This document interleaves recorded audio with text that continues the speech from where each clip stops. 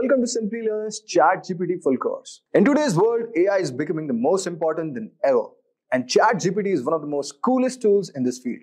As more businesses use AI for things like customer service, writing content, and automating tasks, the need for people who know how to use ChatGPT is growing very fast. In this course, you're going to learn about ChatGPT, how it works, how you can use it, and why it's so powerful. We'll start with the basics of how computers understand language and move on to more advanced ways to build and use AI models. If you're just starting out already and have some experience, this course is going to help you develop skills you need to succeed in the exciting world of AI. Craving a career upgrade? Subscribe, like, and comment below. Dive into the link in the description to fast-track your ambitions. Whether you're making a switch or aiming higher, Simplilearn has your back. But guys, before we commence, if you want to enhance your career in AI, here are some quick info for you. Check out Simplilearn's postgraduate program in AI and machine learning with Purdue University and IBM. This program is perfect for aspiring AI enthusiasts and professionals looking to switch careers. Gain expertise in generative AI, prompt engineering, ChatGPT, explainable AI, machine learning algorithms, and many more. A year of experience is preferred, so hurry up now and enroll.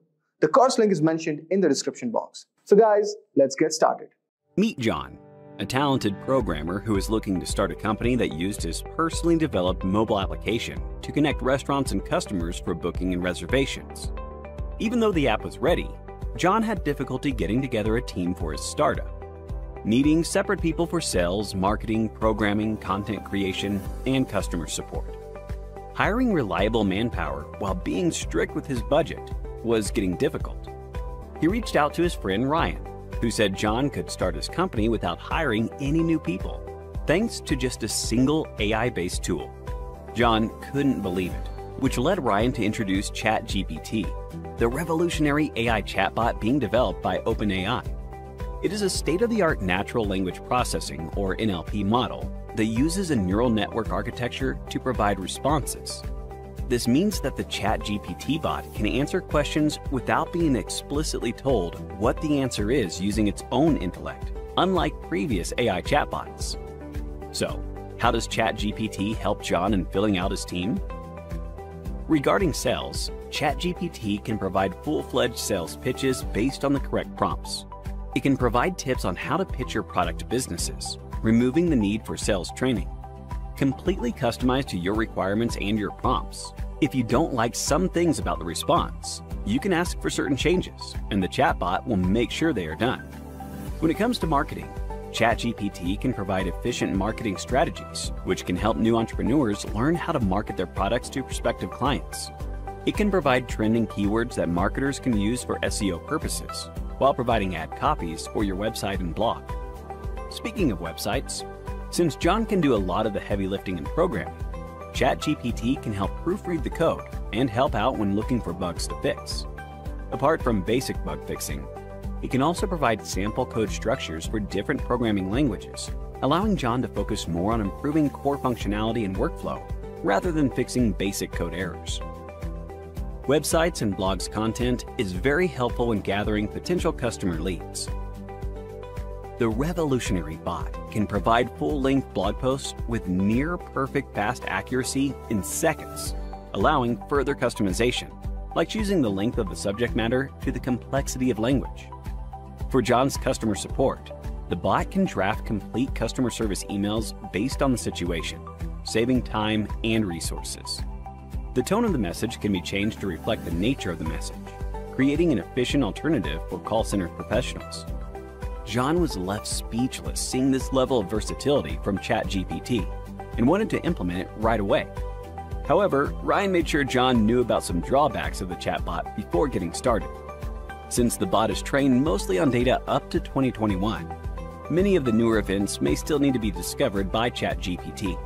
Even basic stuff like asking about the current date and time is beyond its scope, much like the limited understanding of context despite providing near lifelike solutions to certain problems. Even the accuracy of many responses can be questioned since the AI model is still learning and being developed. There is a section of the public that believes the revolutionary tool can one day replace Google search. But that day seems far-fetched so far because of the variety of issues people keep running into when using ChatGPT. However, ChatGPT poses a lot of promise for the future of AI. From full-scaled automated divisions and organizations to serving as the perfect digital assistant, OpenAI is creating a bot for the future aimed at solving the problems of today with the tools of tomorrow. The ability to carry out a myriad of tasks with minimum manpower will boost productivity at organizations in every sector, thanks to the revolutionary ChatGPT. So, how do you think ChatGPT will benefit your daily life? Are you looking forward to using the bot regularly for work or personal life? Let us know your thoughts in the comments below. Meet John, a software developer. John develops a program, and now he realizes the program is surrounded by a lot of bugs. John starts exploring a solution. He surfs through the internet, checks programmer communities. Doubting every step of the way, John feels his problem is not solved. Desperate to find the solution, John meets his friend Adam. Adam comes up with an idea of an artificially intelligent and practical solution called the ChatGPT.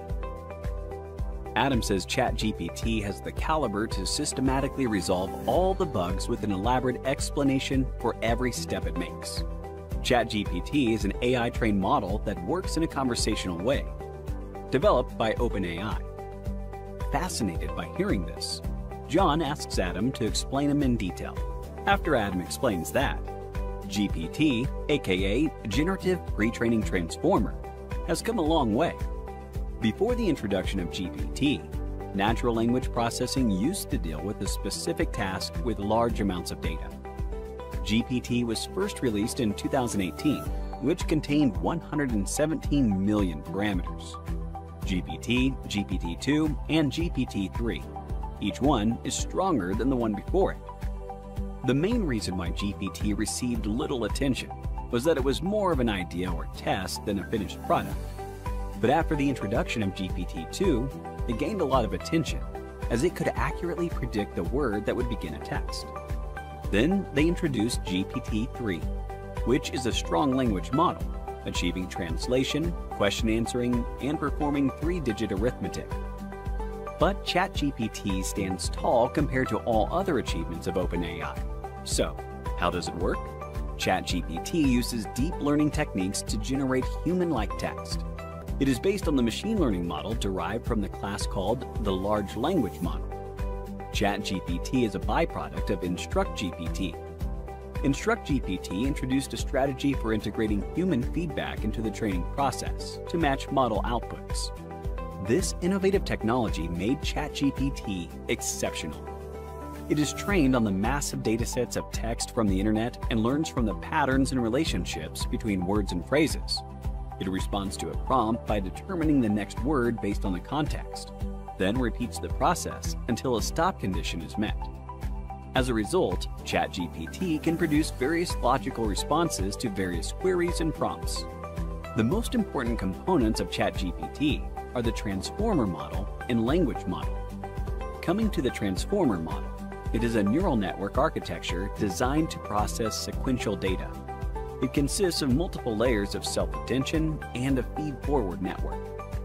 After the transformer model has processed the input, a decoder generates the output. The decoder uses the context provided by the encoder to generate the response.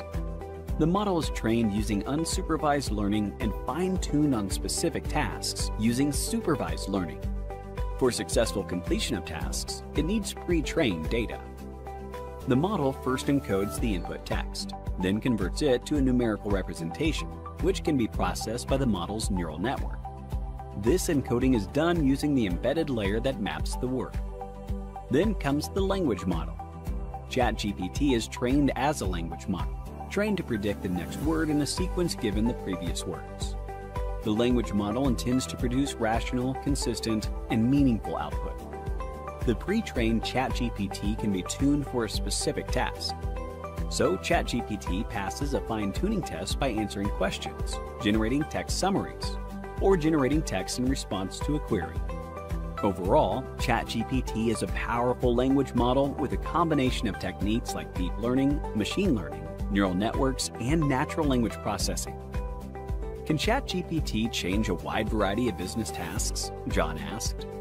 ChatGPT possesses the ability to automate content creation on social media, create chatbot and e-commerce sites, provide medical assistance by acting as a symptom checker, write code, and assist a developer.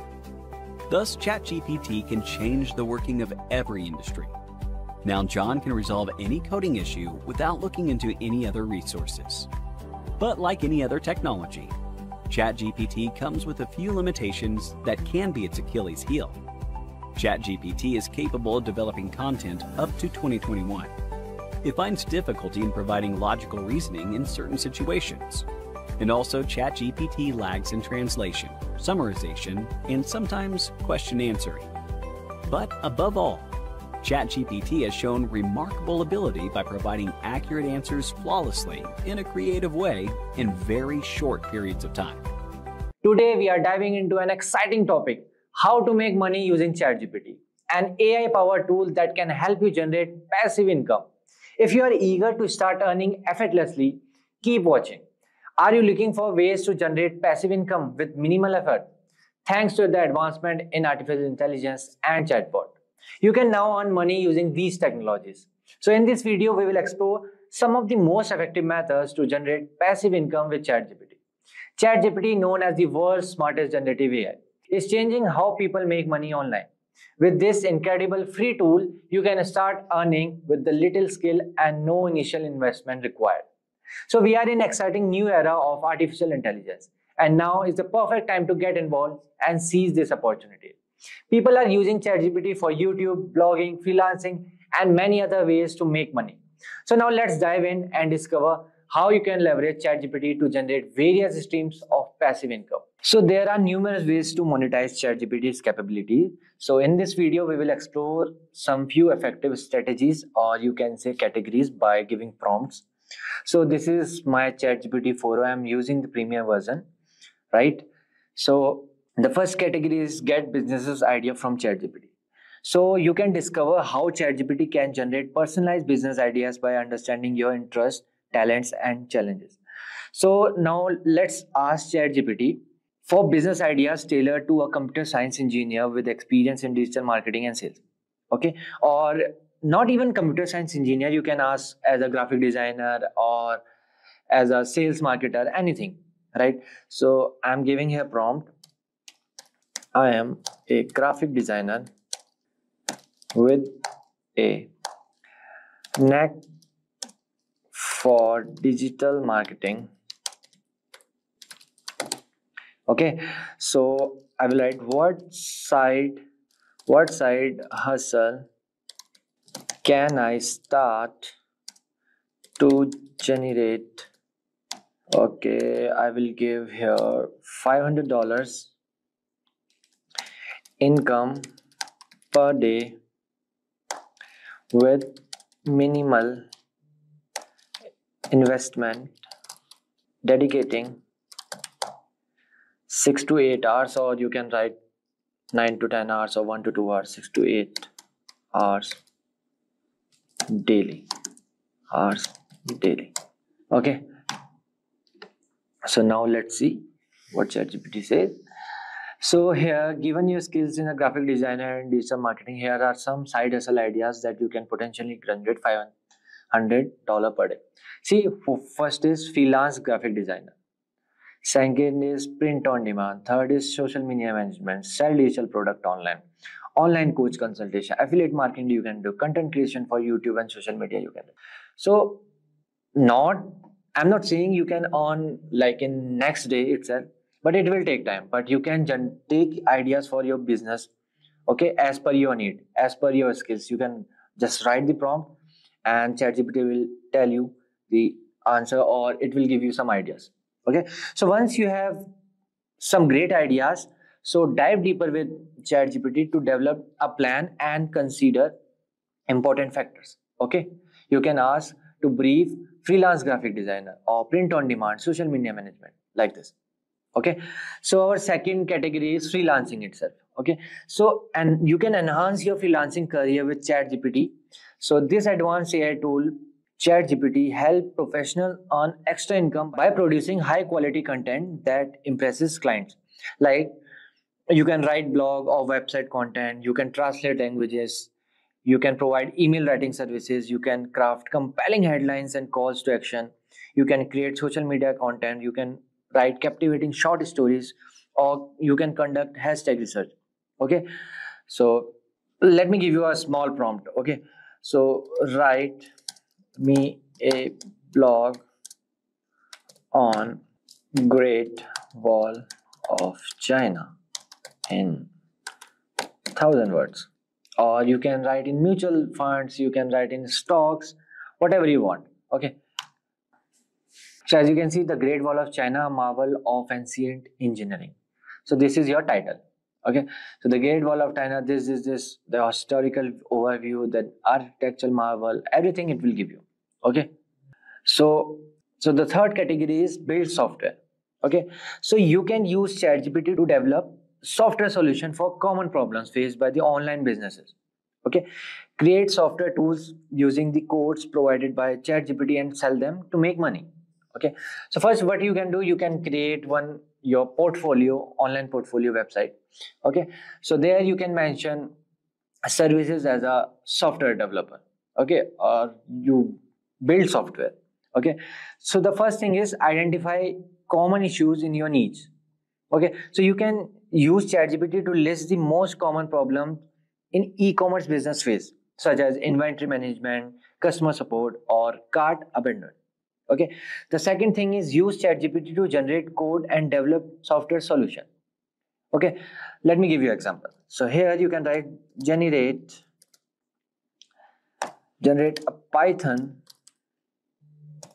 script for an inventory management, right, system for an, okay, spelling mistake, system for an e-commerce store. Okay, so it will generate you a Python script.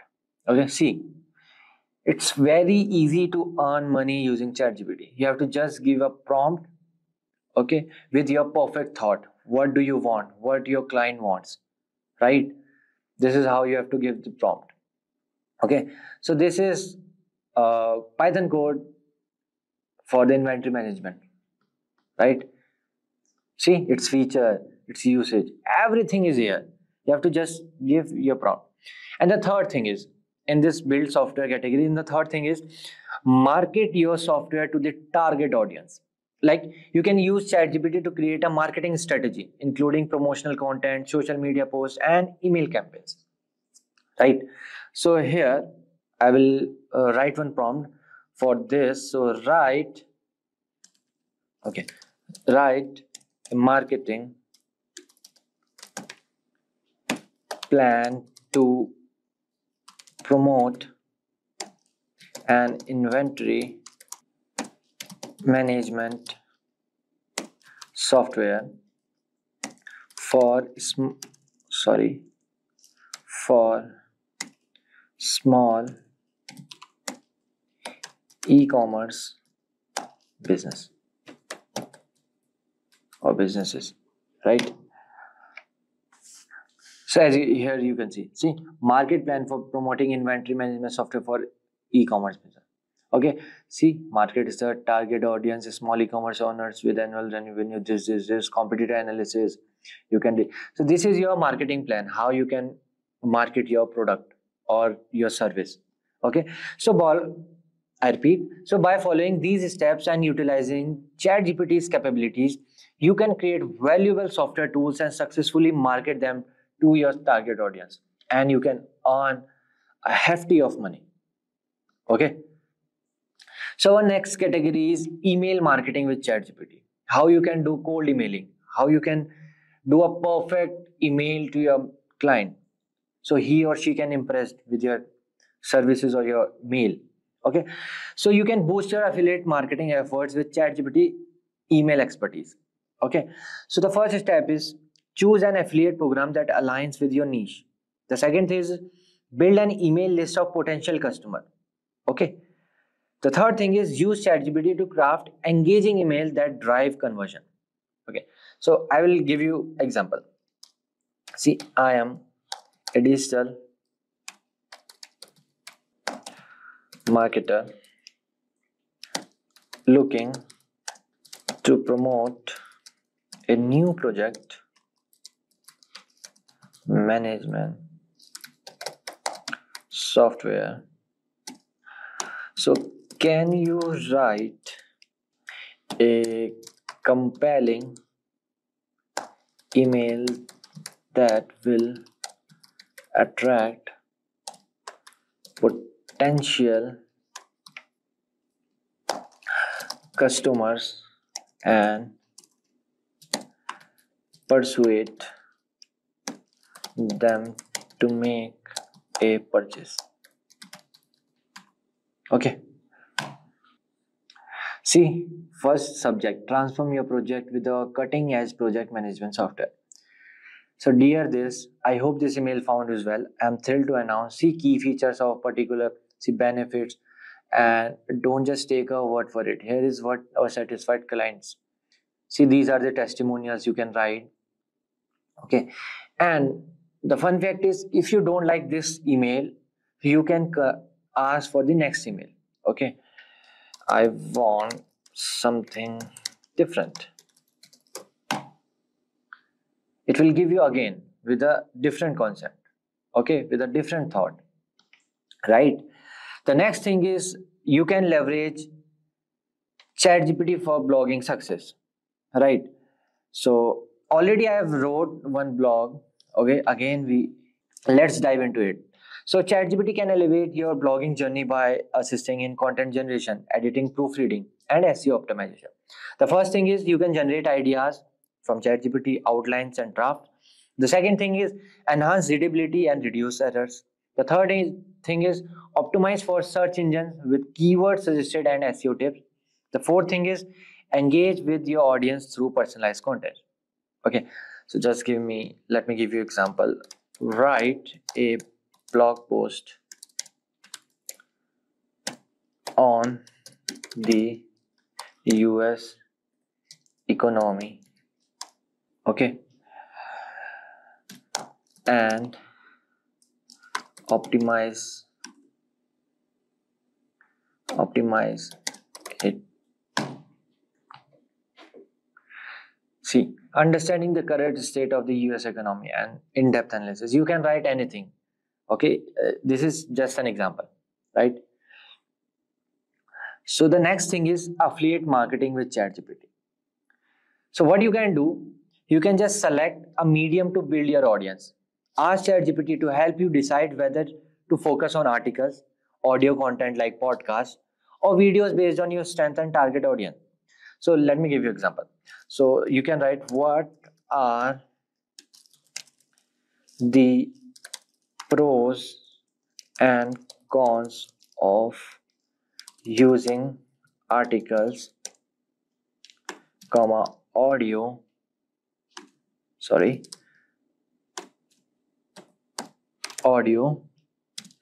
content and video for affiliate marketing. Okay, so which medium would be best for promoting tech products? You can ask this. See, so it will give you the pros and cons for the articles, okay, then audio content like podcast, then the video. So now you can, after reading this, now you can decide what do you want, what are your skills, right? And the second thing is you can use ChatGPT to craft engaging content that promotes your affiliate products. Let's suppose you chose video, so you can target video skills, okay? Or let's suppose you chose articles, so you can write a small prompt like create a compelling article outline for promoting an affiliate product like a fitness tracker or a bottle or a watch, anything. And the third thing is implement a consistent affiliate marketing strategies. Like use ChatGPT to develop comprehensive marketing strategy that includes content schedules, promoting tactics, and tracking metrics. Like you can write, help me create a consistent, I will write here, help me create a consistent affiliate marketing strategy, including a content calendar and promotional tactics for social media. Okay,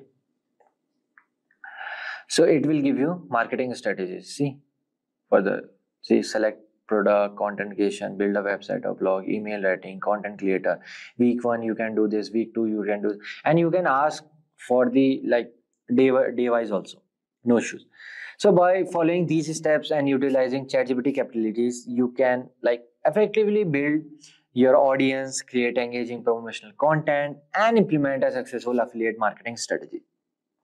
Okay, so now let's suppose you have a YouTube channel.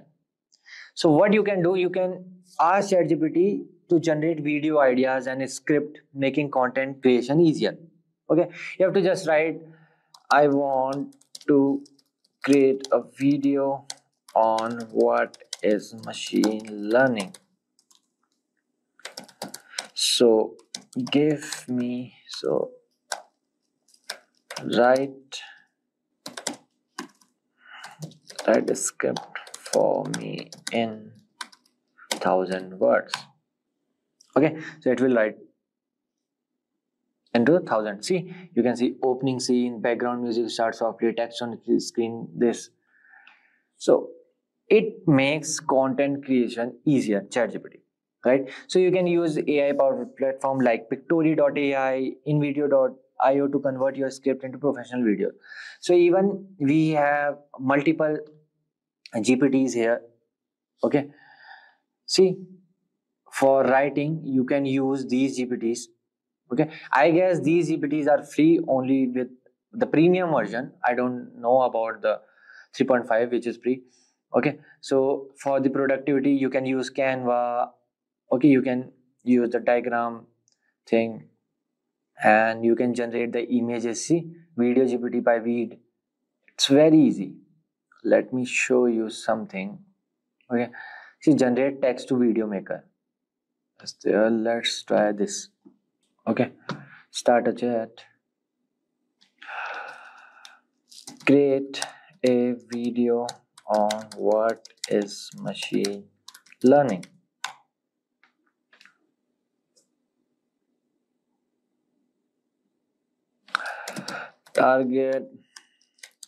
Target audience is college students,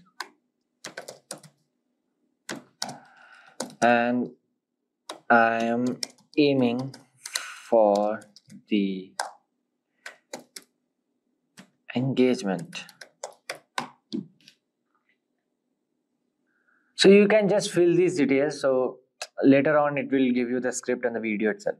Okay, so this is how you can use ChatGPT to earn money. ChatGPT can help you express your ideas creatively, making your video, articles, anything relatable to it.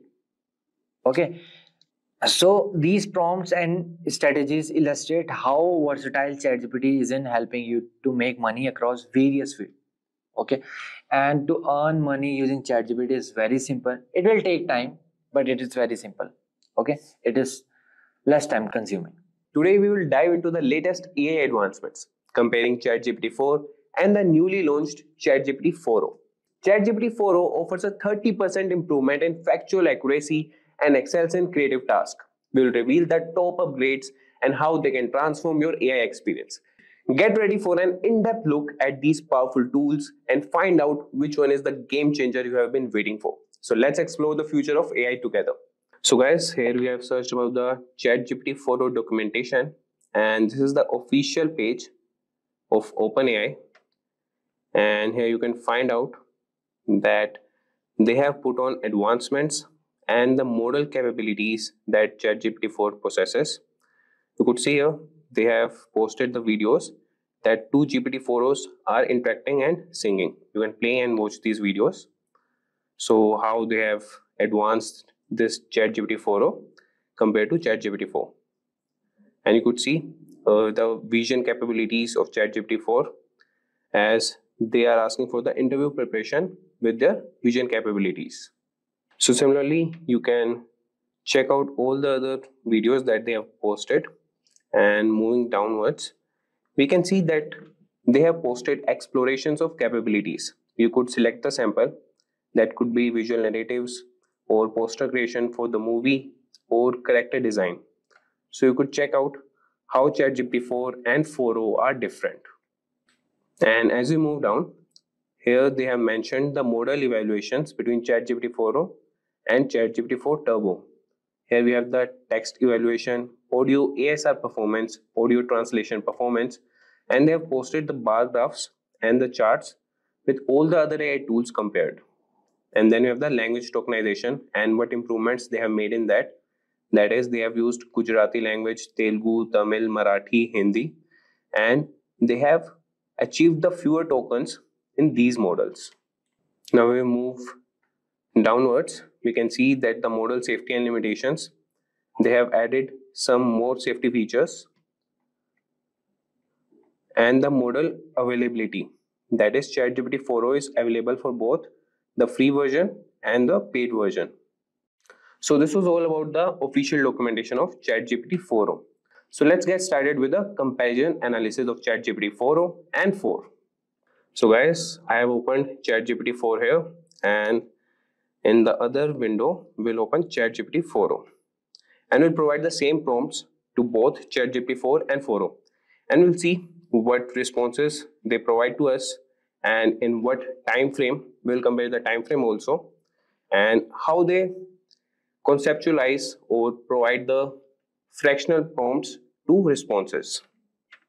So starting with number one, so the number one category we will be choosing is factual inquiries. So we will ask both of them, and we'll ask them that tell me something interesting about Marie Curie.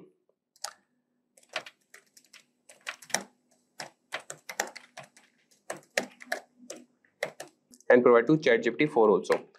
So let's press enter and see which one of those will provide us a good response. So you could see that ChatGPT 4 has provided us the response in a paragraph, and if we read this, so the tone is okay, like it is telling to a third person.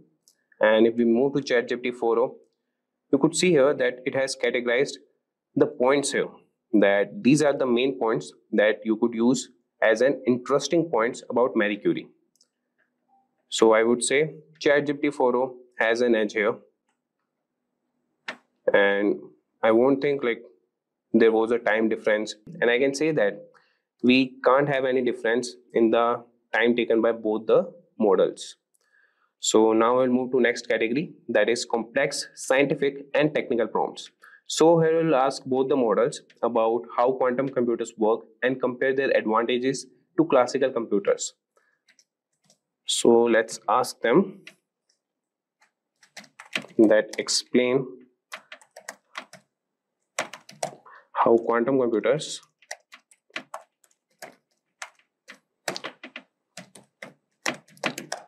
and compare their advantages to classical computers.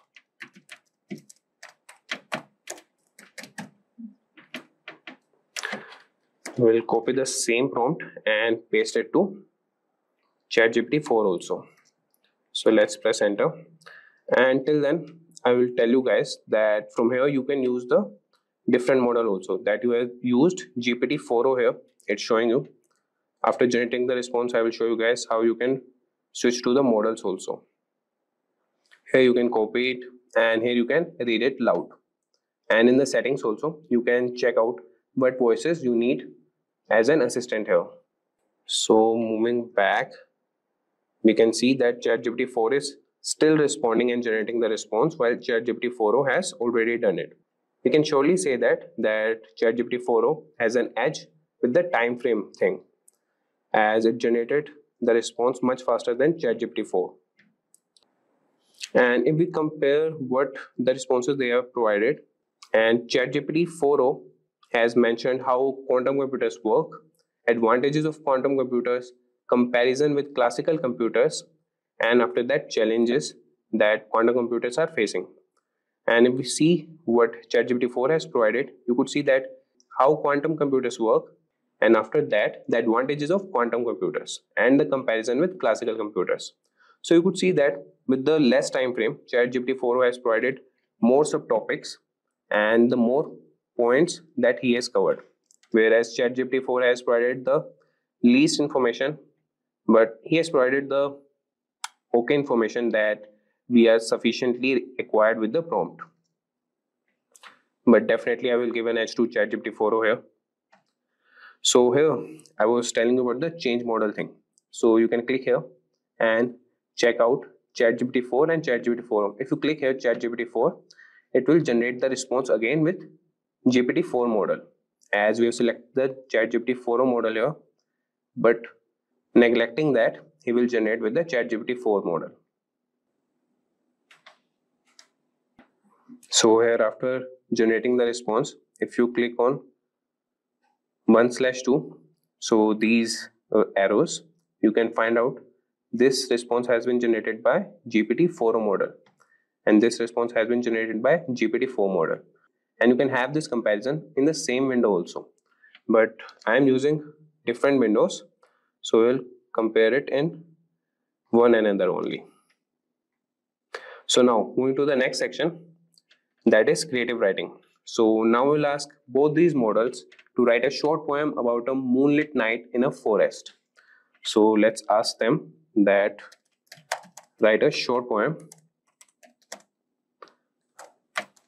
about a moonlit night in a forest. So let's copy the same prompt and paste it in GPT 4 and let's wait for the response. As you guys can see that GPT 4o has already generated the response, and here GPT 4 has also generated. And before comparing both these responses, I want you guys to notice something, that this new version of OpenAI, that is GPT, they have moved the profile section from bottom left to top right, and there are many more advancements. If you see here, this is the history section and the memory feature, and you could find many other features that could be managed memory in the profile sections only. So if you go into personalized category, here we have the memory section. So moving back to the prompt response, so here we have the GPT 4 model, and if we read this poem, in the forest deep where shadows play, the moon casts light in a silver array, whispers of leaves in a gentle breeze, dance with the night in serene silent ease. And if we compare this, so GPT 4 has provided really a short poem, whereas GPT 4o has provided us the 4 paras. And if I tell you about the tone, so GPT 4o has an edge here, as it has provided a really crafted good poem than GPT 4. So now we'll compare these models on the basis of text analysis skills, or before that we will compare them on complex mathematical and logical queries.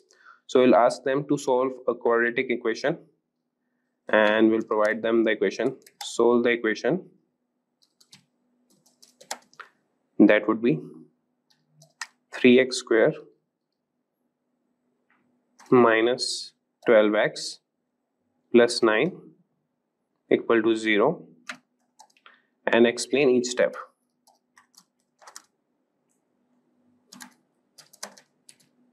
So let's see which model does its job better.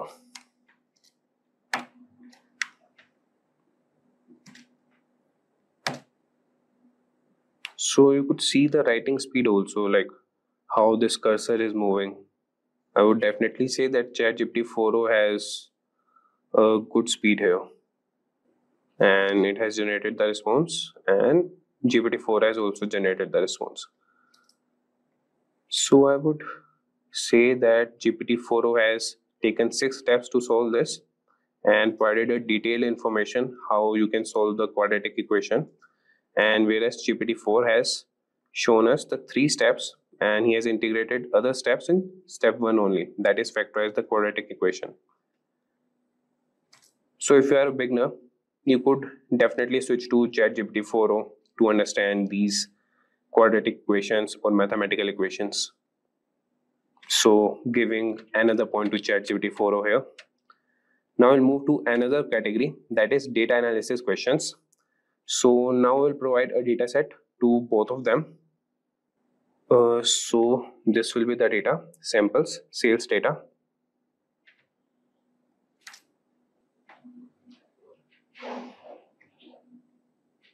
So here we will ask both the models to create a bar chart between sales and region.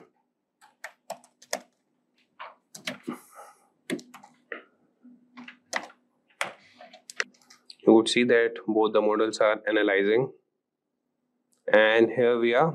ChatGPT 4o has provided us the response, and the main thing that I want to showcase here is that ChatGPT 4o has now interactive images or bar graphs or the visual representations here. If you click to static chart, they have an option here. So now this bar chart is not static, and you could just have the plain 2D design. And if we click on this again, you could see that you could find the actual figure what has been showcased in the bar graph. And similarly, here you could change the dataset color. That is, you can change the color of the bar graphs or the bars in the graph. And moreover, you have the download section here also and the expand section. If you expand it, you could see that here you can generate the response and chat with GPT-4 model and have the output here.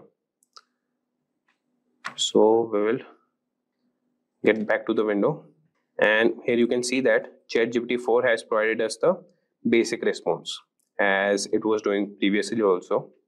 So here's the bar chart and no interactive design and no download option. Moreover, no other expanding options also. So let's move to the next category, and that would be our last category. So now we'll ask both the models about solving philosophical and ethical problems. So now we'll ask them, do animals have moral rights? So justify your answer.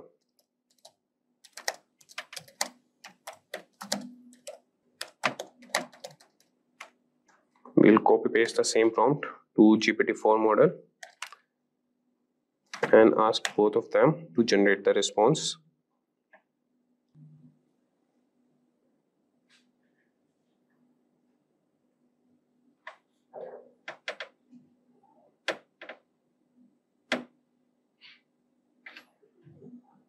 So you could see that both has generated the responses, and if we compare them, so ChatGPT 4 has provided the number 1 point, that is argument for moral rights of animals, and then the second point, that is argument against moral rights of animals. And if we move to GPT 4o section, he has also provided the main topics, but he has provided the subtopics and highlighted what are the main key points for both, that is moral rights and against moral rights. So I would definitely say that ChatGPT 4o has improved factual accuracy and response discipline. Like, he has a framework to provide the response, whereas ChatGPT 4 just provide the response in a basic manner. And one more category we'll see here, that is, we'll ask him to create an image of 2 robots fighting or facing each other or in a face off. So let's copy the same prompt to GPT-4o model also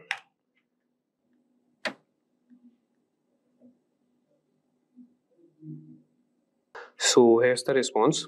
You can see that ChatGPT 4o has generated an image with two robots in a dramatic face-off in a futuristic arena. And whereas that GPT-4 has also generated two futuristic robots in a dramatic face-off. And I would definitely say that GPT-4 has done a good job here. His image is much better than GPT-4o. So if I tell you about the conclusion, so choosing between ChatGPT 4 and ChatGPT 4o depends largely on your specific needs. If your work requires detailed analysis and you often engage in complex discussions, then ChatGPT 4o might be the better choice with its deep understanding and retention capabilities.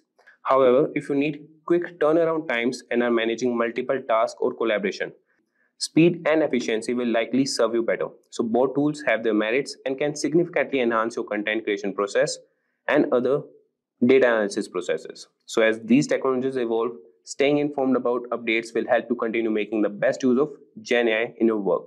On July 25th, OpenAI introduced SearchGPT, a new search tool changing how we find information online.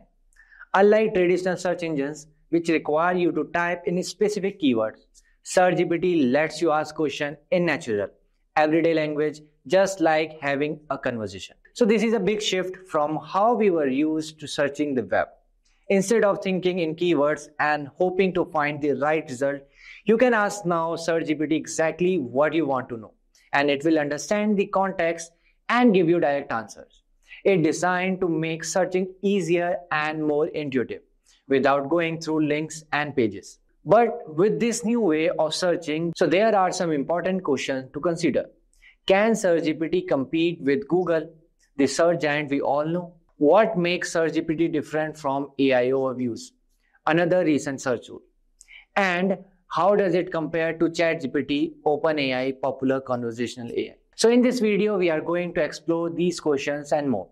We will look at what makes SearchGPT special, how it compares to other tools, and why it might change the way we search for information. Whether you are new into tech or just curious, this video will break it down in simple words. Stick around to learn more about SearchGPT. So without any further ado, let's get started. So what is SearchGPT? SearchGPT is a new search engine prototype developed by OpenAI, designed to enhance the way we search for information using AI.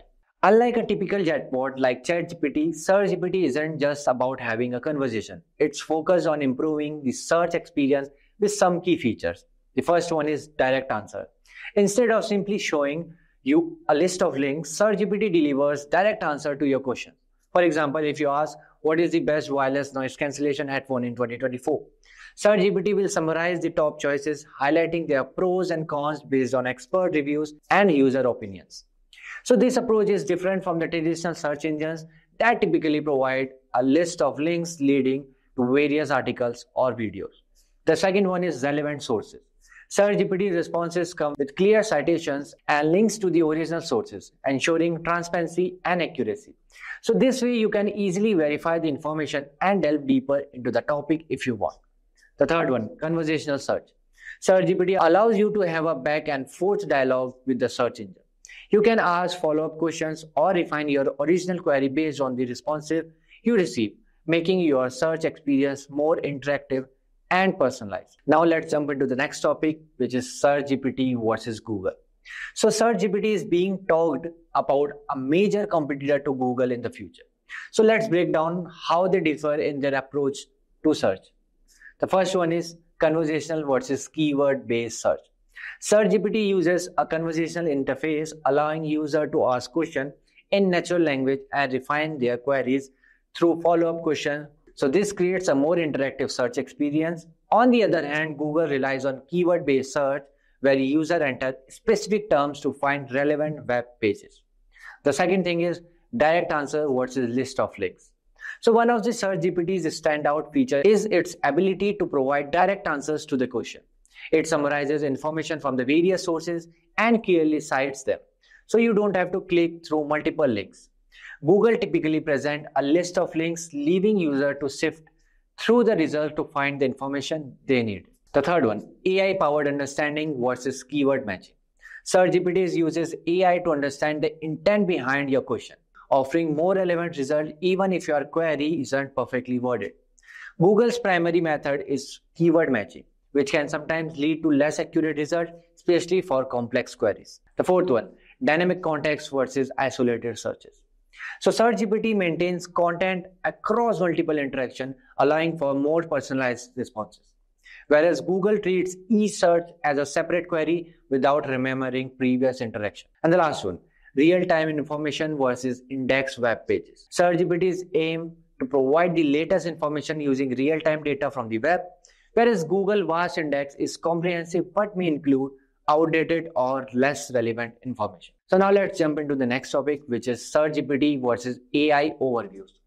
So SearchGPT and AI overviews both use AI, but they approach search and information delivery differently. It's also worth noting that both tools are still being developed, so their features and capabilities may evolve and even overlap as they grow. So here are the differences. The first one is source attribution. SearchGPT provides clear and direct citation linked to the original sources, making it easy for user to verify the information. Whereas AI overviews include links. The citation may not always be clear or directly associated with specific claims.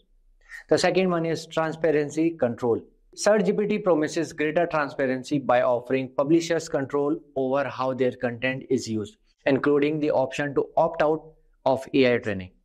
AI overviews offer less transparency regarding the selection of content and the summarization process used. The next one is scope and depth.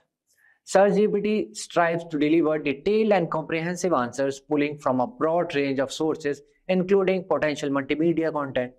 And in AI overviews offers a concise summary of key points, often with links for further exploration, but with a more limited scope. Now let's jump into the next part. SearchGPT versus ChatGPT. SearchGPT and ChatGPT, both developed by OpenAI, share some core features but serve different purposes. So here are some differences. The first one is primary purpose.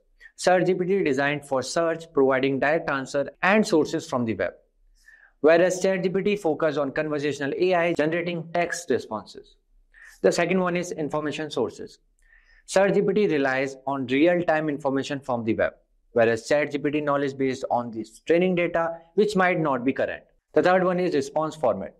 SearchGPT prioritizes concise answers with citation and source links. So whereas ChatGPT is more flexible, generating longer text, summarizes creative content, code, and etc.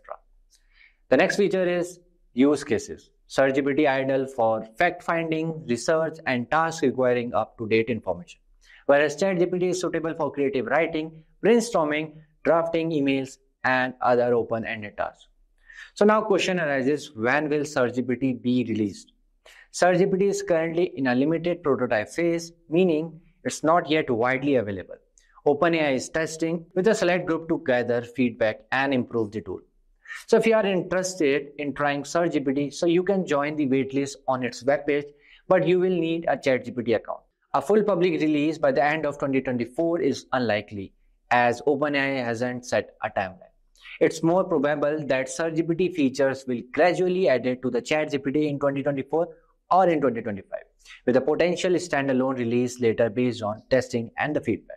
Welcome to our comprehensive tutorial on creating a fully functional e-commerce application using React, Tailwind CSS, and Redux with the help of ChatGPT. In this tutorial, we are going to leverage the powerful capabilities of ChatGPT to assist us in building modern, responsive, and feature-rich e-commerce application.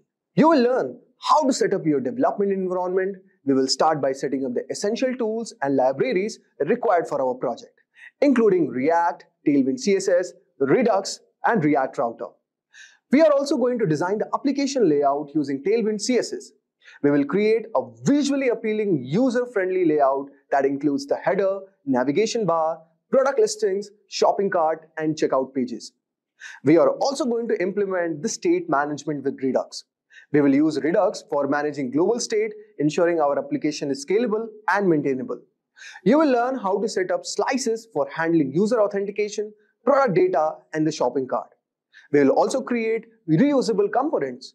And throughout this tutorial, we will build a variety of reusable components such as product cards, form inputs, buttons, and models to enhance the modularity and reusability of our code. For fetching and managing data, we are going to use React Query so that we are going to fetch data from a backend API and manage the server state efficiently. We will also learn to handle loading states, caching, and synchronization with React Query.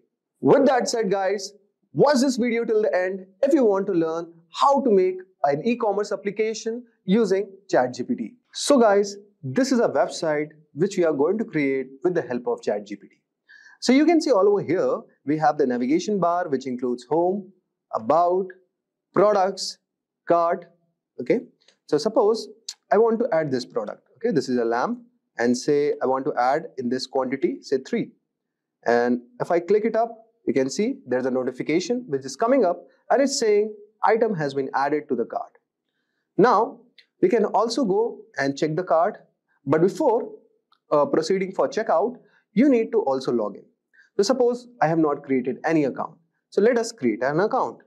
So say this is a mail ID and say let us take some demo mail ID and here is some password and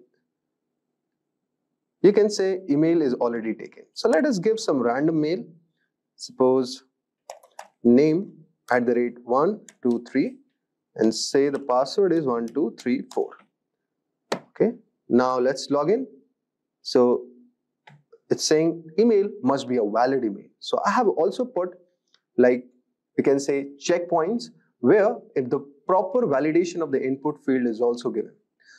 So name @name123@gmail.com. Now I hope so it is going to work. So email or username has already been taken. So let us change our username. So username name123 and let us try to register. So you can see all the input validation has been done. So let us give some big. Okay. Now you can see it has completely logged in. Okay. So you can save the password. Now let us go to our repeat.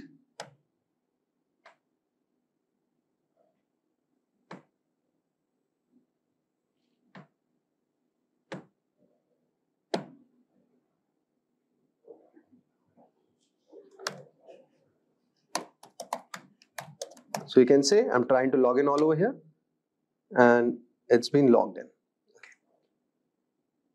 Okay. So now you can see if you click on our products, you are going to see the products part. Like there's a chair, there is a glass table, king bed size, and all these are the cards of the product. So basically these images have been taken from a link. Okay. I will mention you the link and you can do it. And inside this, you can also search the given product. Suppose, say, I want a grade lamp or say chick chair. Okay. If I type this and if I try to search it, you can see this is coming up. You can also select the company. Suppose if I just see all over here. So the company name is Luxora. Okay. So you can type all over there in the checkbox. Okay. So where the search button is coming up and you can say all these companies are there and with the help of that, you can search it. You can also do the sorting from A to Z, Z to A, high to low. Okay. So this is all we are going to build using React.js, Tailwind CSS, Redux, and also use some state management. And with the help of Tailwind CSS, we are going to create a fully responsive website. Now let's get started. So guys, let us open our ChatGPT and write a prompt. So guys, the first prompt that I want to create is that, say, I am creating a tutorial, or you can say I'm creating a website using React.js, and it's an e-commerce website. So with the help of or by using Vite, okay, Tailwind CSS and Redux.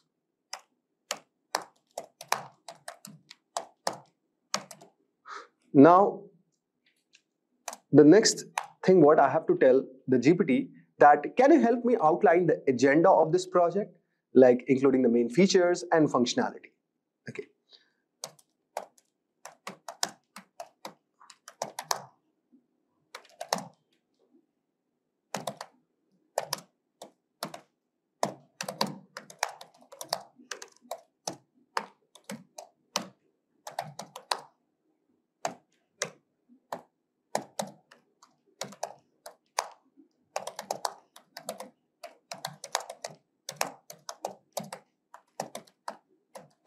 So this is the first thing, and you can see all over here. So it says like install and configure Vite, integrate Tailwind CSS, okay, set up Redux. Then for the UI UX design, it's saying responsive layout, okay. Then you have to do theme and styling, define a consistent theme, okay. Now for authentication and user management, you have to do user registration and login, okay. For product management, like product listing, product details, and product search. So we have seen these functionalities that we have implemented in our website. And also you can see there's a shopping cart and checkout option. You have to add to the cart, cart management, and checkout process. For the order management, you can also track the history. And we are not going to target these two things, okay? These are some of the additional features. But till here, we are going to complete it, okay? So not to complicate too much, just to give you a brief outline how you can make a website using ChatGPT and Tailwind CSS and other tools and dependencies. So like we have got the brief idea regarding the main features and functionalities. So we have responsive design, user authentication, product catalog, shopping cart, checkout process, order management, admin panel, wish list, reviews and rating, notification, and performance optimization. Now let us write the next part. So here I'm going to type my next prompt, that will be, can you help me explain the folder structure, or can you help me with the folder structure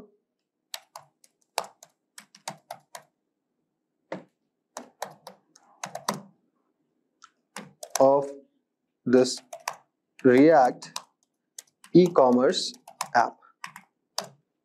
And also let me know the purpose of each folder. So let us type this prompt, and we are getting some brief idea like how our things would be there. So it says, like you can see the folder structure. First, we have to create a folder called e-commerce app, okay? And then, so guys, for this, I will have an assets folder, okay?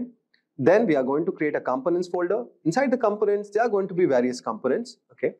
So let us start with that, and let us first set up our development environment. So guys, I'm using VS Code as our text editor, and in that, let us see that you have first all the dependencies installed, like Node especially. With the help of Node, we are going to install the package for creating a React app. So guys, you can also type all over here that how to set up my development environment. And if you type this command, you can see, so there are certain prerequisites it's going to tell, like Node and NPM, code editor, visual code. So like you have to create a certain thing like this, NPM create Vite, latest, my e-commerce app, then template, and then you can go in this app. So since I've already created an e-commerce app, so what I'm going to do, inside this, I'm going to create this, and let us copy this all over here. So you can see assets I have already created, and let us go to the terminal, click on view, and here's a terminal, and here let's type this, click on yes. So all the necessary dependencies is going to install. So you can see all over here like what I have to choose. It says pre-React, LIT, Celebrity, Solids, or other. So you can just select all over here that I want to use a React version. Okay, just click on this, and let us keep the JavaScript part all over here, and you can see this has already been created. Now the second would be go to our e-commerce app. So this is your folder. Navigate to this.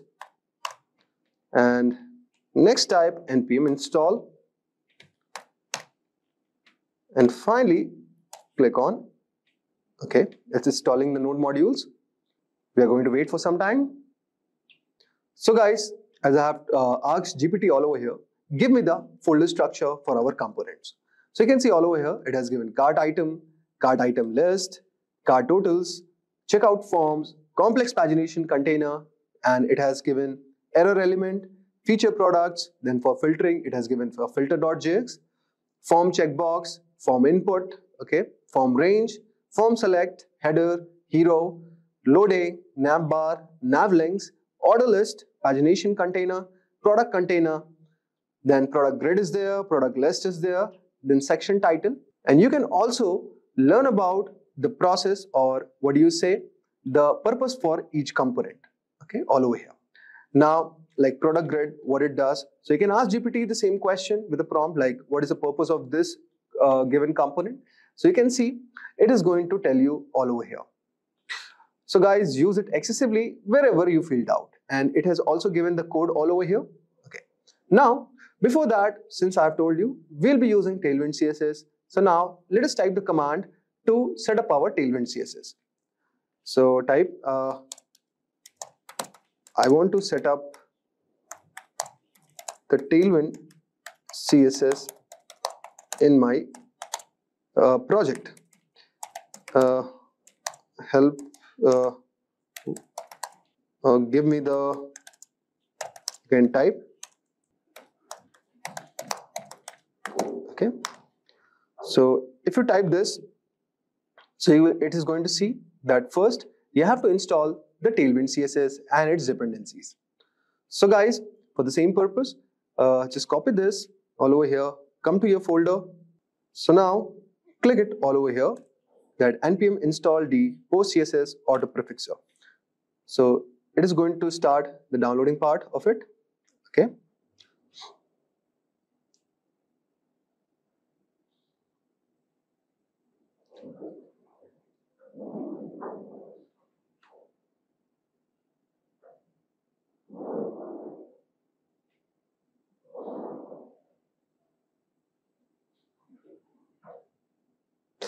The next process is, in the step 2, you have to initialize the Tailwind CSS. So copy this and go all over here and let us initialize our Tailwind CSS. Pretty fine.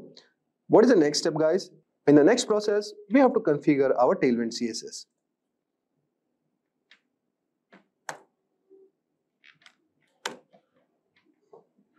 So you can see all over here, there is going to be a file called tailwindconfig.js and you can configure it all over here. So let us go in our file and you can see tailwindconfig.js would be there. So, okay. So now we have done this. Now let us see what is the third thing.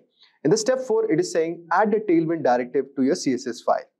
Okay, so there's going to be a file. Okay, first you have to create a CSS file for your Tailwind styles. Okay, and in that you have to add these directives. Okay, so guys, this is our index.css file, and we can also add the directives all over here. Just click on everything and delete it, and just add the required directives.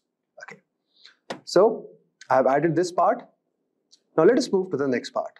So in your app.css, you have to import it. Okay. So whenever you are going to open our app.js file, so here we have app.jsx. So you can see we are importing this, okay, all over here. And in our main.jsx file, you can see our index.css is imported. So basically this file is already been imported all over here, okay, which is basically going to apply the Tailwind CSS directives that we are going to use while building our components.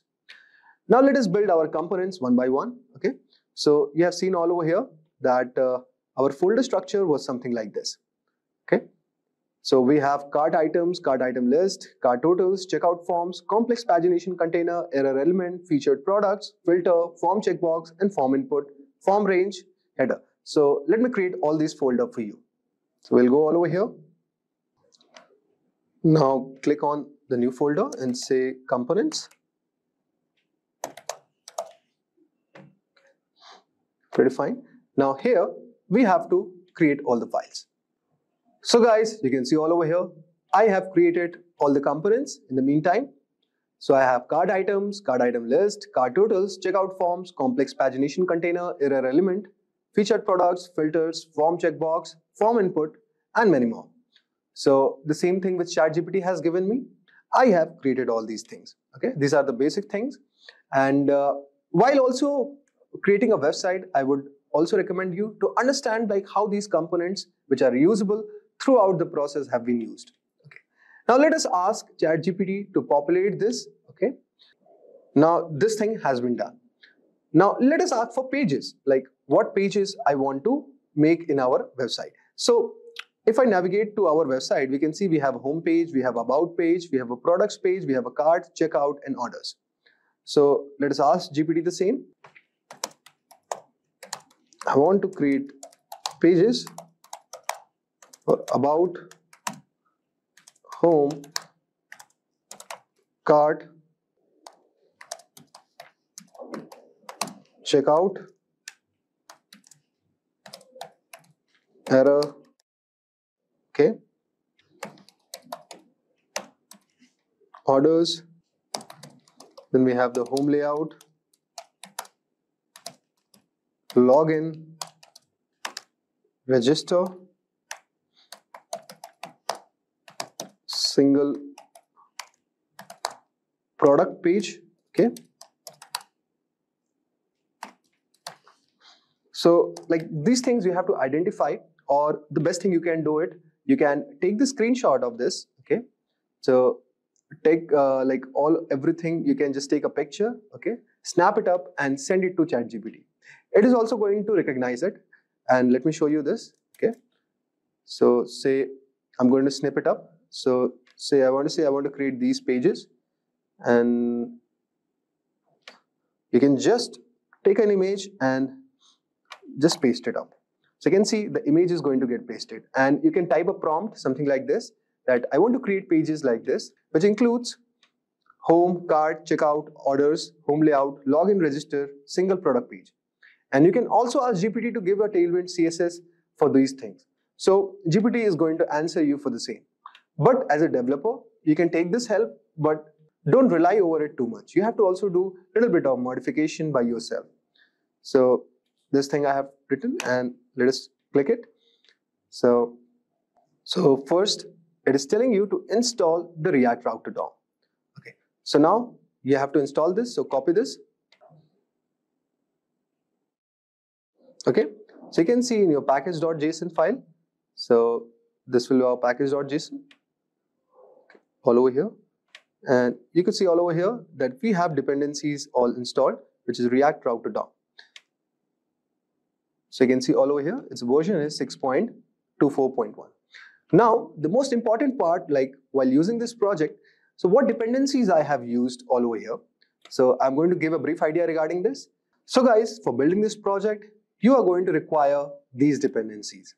Like you need to have Redux toolkit, you need to have Tank, you need to have React Query Dev Tools, okay? You need to have an Axios, you need to have a DJS, React DOM, React icons we'll be using. You need to use React Redux for state management, React Router DOM, React Toastify. Then there are certain deep dependencies. As you can see, Tailwind's typography we have to use, because what kind of text we are going to put it up on our web page. So this is going to handle it.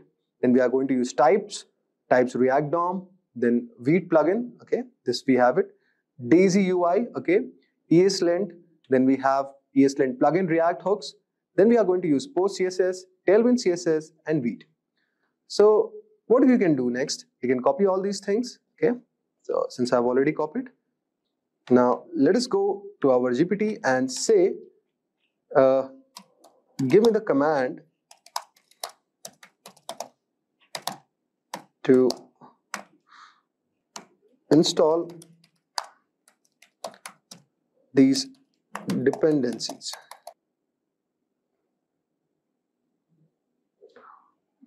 So you can see all over here, it has given me all these commands. I'm just going to go our text editor. So here's our terminal, and just type this. And you can see all over here, it is going to start the process of installing all these packages. Similarly, you have to install all the dev dependencies.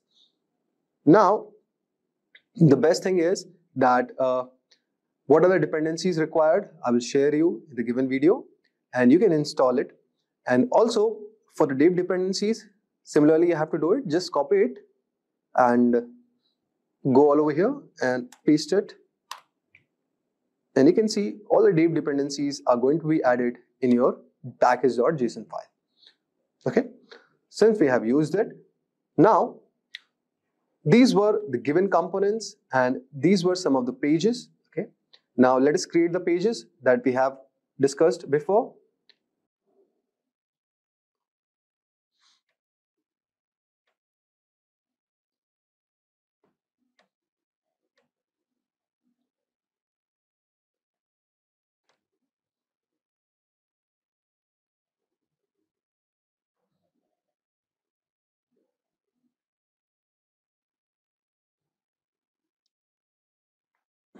And also guys, you can see assets all over here. You have to transfer this all over here. Okay, now I'm going to do this, but before that, let's create the pages section. So create a new folder called pages all over here, and inside the pages you can see all over here that for pages we have told all about here that they are going to be home layout, they are going to be error.jsx, they are going to be a checkout and about.jsx. Okay, all over here. And in similarly, just create this. Now for each of the given page, you can check all over here that it is giving an idea about it, that you can have to ensure something like this. And also you can ask GPT to explain you what we are going to use it. Okay, so see here all the headers, you're going to add the links like about, cart, checkout, orders, login, register. So which is basically there on our navigation panel. And similarly for applying the CSS, just ask GPT to make it something like this, provide a proper spacing, and also you can take a screenshot of this and send it to GPT. So it is going to analyze it and give you the required code for this. Okay, but the most important part is you need to identify what folder structure that you have to use it. And don't worry guys, I will share the required doc file in the description where you can check what are the components that we have made. And similarly, you can take the help of GPT and build this project. So guys, I have created all the required pages and you can see all over here that we have about, cart, checkout, error for handling the errors. Okay, home layout, index.js, landing, login, orders, product management, error for handling the errors throughout like 404 page. Then we have the landing page, we have the login, orders, products, register, then we have the single product.jsx. So these are the required pages that we need to build in order to replicate the website. Okay. So if you have any problem like what this given page does, just ask the GPT and it's going to give you the required answer. Now, this was building our project structure for the second part. Now let us move to the third part. Now guys, the next thing which I want to do all over here is that I want to create a utility folder which is kind of reusable throughout the application. And it has these functionalities, a custom fetch, okay, which means a pre-configured Axios basically, which is going to have an Axios instance for making standardized API calls and also to the backend server. Then we have the format price functionality in which we are going to use the utility function to format the numerical prices that we are using while buying the given product, and also in a USD currency format. Okay, so it's basically a dollar format. Okay, and then generate amount options. Then also we need to create a utility function to generate the list of quantity options for a selected dropdown. Okay, so these were all the features that I've shown you all over here. So when you go from this, suppose say on this given product, and if you select this, say add to the bag, say I want 7 of them, and when you go to your given cart, so you can see all over here the format, pricing, and all the utility and all the utility functions used all over here are given. So you can see GPT has given, so it has given custom fetch, format price, generate amount, option.js. You can create 3 of them, but I will not complicate this. Instead of this, since the application is pretty simple, I will put all of these things under one folder. So guys, as you can see all over here, I have created a folder called utils folder with a name called index.jsx. And inside this, I'm going to add all the three functionalities which I have told you. Now, and this was the project structure that we need to build in order to make an application like that. Now, what you can do, guys, now you can see the functionality of this all over here. Okay.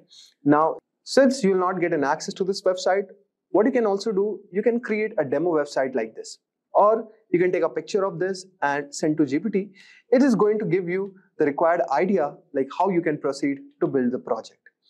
So it is very, very helpful, but at the end of the day, you need to know about React a little bit so that you can modify the application based on the given instances.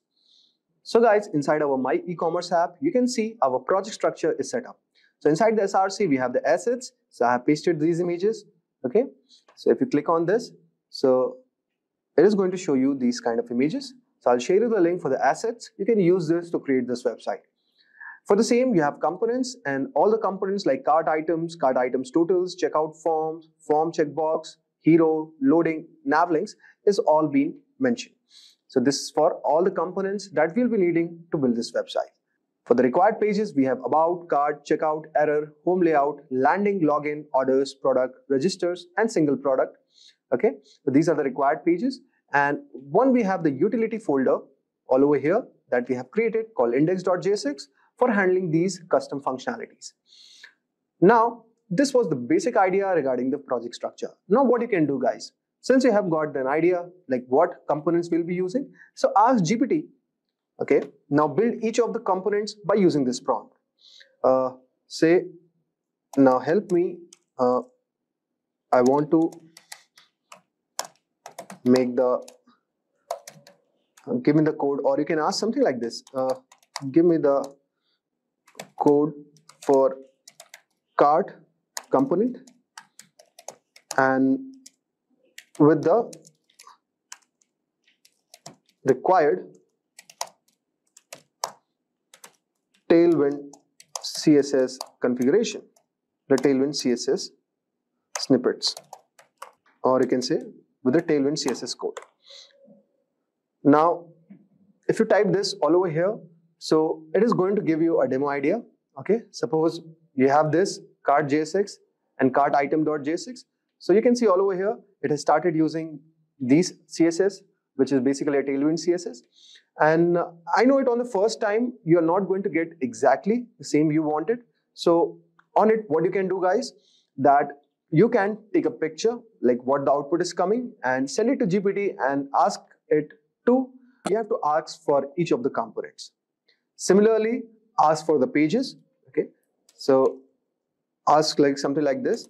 So based on the project structure, based on the pages. So guys, as you can see all over here. So guys, it has started giving the codes for the respective pages, as you can see all over here. And with the respective Tailwind CSS, you can definitely modify it based on your choices and also what you feel like is more responsive and user-friendly. For getting an in-depth idea regarding Tailwind CSS, you can navigate to its official document. And it will be very, very helpful that you can also take a help and ask GPT the same thing. So after you have populated these pages with the respective codes and components, okay, that we have shared all over here, next thing, what you can do all over here, that just type all over here that this command, or you can ask GPT how to run my application, give me the command. You can type this and it is going to give you the command, but I know the command, that is npm run dev, or this is the given command that will be very helpful for running your application. So at each stage, suppose you are building one component, so keep running this and keep seeing like what changes you are applying on a real time. So building an application using React or any front-end application is a hit and trial. So based on the modifications that you require, so you have to consistently interact with GPT and make an application out of it. But this was an overview of our given thing. So just type this all over here. So just type this and your application is going to start on a given port. So this is your port 5174. So if you navigate all over here, So your application will be open. So let me show you. Like suppose the port which I'm using all over here. So it is 5173. Okay. So this will be your application, and in this way you can make an application with the help of ChatGPT.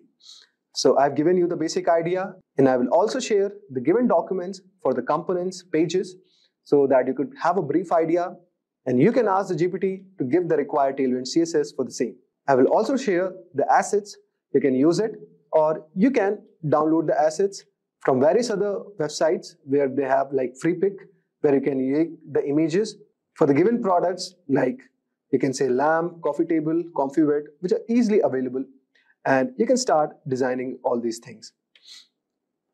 So guys, the best thing about GPT-4o that you can also share the image. So with the help of this, you can definitely build an application. Now we'll start with the ChatGPT to automate our Excel, and we have some Excel files. I will upload them in the link with the GitHub, so you can freely download them, and you can also try this project with those files. And here we are with the ChatGPT. So now we are on the ChatGPT website, and here you can see that there's a try ChatGPT option, and when we click it, we will be redirecting to the ChatGPT, the chat box. And before that, I will show you the home page. It's showing us the samples, what we can do with the ChatGPT, the methods, and there's the collect demonstration data and train a supervised policy, like how it's trained, how OpenAI has trained the ChatGPT and its limitations. They have mentioned all the things here, iterative deployment, and moving on. Now we'll log in to our ChatGPT. I will log in with my Google account.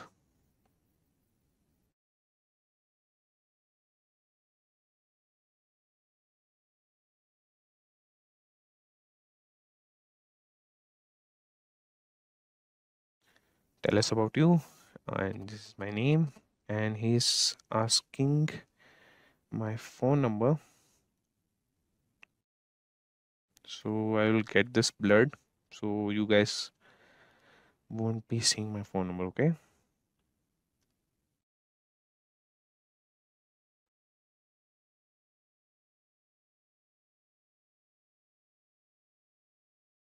He's asking for the code. I'm waiting for the code. After entering the OTP, you would be directed to this page, that is ChatGPT, and this is the feed box where you can write any query in the simple natural language, that would be English, and the ChatGPT would answer your questions. And if we talk about ChatGPT, a little bit information about ChatGPT, that it's an AI powered chatbot that has been developed by OpenAI, and the chatbot understands natural language and responds in a human like manner. It is based on GPT 3.5, which is a language model. And the chatbot was unveiled as a prototype on November 30, 2022. While announcing the chatbot, OpenAI wrote on its announcement page that we have trained a model called ChatGPT which interacts in a conversational way. The dialogue format makes it possible for ChatGPT to answer follow-up questions, admit its mistake, challenge incorrect premises, and reject inappropriate requests. So now we will talk about the ChatGPT. So ChatGPT is an AI-powered chatbot that has been developed by the artificial intelligence, and it's been researched by the company OpenAI. And the chatbot understands natural language and responds in a human-like manner. It is based on GPT 3.5, which is a language model. The chatbot was unveiled as a prototype on November 30, 2022. While announcing the chatbot, OpenAI wrote on its announcement page that we have trained a model called ChatGPT, which interacts in a conversational way. The dialogue format makes it possible for ChatGPT to answer follow-up questions, admit its mistake, challenge incorrect premises, and reject inappropriate requests. So this is ChatGPT, and it's been wowing all the developers around the globe. So now we'll start with automating Excel with the help of ChatGPT and with the help of Python language. So first, we will create a folder and see the Excel files with which we will use Python, and with the help of ChatGPT, we will automate them.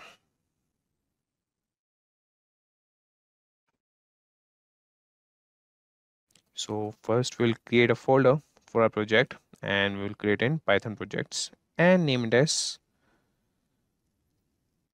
automate Excel using ChatGPT.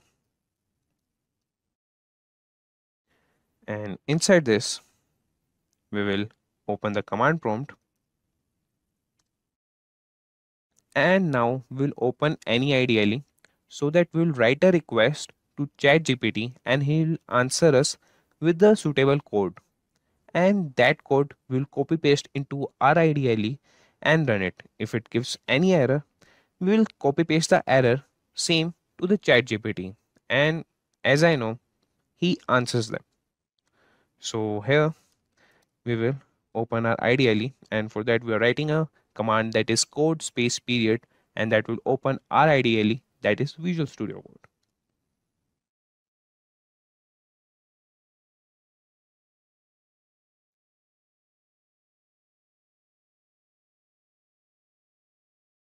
Now we have open our IDLE, and first we'll create a file here, or first we'll see our Excel files on which we will do the automation, and for that we'll get back to our folder,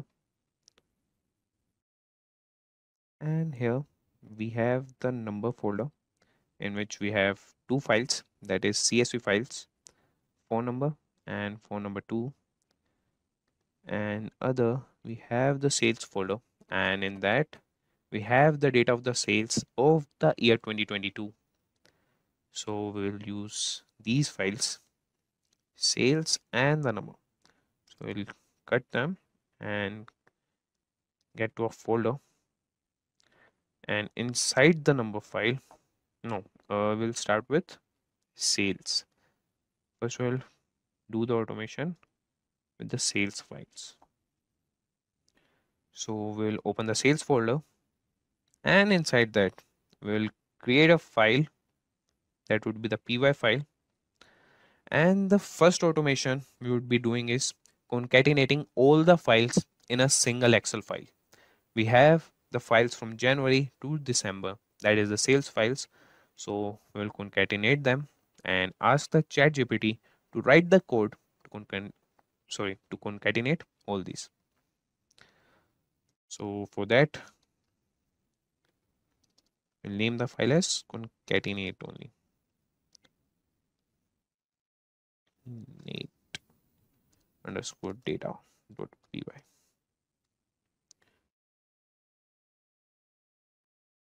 So now we'll give the command to the ChatGPT.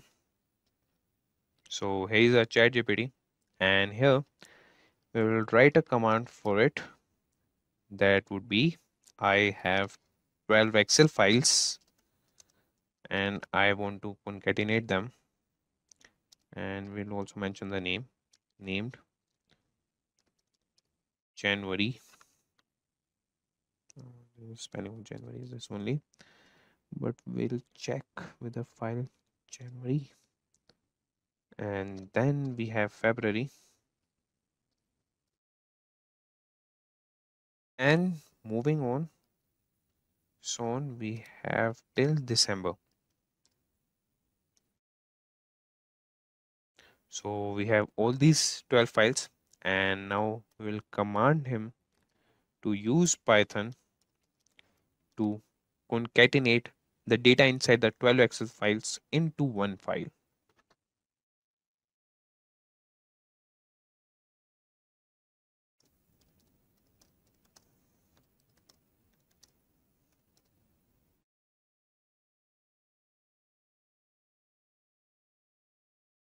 So this is a command, and it's in the simplest natural language, that is the English language. So we'll just press enter. Okay, it shows us that an error occurred if the issue is. So for this thing, we'll just copy the OpenAI link and paste it here and open it. As the ChatGPT is seeing a huge traffic. Sometimes it shows these errors. So he's verifying us whether we are a robot or not. So we will agree with the ChatGPT and answer its questions here.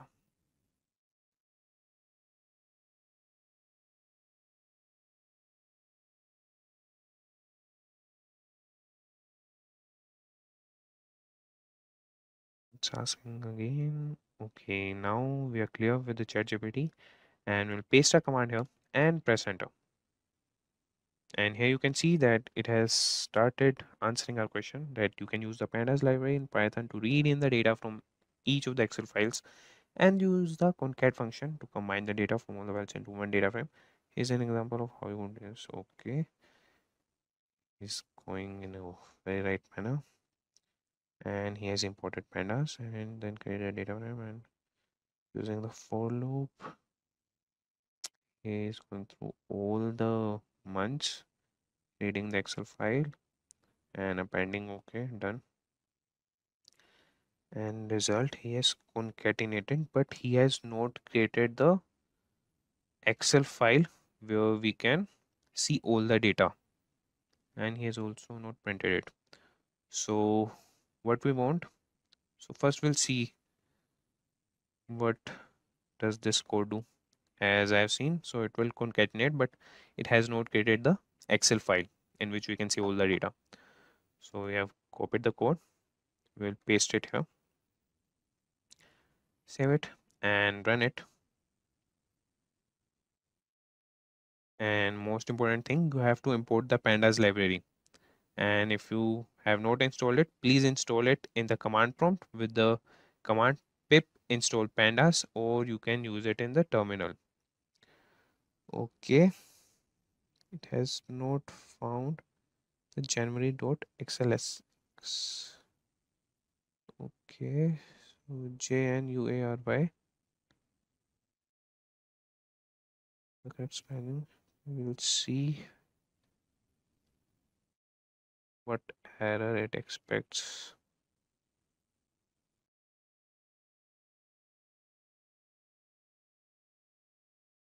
We'll save this and run once again.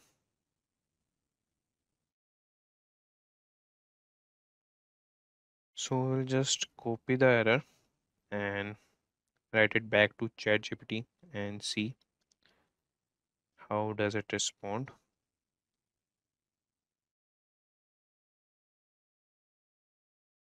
Okay, is seeing is indicating that the pandas library is unable to find the Excel file you are trying to read in. Based on the error message, look like the files are not located in the same directory as the Python script. Okay, we'll see that, but we have the Python script and the library in the same folder. Yeah, concatenate.py, and we'll check once again here. It's data.py. Yeah, they are in the same folder. Then why we have this error? Okay, though, so the error is we have opened our ideally in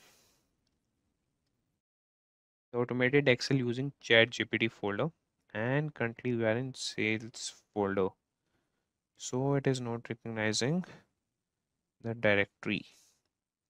So what we'll do, we'll copy all these files,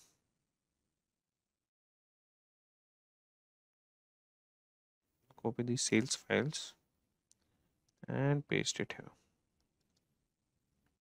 Now we'll run the code that ChatGPT provided us. Okay, yeah, it has run successfully.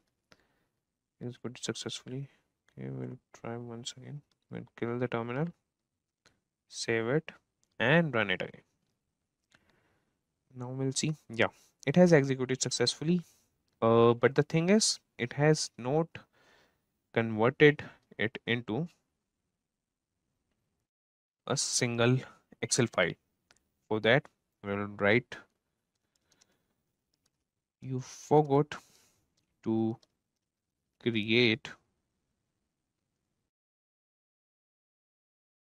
the concatenated file, as we also haven't mentioned in our command specifically. So we have to be specific with our commands also. Let's see.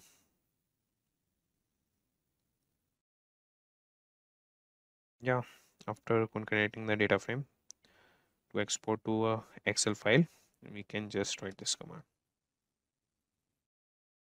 And index equal to false, yeah.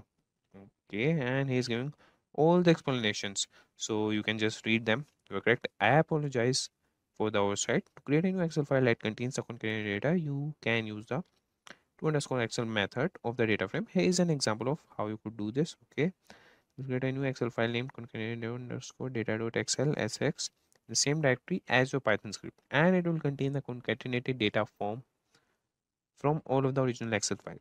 You could also use the to underscore CSV method to save the data frame in CSV format. Yeah, we can do that also. Okay, we'll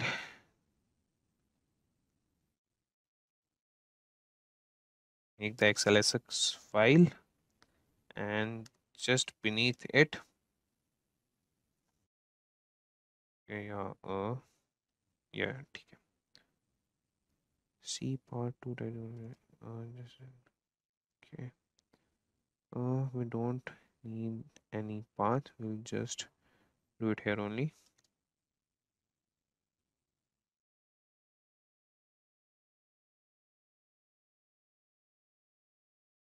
Here result dot to Excel data dot XLSX. So we'll save this and run it.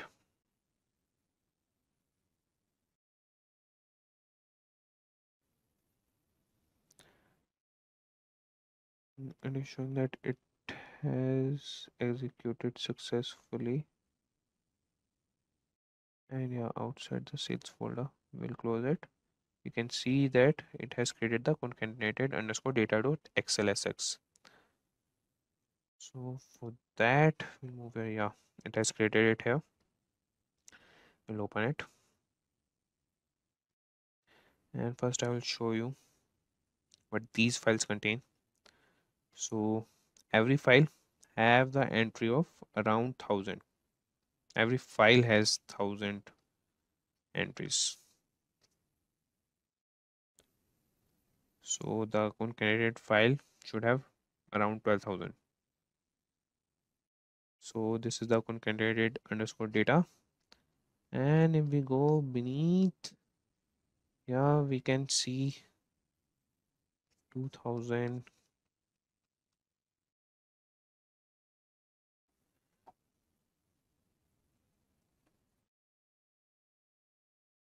And it's yeah, it says it has concatenated all the data. So yeah, ChatGPT responded, and we have to precise with the commands what we are writing in English, as it has not mentioned to convert it into Excel file. Now when we have written it again, it has done that.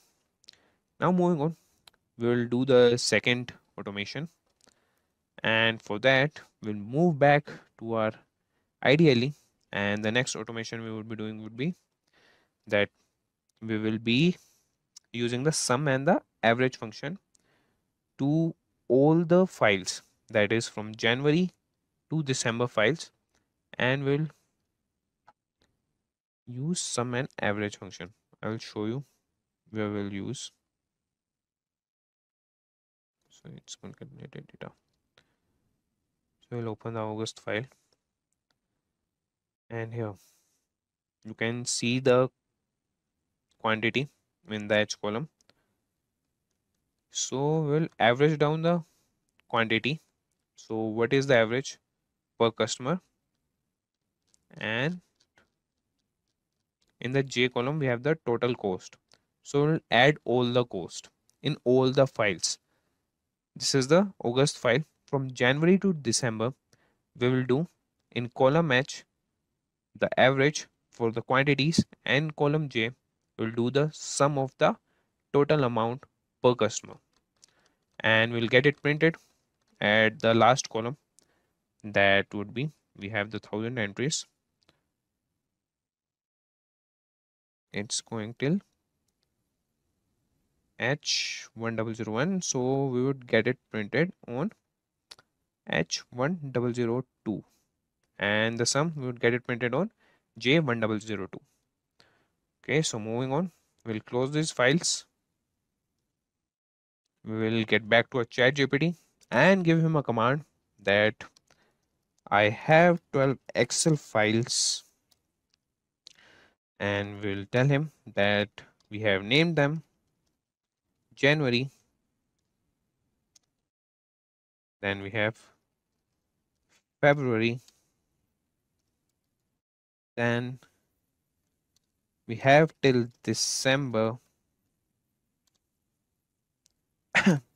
and now we want you to use Python to apply the sum formula, and the average formula. So the sum formula would be applied from J2 to J1001. Let's see. Okay, we have closed the file. Yeah, but I remember sum formula from J2 to J1001. Okay, and the average function. And now we want him to use the average formula from H2 to H1001.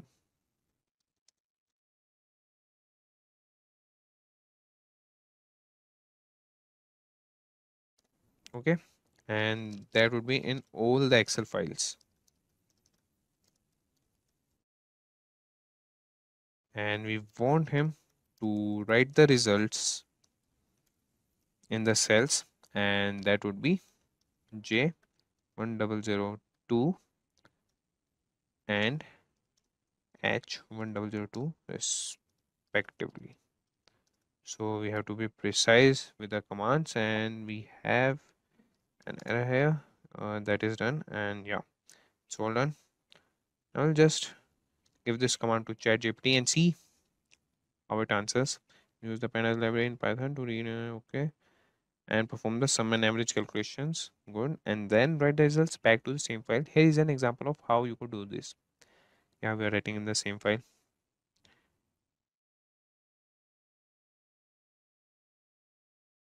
Okay, we are importing pandas as PD and running a loop for all the months. We have read all the Excel files one by one, and we are taking the cell 111 and allocation, okay, and doing the sum and doing the mean of the H column. Yeah, it's good. Excel. Yeah, I think it would do a job. So we'll copy this and create a new file and name it as sum.py. And inside this, we will paste the code that our GPT has provided us, and we'll run this, and it has executed successfully. Okay, no, we got an error. That is at 5.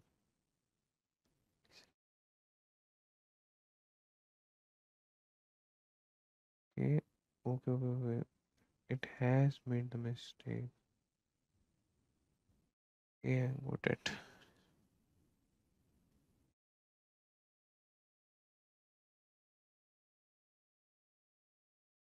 Okay, we'll just see what query we wrote. I have 12 Excel files named January, February to December, and use Python to apply the sum formula from J2 to J1001 and the average formula from H2 to H1001 in all the files, and write the results. Okay. Done. We would be a little specific in the cells J102 and okay, okay. Yeah, we'll once again submit it if we didn't get okay. Yeah, now he has used the open Excel library. That's good. Yeah, that would be working for us. Let's see what he will provide to us. Yeah. Sheet active and okay. Okay. Yeah. Think it can serve the purpose, but first we'll run it. So he is giving us the explanation for what he has written this code. That is, this code will apply the sum formula to the range J2 to J1001 and the average formula to the range H2 to H1001 in all the Excel files. The results will be written in J1002 and H1002 respectively. It is important to note that this code will overwrite the original file so that it's recommended to make a backup. Okay, we don't need that. And we have backup in the sales folder also. So you can also use the read underscore excel and to underscore excel function from panel element to read and okay. So we'll try this code.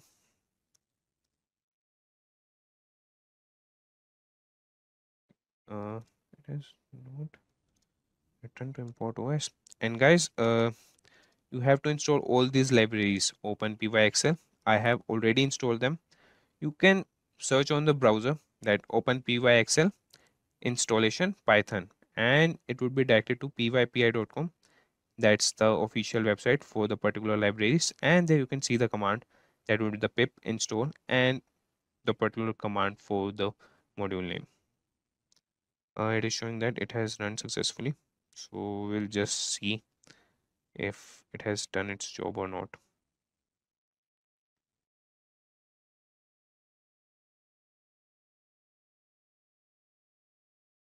And in the April file, we have in the H column, that is the average of the H column, that was the items, and in the J column we have the total sum of the amount of the customers. Yeah, the query has run successfully. ChatGPT has provided us with the perfect code. Hats off to the ChatGPT. And moving on, now we'll do some other automations. And now what we can do, uh, we have other files, that is phone number and phone number 2, and what it contains the phone numbers. So what we could do is we could add the +91 extension, that is the country code for India. We will ask ChatGPT to add the country code +91 to both the files. So I'll close these files, and first we'll copy them and paste in our root directory so we don't get any error, and we'll change the slide name. Instead of hyphen, we will add the underscore. Okay, now we'll move back to ChatGPT and write a command, and these files are CSV files, not XLSX file.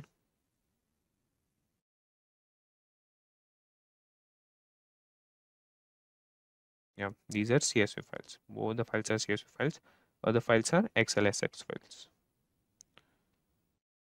Okay, so for that, we'll write the command to ChatGPT that I have two files with .csv extension,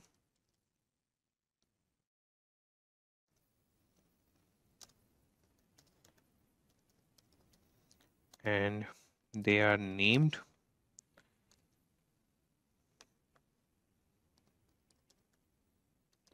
phone underscore number, and the second was named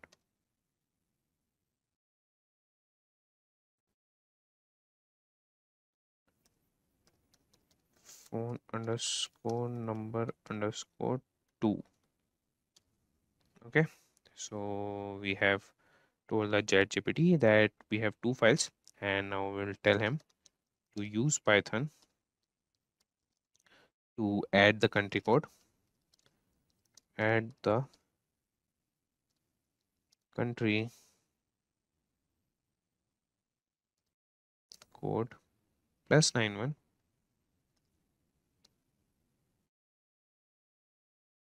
as string prefix, and that would be adding as a string prefix, else it would only show 91, it won't show plus. So we'll see if ChatGPT understand that or not. As string prefix in both the CSV files with column name that was phone.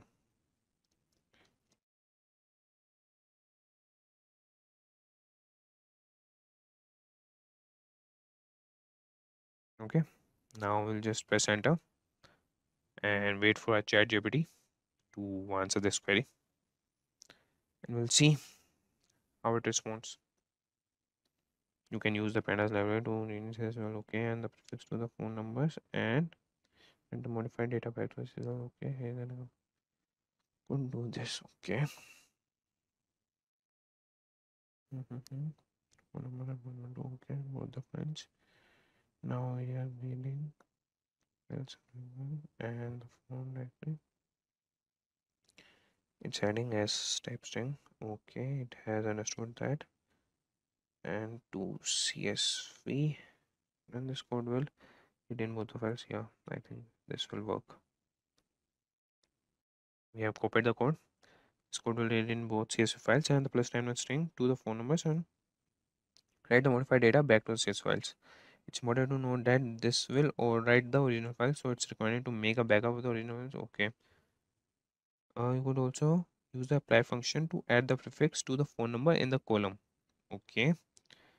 So, okay, yeah. We can do this also with the lambda function. And that's good. This will also do a job. First, we'll see this and we will create a file for this automation and name it as countrycode.py. Okay, and we'll paste the code here and run it for you guys. It's showing that it has executed successfully. Yeah, it has executed successfully. So we'll just go back to our files and see whether they got +91 as a prefix or not. Okay, the numbers. Okay, the files got only 91 as the column. It's still in the number format. It hasn't converted into string format. We'll see the second code also. Like, yeah, it has converted x into string. Okay, lambda x. Okay, we'll see whether it's working or not. Like, it has worked. And the issue is we have changed the files permission denied. Okay, we have opened a file. We'll close it. Don't save. Save this and run it again. Now it shows it has executed successfully. We'll open the files, and now if we see, it is showing, yeah, now it has added 291s. Yeah. So no issues. The thing is, first we have to transform it into the string format, and then we can add +91 as a string to that string. So ChatGPT misses with the slightest implementation of the code. Now, moving on, we'll see this command later. If you want to see how we can add +91, I will tell you how to write that code. Okay. So now moving on, we will do another automation, and you would be glad to know that ChatGPT improves the existing code. Like in the first automation, it has concatenated, but it hasn't converted the concatenated file. Like it hasn't created that file. It had created the file when we have written to it that you forgot to create that file. So ChatGPT, it modulates the existing code also. And moving on, now in any, okay, well, open the concatenated underscore data dot xlsx, and inside this, okay, we have the product line. So what we'll do is we will change the name of the electronic accessories to electronic equipments and home and lifestyle to lifestyle. Now we'll automate this process, and we can do this automation in all the files also from January to December. So we'll do that only. Okay. Now here we will command is, okay. Now we'll command the ChatGPT that using Python iterate through all the Excel files in the directory. So we are asking him to iterate through all the Excel files in the directory, and we'll ask him to replace what was the electronic accessories.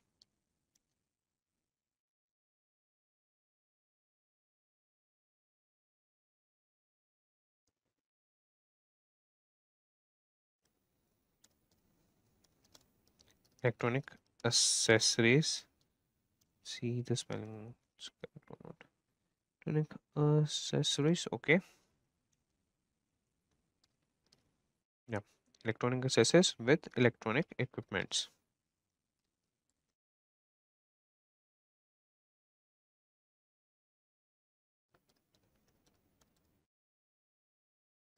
And we'll also ask him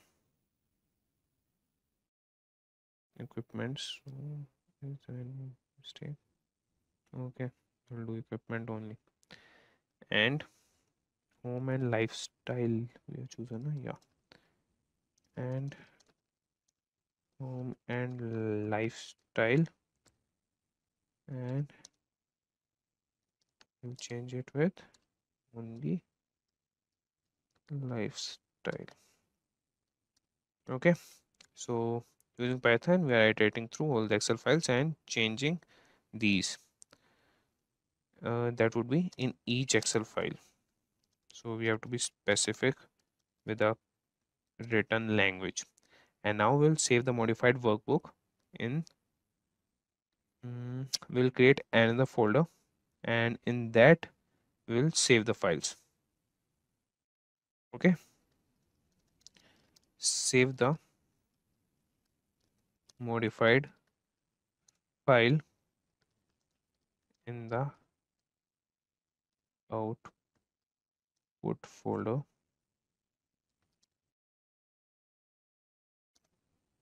and if the folder is not created, we'll ask him to create it. Okay,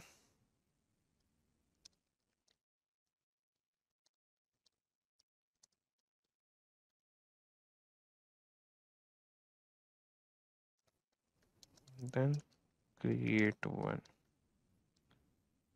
folder and add it in Okay, I don't know why I'm saving this. So I have written the command. I will press enter so that ChatGPT can process it and give us the code for that. So it's showing us. Sorry, that was showing us.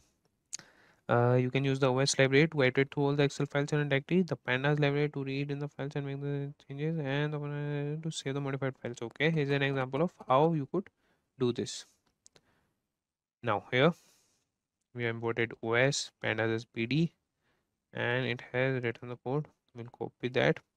This code will iterate through all the Excel files in the current directory, replace electronic accessories with electronic equipment, and home and lifestyle with lifestyle in the data frame, and then save the modified files in the output folder. If the sorry, if the output folder doesn't exist, the script will create it.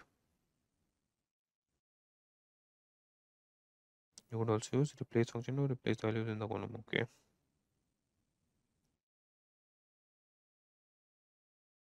This will iterate through all the cells in each row of the Excel sheet and replace electronic accessories with electronic equipment, and home and lifestyle with lifestyle if the cell value is equal to the respective string. Okay, we have copied a code, and now we will create a file and name it as iterate.py. We'll paste the code here and run it for you guys. The code has been executed successfully. Now we'll see. We'll open all the files. Not all, but yeah, we'll open some. That was the previous one, electronic accessories.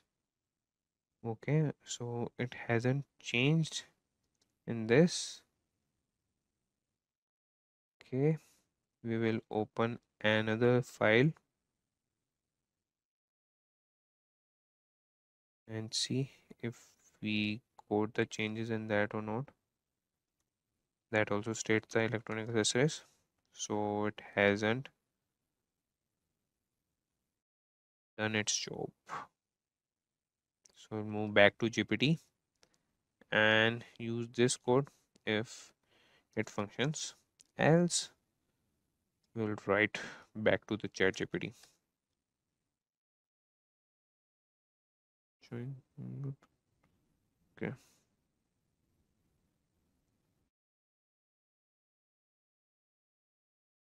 Just a second, I will read the code. Okay, we are using the replace and find in Excel. Okay, so for here we have to import the OS done load underscore book, and for that we'll import this.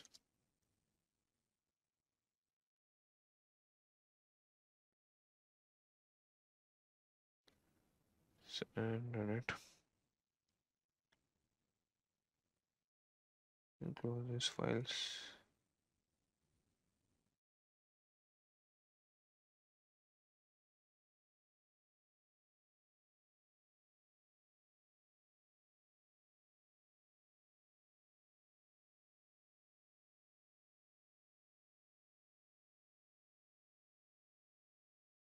Okay, now we'll see if we quote our solution or not.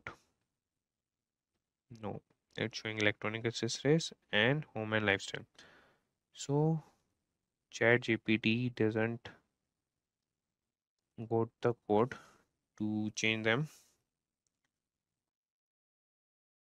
So we'll ask him another time and with a different language this time.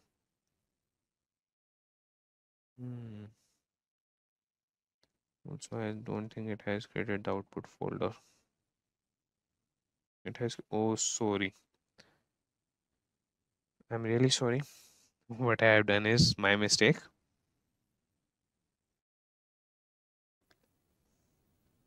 Those were the original files. And we have the product line here. And we have electronic accessories here. and that should be equipments.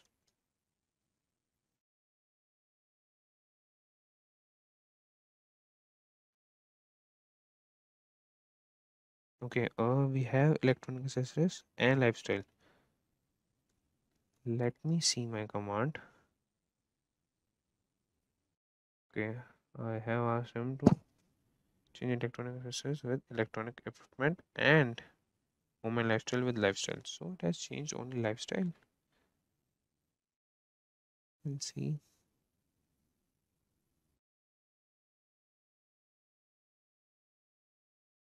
Okay.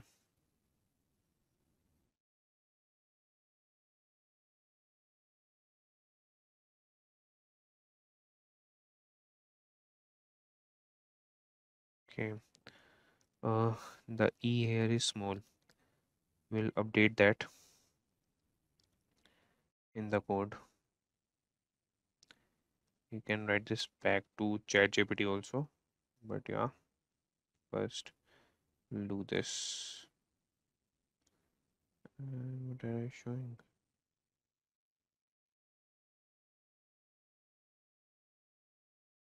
Node has executed successfully.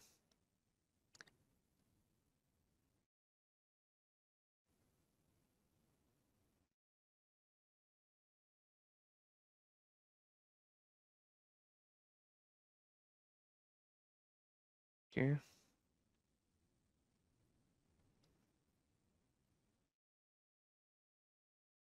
In the output folder, we have the December accessories.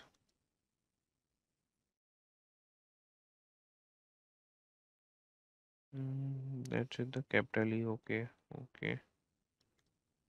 Okay. Okay. So this code is giving us error. We'll see the last code. We'll copy that and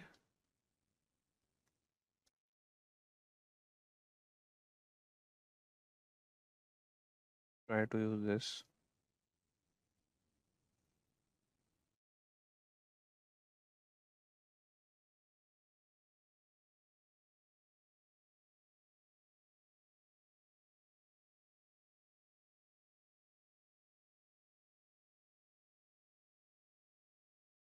And close the terminal and run it again.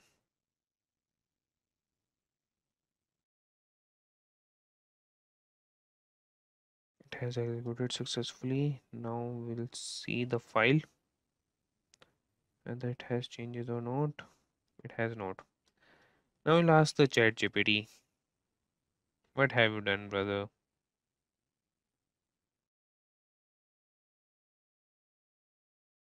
Using Python, iterate through all the Excel files in the directory and replace electronic accessories with electronic equipment and home and lifestyle with lifestyle.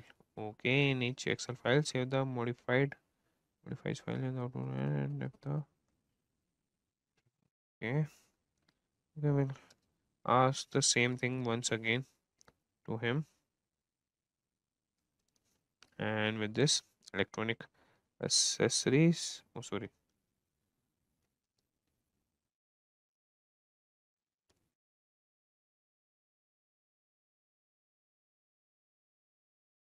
and save the modified file, the output folder, and get a folder it doesn't exist. Okay.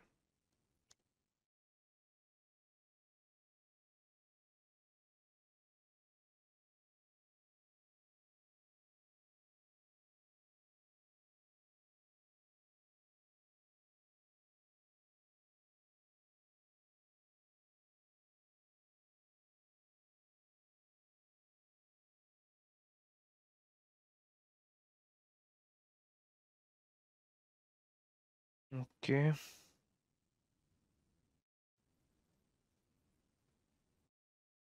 This is the same code as the above one.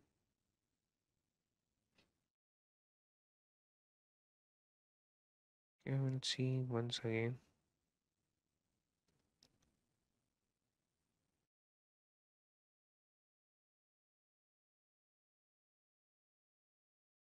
Still close these files.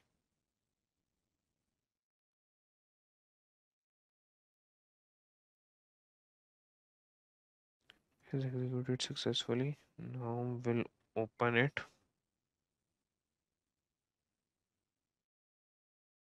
And now we can see that it has changed to electronic equipment. Electronic equipment. Yeah, now it has executed successfully. Maybe there would be an error with us while copying it, as we have also created the output folder, but we forgot to see in that folder. Maybe that could be the error from our side. Now we are done with the changing of the column names, the cell names. That was electronic accessories to electronic equipments and home and lifestyle to lifestyle. Now we'll do the next automation. For that, first we'll open an Excel file.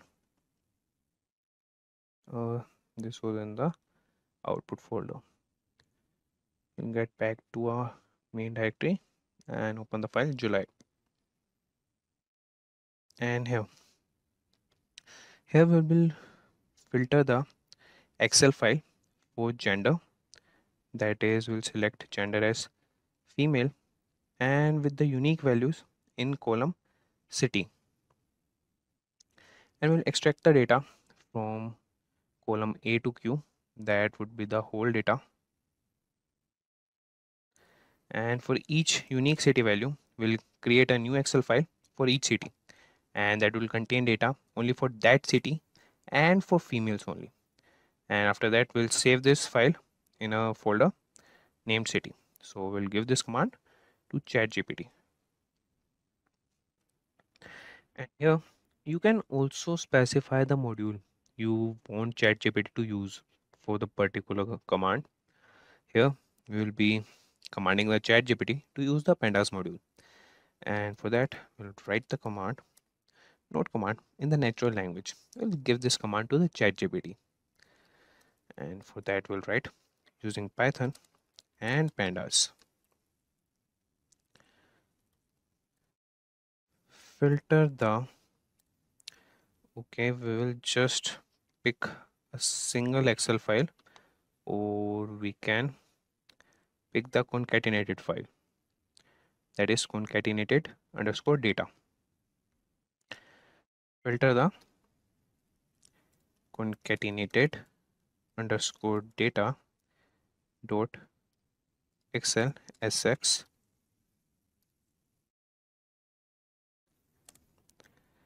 Excel file, and that would be for gender female, and by the unique values in column city.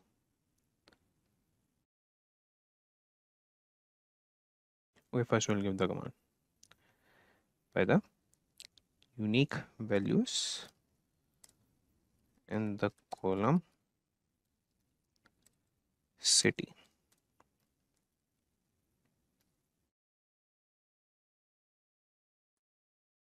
And after that, we want to extract the data from column A to Q, that is the whole sheet.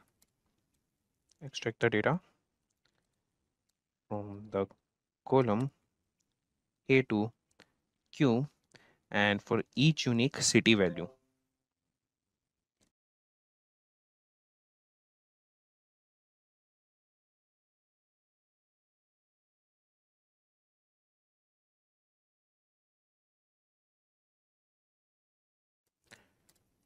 For each unique city value.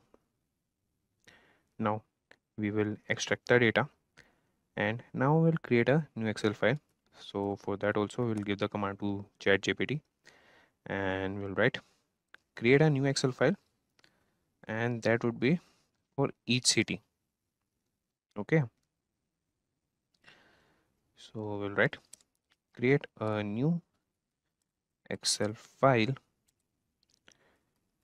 for each city containing data only for that city and for females. Okay, and save this file in the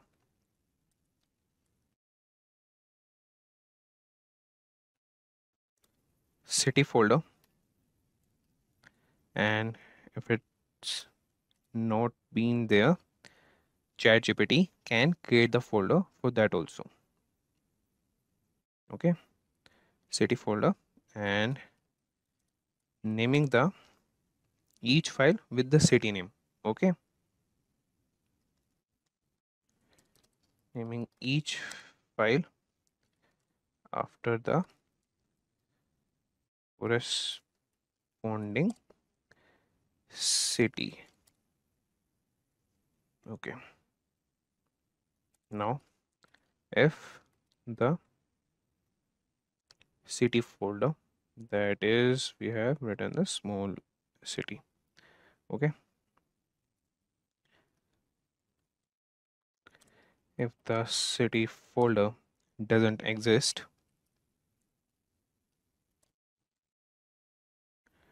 then create it before saving the files.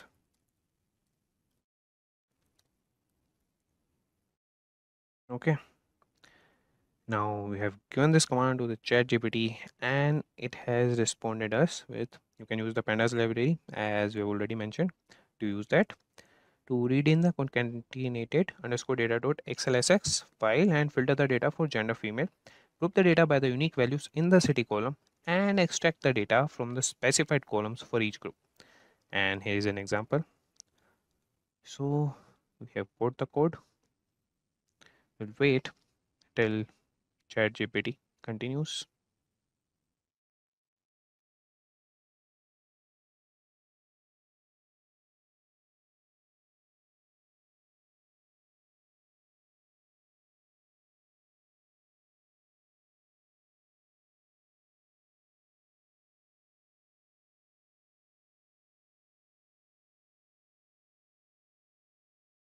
And we can see that the ChatGPT has completed, and we will copy this code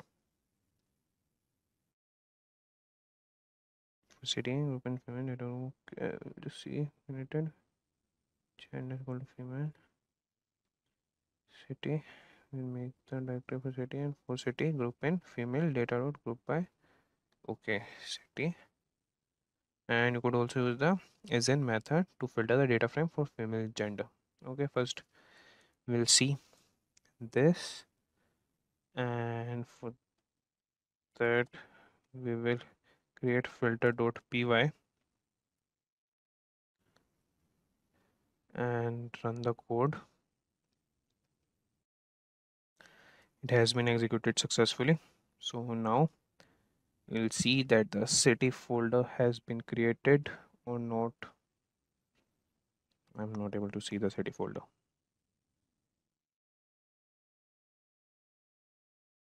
Okay, it's been created. So we'll see. Okay, it's been created.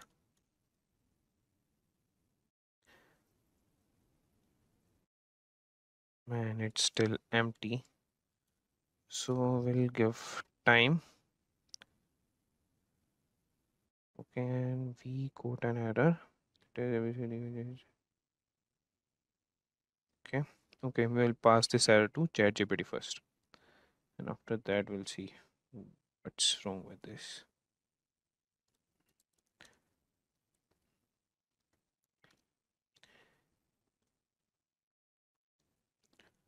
On your so the error message you're saying is indicating that the column name specified in the list are, it's likely that the actual column names in the data frame are different than the ones you specified in the list. Okay, we just see the list, that is concatenated data. Go back and see that is A2. Okay, it's still R.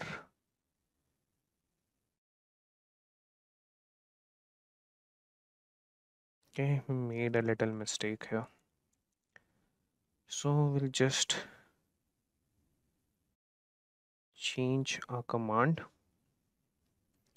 Yeah, this is it. And instead of Q, now we'll write R and save and submit. Now we'll see what it would generate for us. We'll close this.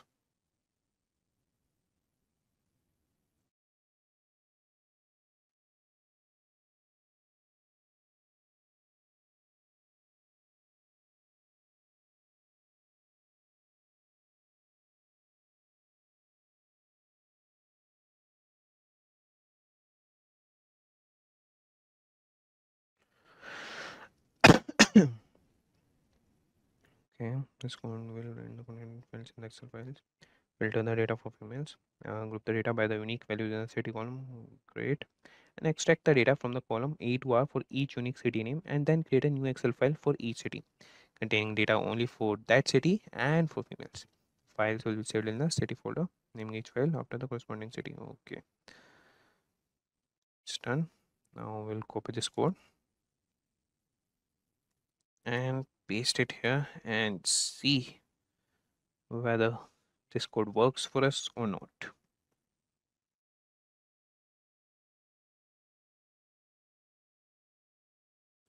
So it's been executed successfully. Now we have moved to the city. Okay, it's executing. So I'll give time to the code. Let it do it. So yeah, it's been executed successfully. Okay, so there were three cities. That was Mandalay, Naypyidaw, and Yangon. And if I show you the data,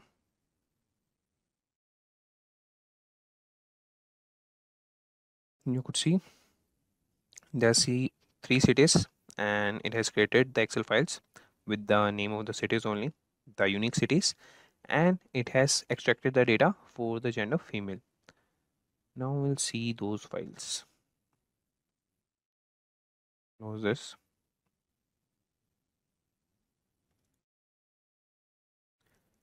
And back in the city folder, could see the Mandalay city, and the data is just for the females. So this automation works well with ChatGPT.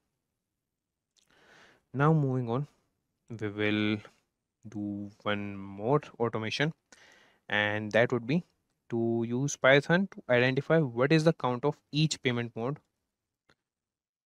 So for that, I will just get you aware of the payment modes in our sheet, and we'll do this automation on the concatenated data sheet only. So this is the payment column, and you can see the mode of payments, that is e-wallet, cash, credit card, and these are repeating. So we'll use Python to identify what is the count of each payment mode from column N, sorry, and that is from this sheet only. And then we'll create a new sheet and name it as count.xlsx and write the count against each payment method. So we'll give this command to our ChatGPT and ask him to write the code for our automation. So we're writing use Python to identify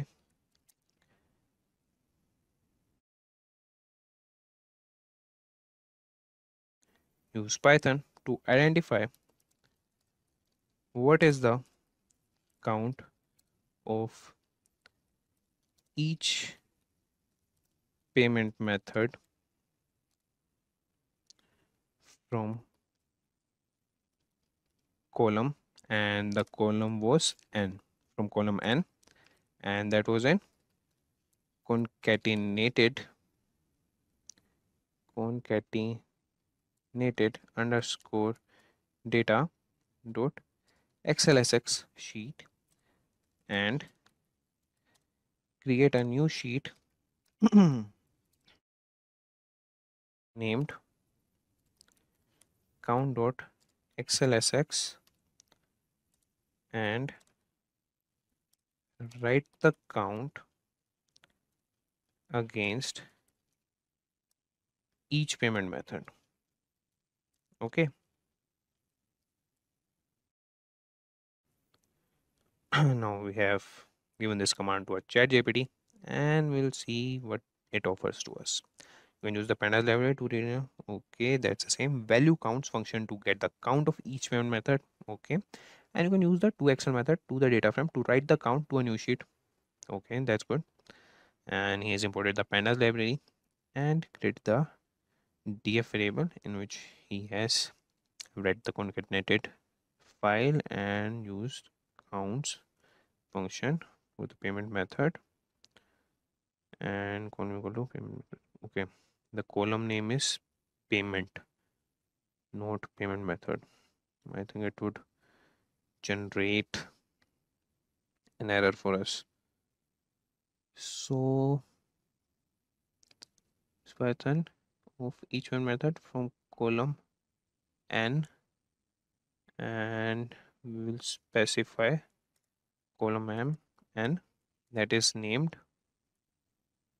payment, as it has used payment method here. You can see that it has used the column name as payment method. So we'll specify this. We have to be very specific with our commands for these automations. For simple tasks, you can use simple language, like complex sentences, or you have to mention every detail. But for these automations, you have to use them. Now our ChatGPT is working with this, and most probably he will deliver us with a perfect code. I hope so.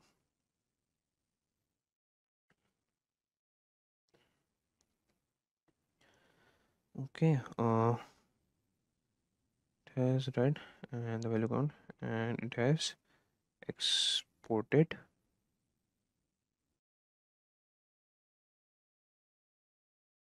reset.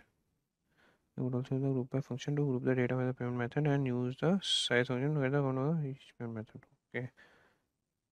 Okay, we'll see this.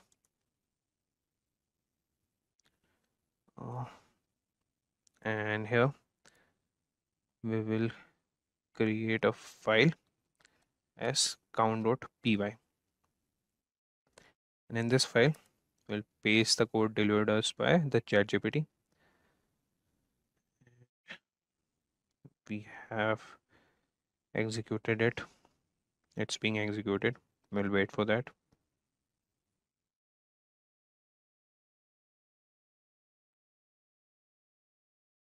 It's been executed successfully. So we have moved back to our folder, and we have to look for file count file. Yeah, count file.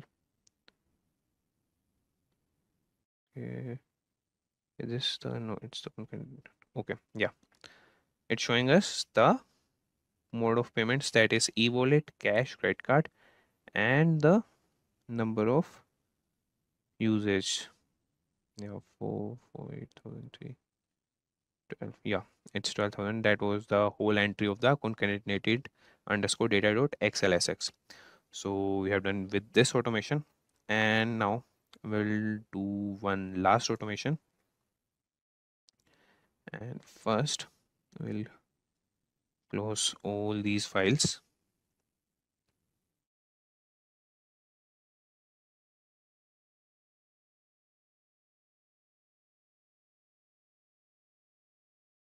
Okay, and moving back to our ChatGPT, and now we'll rename all the 12 Excel files, that was January, February to December, and we'll add the word car sales just before the month name. We will just add the prefix before the month name, and for that we'll give the command to the ChatGPT in the natural language, and here only we'll change it in the main directory only, as we have the copy of all these files. So for this, we'll write the command use Python to rename all the 12 Excel files named January,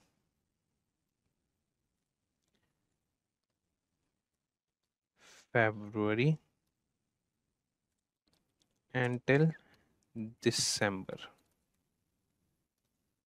Okay, and that is present in my directory. And what we have to do is we have to add the word, we'll add car sales. Okay, car sales in front of each, in front of each file name. Okay, so what it will do is car sales underscore January, car sales underscore February, and so on. So we'll wait for the ChatGPT. You can use the OS library to iterate through all the Excel files in a directory and then use the os.rename function, okay, to rename the files. Here is an example of how you could do this. Go to OS and we have the months.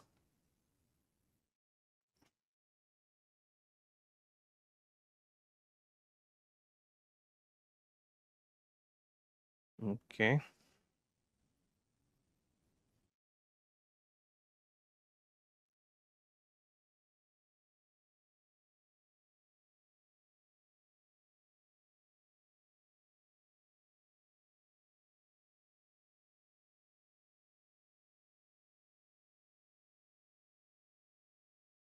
This code will iterate through all the Excel files in the current directory and add car cells in front of each file name.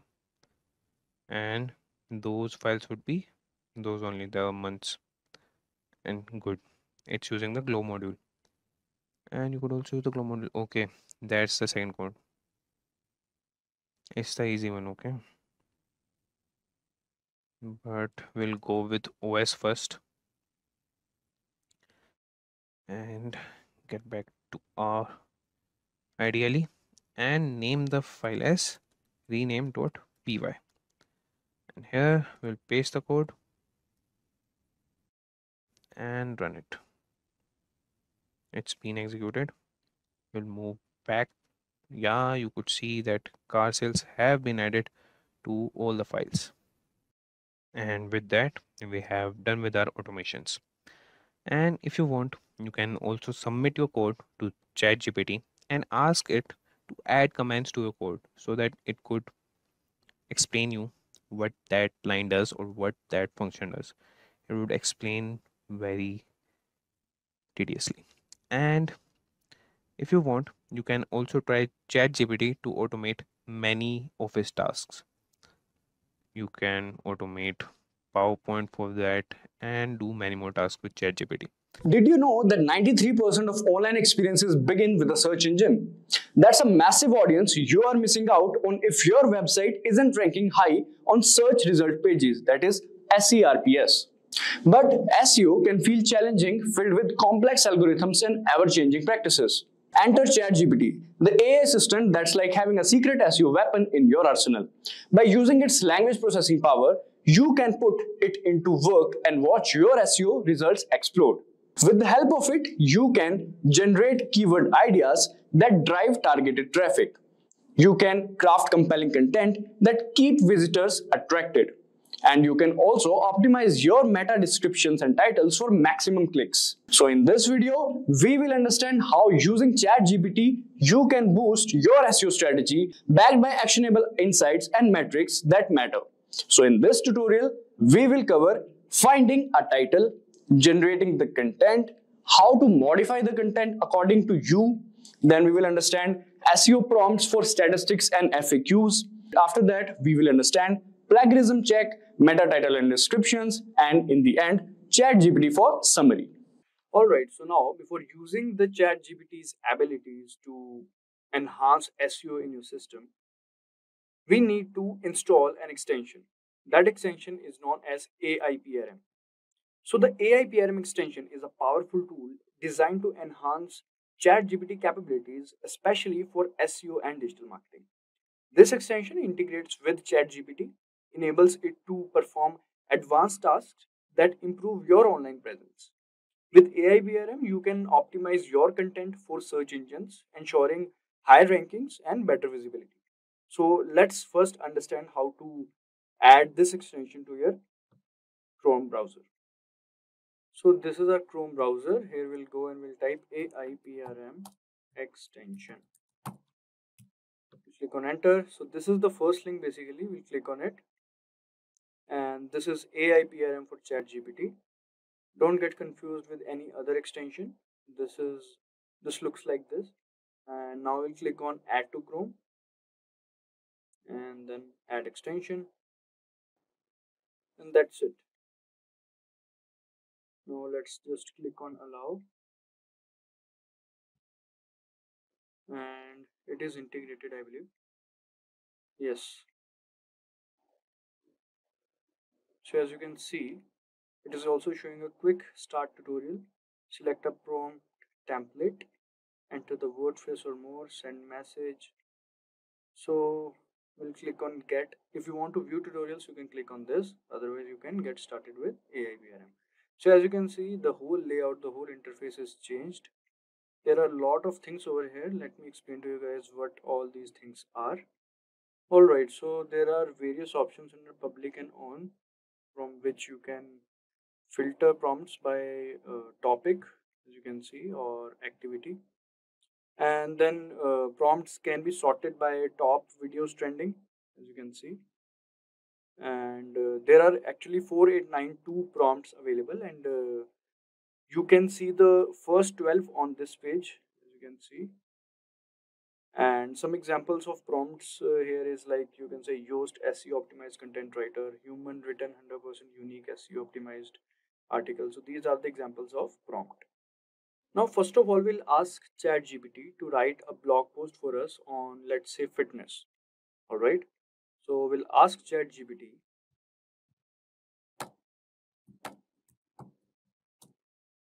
fitness in everyday lifestyle.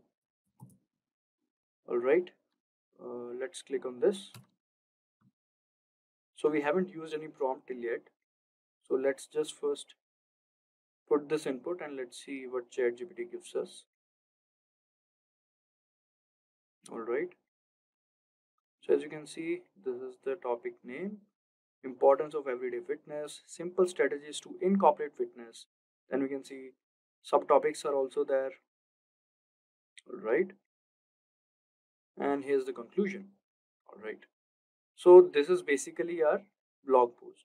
So now let's say we want to optimize this blog post and we want to do SEO on this one itself. So let's first just copy this. We'll copy this and paste in our document. Alright, so this is our document and we have pasted this. Alright, now let's go back over here and let's say we want to write it in a more familiar, or you can say friendly tone, and in a more explanatory tone you can also use. So let's just write this.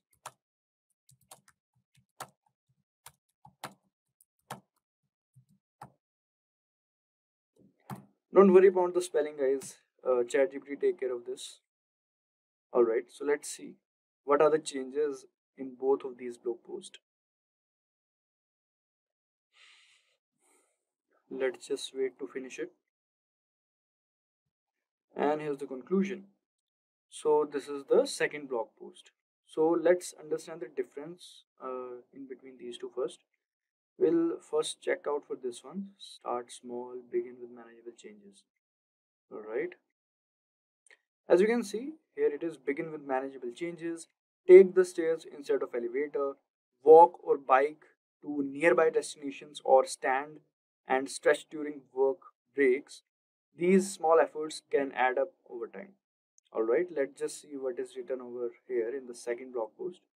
In the second blog post, it is written, begin with manageable changes that fit seamlessly into your daily routine. For example, or for instance, choose to take the stairs instead of elevator, walk or bike to nearby destination instead of driving, or stand and stretch during work breaks. These small efforts can accumulate over time and contribute to your overall fitness. So if we want to take the second one, which is a few changes, it is more bit explanatory compared to the first one. We can just copy paste this one as well. So you can write a second prompt as well, in which if you want to write in a friendly tone or in a formal tone, you can write like that. All you have to do is to just write the prompt in ChatGPT. Let's just copy paste it. We'll replace it with the second one. All right, so now we are back in ChatGPT. So now basically we have the blog post content. Basically we have the content of it. Now we want to polish it. We want to select the best title out of it and many more things. So for that, let's just make use of prompts. Instead of writing all these prompts by yourself, you can make use of the prompts that comes with AI PRM ChatGPT prompts. All right. So let's just say we want to write about the title. We want to select a perfect title for this blog post. So what we can do is we'll go over here and first of all we'll select in topics we'll go and we'll select copywriting because we want to write about the SEO optimized title. We want the best title. We'll select copywriting, confirm. All right. Now after this you can just go for prompts, whichever you like. I'm gonna go for this one, blog post title generator, as you can see. Also, if you didn't get what you wanted, then you can go for the search engine over here. You can just type. Let's just say if you if you're writing a script basically and you want a perfect title for it, then you can write a script generator or something like that over here.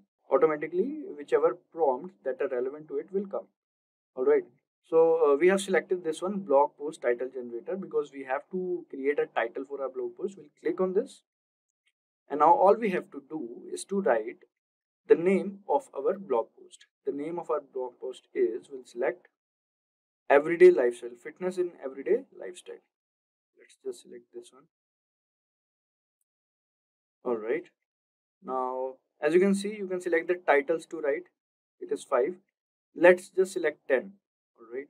Now, the language you can select English and many more languages are there. We'll keep it in English itself. Tone, emotional or default. Let's just be default itself. Poetic, default itself. We'll keep it like this. All right. Now, click on this. Let's just see. So according to ChatGPT APR and prompt, these are the 10 best titles that we can implement in our blog post. Now what we want to do is select one best title out of it. Alright, so these are 10. We have to select one out of it. So for that, we'll go to Google Keyword Planner. So this is Google Keyword Planner. We'll click on this, find your campaign and keywords. We'll click on this, visit Keyword Planner. Now you guys might be thinking, what is Google Keyword Planner? So let me explain to you guys. So this Google Keyword Planner is a free tool that helps you find keywords for your online content. It shows you how often people search for certain words and phrases and how much competition there is to rank for those keywords. This way you can choose the best keywords to target in your ads or blog post or website to attract more visitors and potential customers. So it will give you the numbers basically which are mostly ranking and having the competition. Alright, so we'll click on discover new keywords and let's select where it is. We'll select the first 10. Go to Google Keyword Planner and now here we will paste it. So all 10 of them are pasted. Now what we'll do is we'll click on get results. So after clicking on get results, as you can see, so this is average monthly searches. This is competition. We want the maximum monthly searches, fitness, healthy lifestyle, and low in competition. So according to your preference, you can select from here, and whichsoever, this is 100k to 1 million, and many more topics you can select from here, which has low competition. So as you can see, this treadmill has more average view, 100k to 1 million, but the competition is also high, so we should keep the competition low as well. So we should keep in mind. So we can select our best title from it. So whichever suits. Alright, after selecting the best title, we can go to our what we call this blog post to change the title. So this is the new title. Let's keep it like this. Alright, so now our title is done. Now let's go back to ChatGPT. And here is a ChatGPT. And now let's go to its layout. Now here we want to write the content regarding that title. So what we'll do is basically we'll go over here and we'll select SEO. And once we have selected it, we'll select this prompt, human written 100% used SEO optimized article. Now based on that title that we have generated, we'll write a complete content on it. We'll use the help of this prompt. So as you can see, GPT 3.5 Turbo, GPT-4, GPT-4o. We'll select this and paste our title. So this is our title, transform your life, how everyday fitness can boost your health.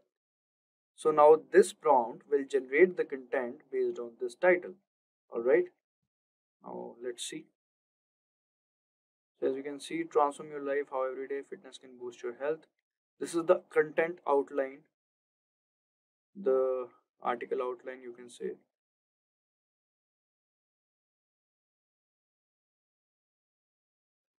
So this is the introduction, what is everyday fitness, then physical fitness benefits, and it keeps on writing. I believe it'll be a long article or blog.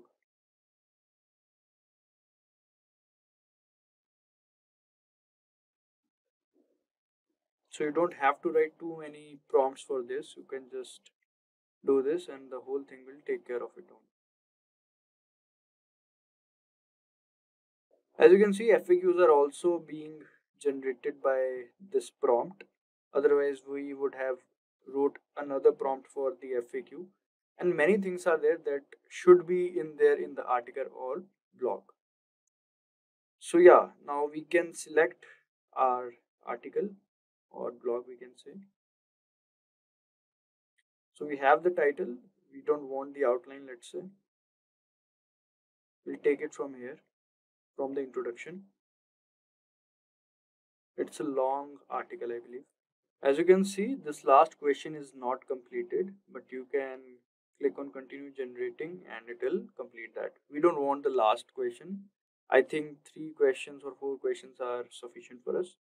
So now as we have copied it, first of all, we need to make sure that our content is unique. It is not plagiarized because we can't publish or use the plagiarized content. So we have to be sure that we are using the unique content. For that, we'll have to go to this site known as Dupli Checker.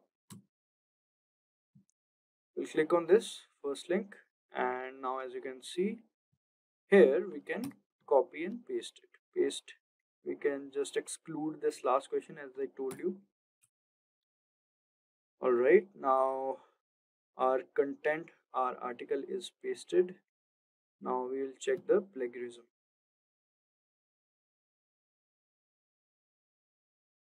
Alright, first of all, we'll have to tell them that we are not a robot, and then we have to click on check plagiarism.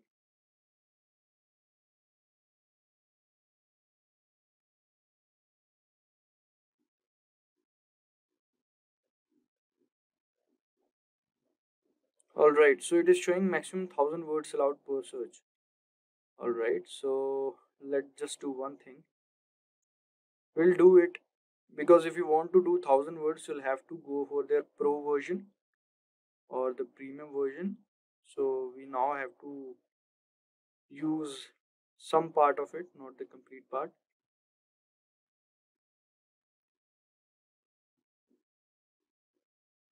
It's actually a long article.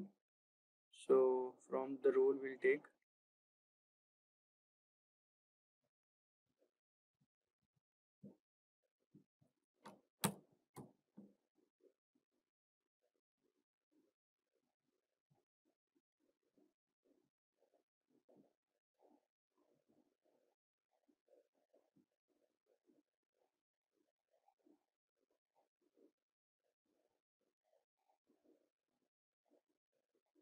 As you can see, number of words is 505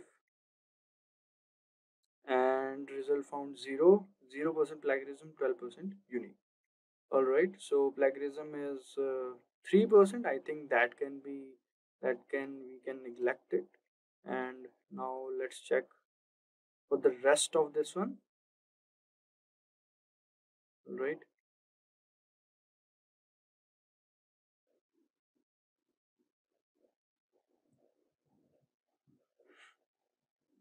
Alright, here we'll copy and paste it.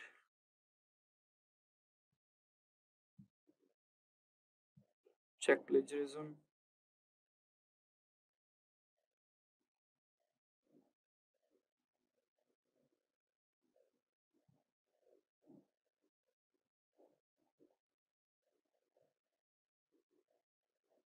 As you can see, number of words 671, 0% plagiarism, 12% unique. So I don't think it will be a problem.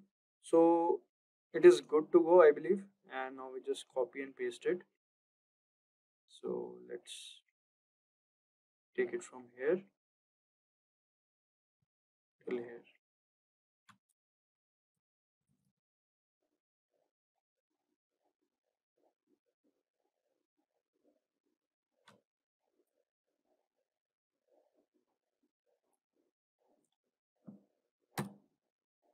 Alright, so this is our content now. So our content was not plagiarized, but let's just say if it is plagiarized and is not unique. So what should we do? Then we can simply put a prompt in ChatGPT that make it non-plagiarized or make it unique or rephrase it. But let's say that plagiarized checker, the duplicate checker, mentions the particular lines where there is plagiarism. So you can select that line, put into ChatGPT, and ask them to rephrase or make it plagiarism free. By doing this, you can make the complete content plagiarism free. It is very easy. Or else, you can use a prompt from AIPRM. As I told you, all you have to do is to just type plagiarism free content writer and a particular prompt will come. You can just put your content in that prompt and the rest ChatGPT will take care of. All right. Now to boost your SEO strategy, you must focus on EEAT, that is expertise, authoritativeness, and trustworthiness, and keep that human element strong. Use ChatGPT to improve your content with interesting verified facts and relevant examples. Create a FAQ section to answer common questions and look for any missing information to fill in. These steps will help you make high quality content that connects with your audience and ranks better in search engines. So, for that, we'll write a prompt to ChatGPT to include the what we call FAQs and the statistics. If you want to make use of statistics and FAQs and include it in our content. So how should we do that? Let's just understand it. Let's come to our chat GPT again. Now here what we'll do is we'll write a simple prompt saying no. First we'll go to the new topic. Now here, because otherwise it will keep on writing in that prompt itself. Alright, we'll write please add to what we call stats, or you can write statistics, and one analogy and a FAQ section with answers to this content draft to increase engagement. Alright, now you want to if you want to paste a particular section of your content, you can also do that, or else you can paste the entire content. It's as per your choice. So let me just paste a particular section. Let's just paste this one, and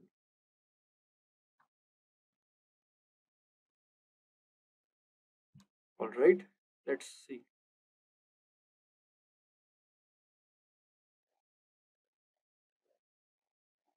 All right, so as you can see, statistics studies show that engaging in just 30 minutes of moderate physical activity each day can reduce the risk of chronic disease like heart disease. So these are the statistics and these are the analogies, and this is the FAQ section that you can include in your content or a particular section of the content. Usually these statistics are included in the introduction part to make it more interesting, so you can make use of it and do that. Alright, moving forward, let's understand the ChatGPT prompts for meta titles and descriptions. So crafting meta titles and descriptions is essential for drawing readers' attention. So it is necessary that we should use that. Alright, so now we'll be writing a particular prompt for it. For that, for the content part, I'll be leaving the space content here and create a meta description and title for this content. Here this means this one. Alright, including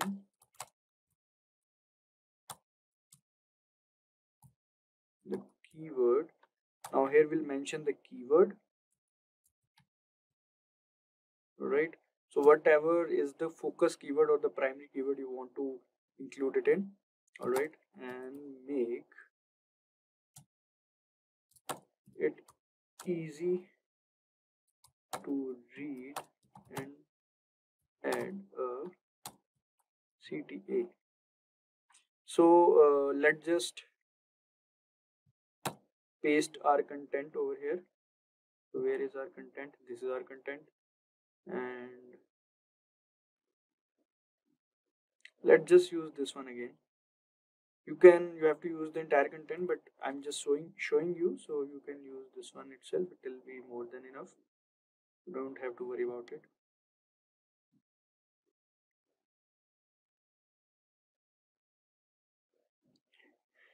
And the focus keyword is healthy lifestyle. Alright, so this is it. Now all we have to do is to wait, we've done something wrong. Here we'll paste the healthy lifestyle.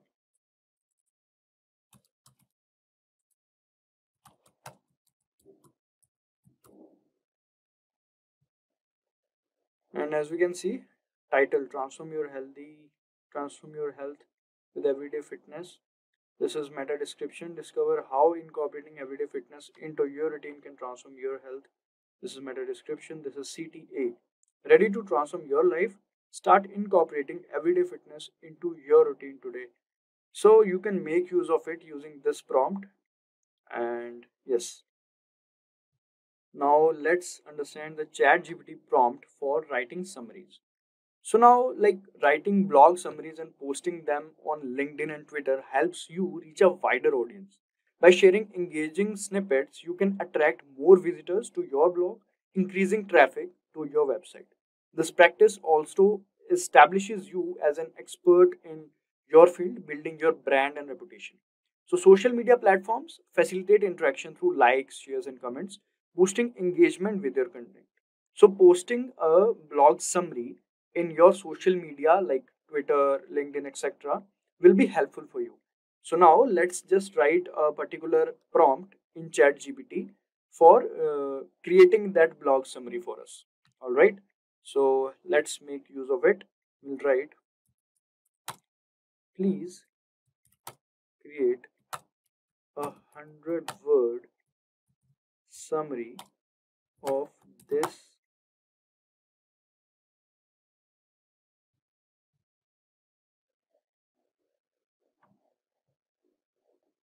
of this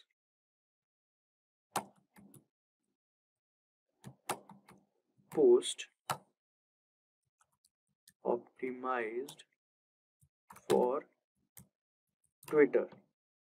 So as ChatGPT already have your content, so you don't have to worry about repasting it. So let's just see.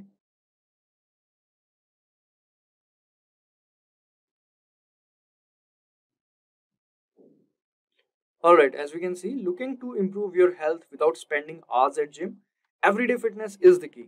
Incorporate physical activity into your daily routine for profound effects on your physical and mental well-being. Just 30 minutes of daily activity can reduce chronic disease risk by 30% and boost mental health. So yeah, it has included all the things that we wanted from our content or blog to this. And it also has mentioned the hashtags, hashtag lifestyle, hashtag everyday fitness, hashtag wellness. You can easily post this on Twitter and drive traffic from there. And you can also post this on other social media handles as well. Okay guys, let's start with creating the Google Slides or PowerPoint presentation with the help of ChatGPT. And we'll do this in two ways. Starting one with the VBA code. So here we'll ask the ChatGPT to write a VBA code for the PowerPoint presentation, and for that we'll write a prompt that is write a VBA code for PowerPoint presentation, and you could just write the topic that is on how to become a generative AI expert, and you could mention some of the details like you want a roadmap in the PowerPoint presentation or just the steps to become a generative AI expert. So let's see an example. So I'll ask the ChatGPT that write a VBA code for PowerPoint presentation, and we'll write the topic on how to become a generative AI or a master in generative AI. And here you could mention the details also, or you could ask the ChatGPT that you can act as an expert in computer science or as an expert in artificial intelligence, and you could create a PowerPoint presentation and give us a VBA code on how to become a master in generative AI. And you could ask him that I want the slides in a manner, or you could just list the slides that on slide 1 I want the problem faced by generative AI experts, then in the next slide I want what skills, and on the next slide, that is slide 2, I want to know what skills that generative AI expert should possess, and in slide 3 I want the roadmap, and in the upcoming slides I want all the roadmap skills or the roles to be explained in a good manner that I can understand, or I can use this PPT for for students to get them understand. So you could modify your prompt accordingly. So let's see how the ChatGPT respond to this and what VBA code it will provide to us.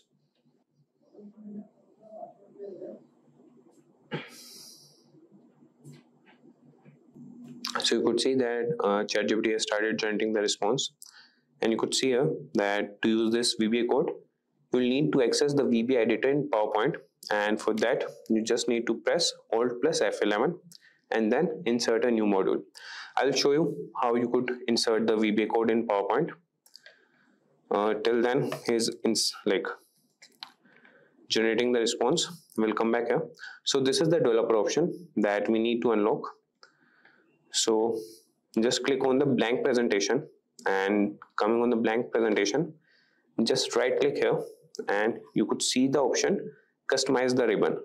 So this is the ribbon, the whole thing, this is the ribbon, and you could see the options here, and this is the developer option which I have already tick marked, that is it is accessible in my ribbon here.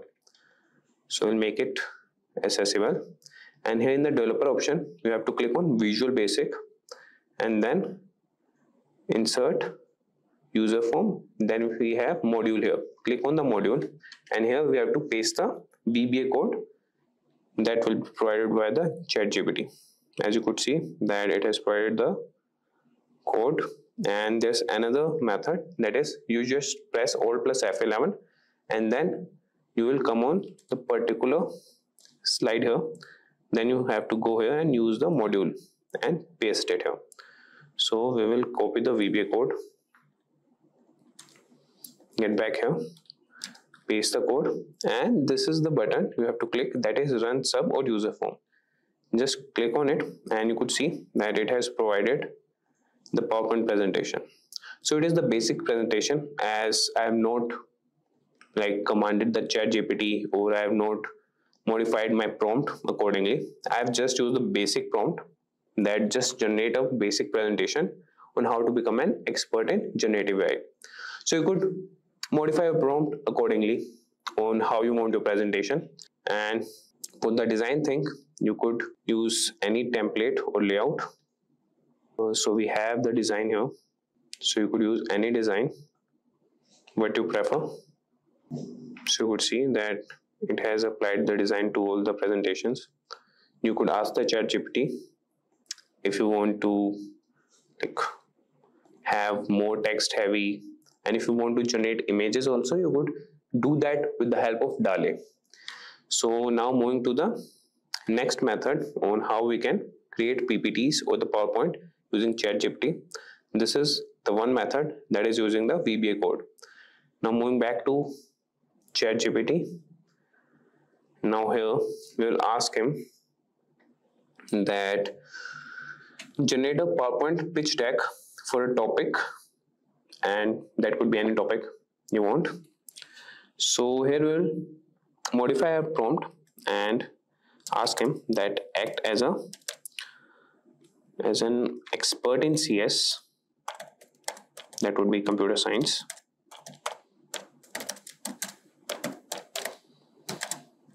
and I want him to generate a PowerPoint presentation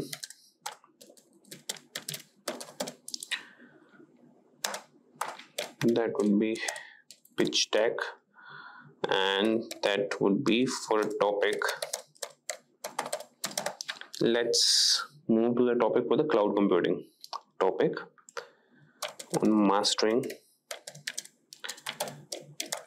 cloud computing. Okay, and we will instruct him that structure the presentation in the following manner, or in the following sections. And now we can provide him the section, that is problems faced by a cloud expert. Then it could be skills, and then the roadmap, roles, salary. I think that's it, and you can modify accordingly what you want in your presentation. Let's see what it will provide to us. So you would see that it has started generating it.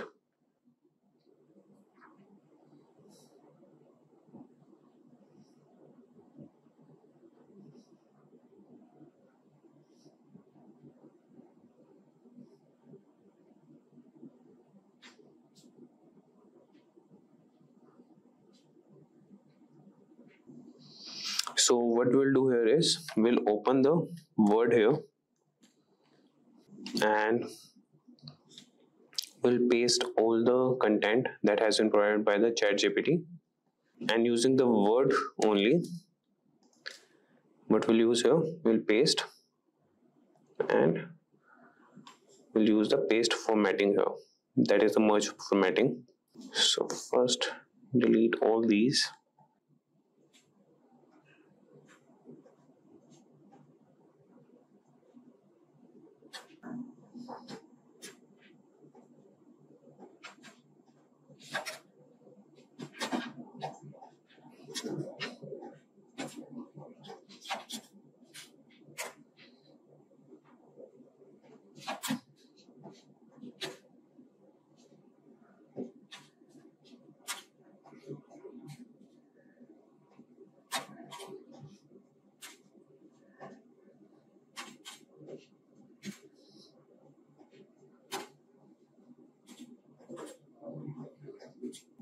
Okay, now we have the content here, and we don't want this also.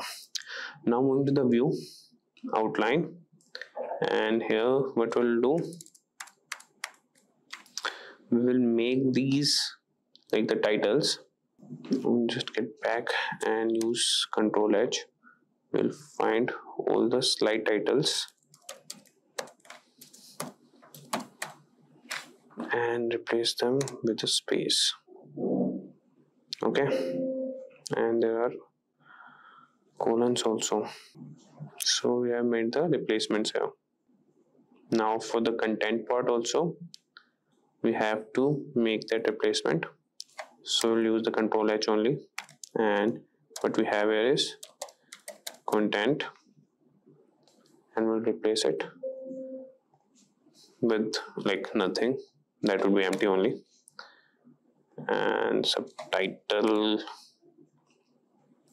So yeah, our Word document is here.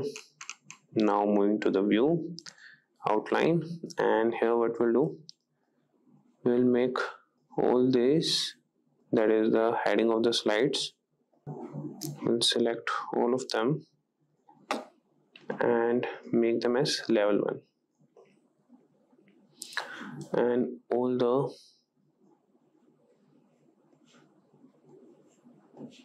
other things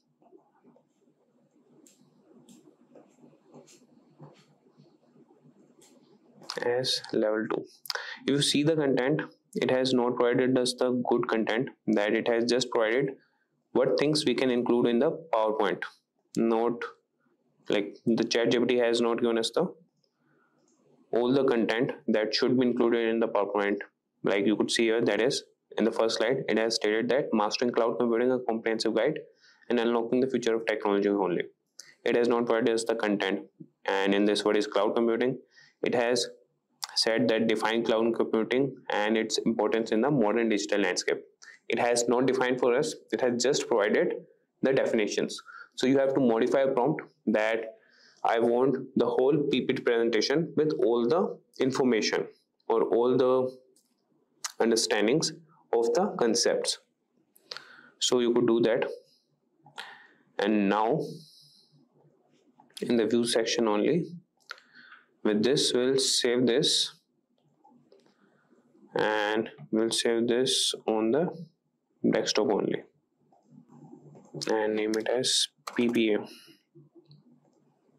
Okay, now moving to the PowerPoint, and here we'll move to file, blank presentation, and in the new slide we will click on the option slides from outline. Move to the desktop, here we have the PPA file, we will insert it, PowerPoint because it is used by another user. Okay, so we'll close this and click on OK. We'll do the process again, that insert it, and wait for some time till then it proceeds with that and create the presentation. So you could see here that it has created the presentation here, that is mastering cloud computing, a comprehensive guide, unlocking the future of technology. So you could see that ChatGPT has not provided us all the information, it has just drafted how you could insert information in the slides. So what you can do is you could just go to ChatGPT and ask him that provide all the informations for the slide 1 and then paste it in your Word document. Accordingly, you could do for all the slides and then save the Word document after doing the level 1 and level 2 headings for the content. And after that, you could just come here and in the new slide section, just click on slides from outline and insert the document. That's it. And if you want to design it, you could use any layout or template. So with this, guys, today we have learned 2 methods to create PowerPoint presentation using ChatGPT. Today, in an era of mobile devices, robots, and social media, content creation is the most effective inbound marketing strategy. Nearly 40% of marketers say content marketing is essential to their marketing strategy, and 81% say their company views content as a business strategy. Original and high-quality content can help your company stand out and attract new customers and help your business grow. On that note, welcome to Simplilearn's YouTube channel. Today, we are here with a fantastic video on ChatGPT for content creation, which will help you create some compelling content on your desired topics. So let us understand what is ChatGPT here. Now, content creation can be of any type, such as blogs, podcasts, videos, graphics, and so on. But how do you create high quality content with a few minutes? Need not be worried when we have ChatGPT. Now, even though there are numerous AI writing tools for content creation, ChatGPT stands out from the crowd due to its faster response rate, ease of use, increased productivity, support for multiple languages, and other benefits. Now, let's try to understand what exactly ChatGPT is and how to create content from it. Now, generally, ChatGPT is an open AI trained and developed model that works conversationally. ChatGPT is capable of systematically resolving all bugs while providing detailed explanation for each step it takes. So in simple words, ChatGPT is a tool that creates content for any query. ChatGPT stands out among all the other achievements of OpenAI. So let us now move ahead and understand how does ChatGPT work. Now ChatGPT uses deep learning techniques to generate human-like text, which is based on a machine learning model derived from the large language model class. Now, it is trained on a massive text data sets from the internet and learns patterns and relationship between words and phrases. It responds to a question by selecting the next word based on the context and then repeats the process until a stop condition is fulfilled. So as a result, ChatGPT can logically respond to your queries and commands. So let's see how to create content in ChatGPT. Now, as we already discussed, content creation can be of any type. So for instance, let's take blog. A blog is an online journal or a website where a writer or a group of writers share their views on an individual subject. Now there are a variety of categories for writing a blog. So let's pick one for ChatGPT here. So as you can see, we have navigated into ChatGPT and let us now ask a simple question about food blogging. Now lately food blogs are the most popular blogs that everyone wants to write about. So let's find out what ChatGPT has to say about it. Now you can give any question to ChatGPT and it will answer. So I'm just writing a question here saying how to start a food blogging career. So as you can see, it is generating the answer for us. Wait for it to end. Well, as you can see, it is saying that starting a food blog can be a fun and rewarding way to share your love of food with others. So it is showing us some steps to get started in food blogging career. It is saying choose a niche, choose a name and domain, choose a blogging platform, create your blog, create high quality content, and so on. So in this way, ChatGPT will automatically generate the response for you based on the questions that you are giving input to it. Next, we will see another question on lifestyle blogs. Now, with the world on social media, everyone wants to read more about lifestyle, especially of a famous or a popular entity, what habits they adapt and what to let go of, etc. So let's explore this segment in ChatGPT as well and see what it will show the answer. So let's give the question as how to start lifestyle blogging in India. So it is giving the answer for us, guys. So it is saying that starting a lifestyle blog in India can be a great way to share your experiences and knowledge with others who share similar interests. So here are some steps to help you get started. Again, it is giving some important points for us in order to start your lifestyle blogging career, like choose your niche, choose a name and domain, choosing a blogging platform, create your blog, create high quality content, and so on. ChatGPT is truly a fascinating technology, changing how we interact with language. It's the result of years of research and development by OpenAI, who have trained the model on a massive amount of text data to create a machine that can easily understand and generate human-like text. Imagine you are a digital marketer looking to make a big impact on your next campaign. ChatGPT can help you do that.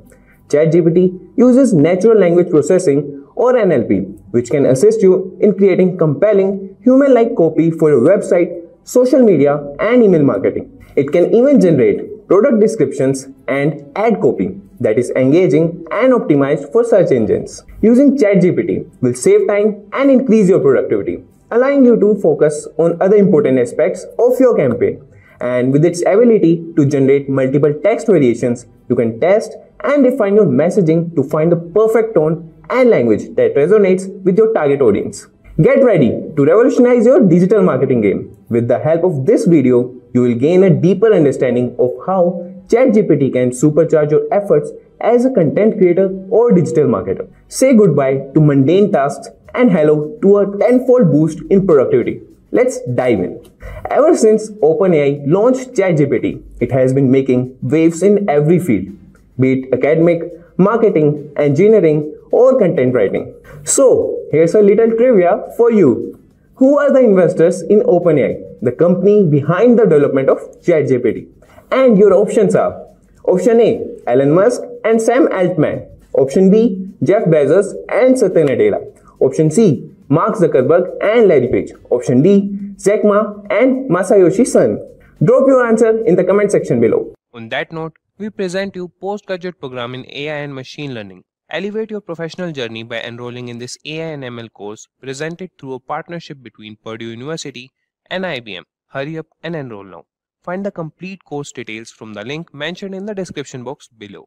Okay then, let's get started. There are many uses of ChatGPT in digital marketing. Its main USP is smart human sounding content writing. We can command it to write content related to marketing. First on our agenda is an ad copy.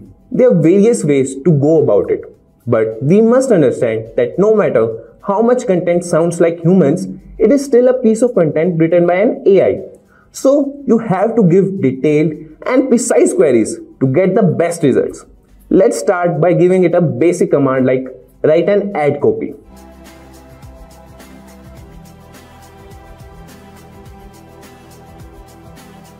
As you can see, it gave us random ad content. Let's give this query more content, like write an ad copy for Simplilearn Digital Marketing Masters course.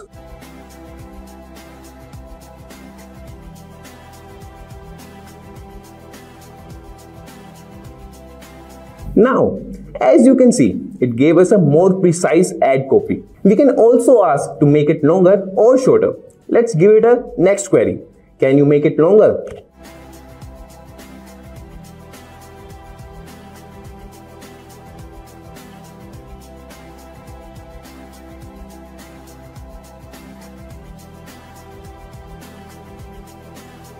And voila!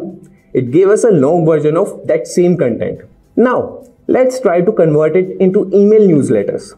We, digital marketers, often send emails to promote our products and services. So, let's give it a query as, can you convert it to email newsletters?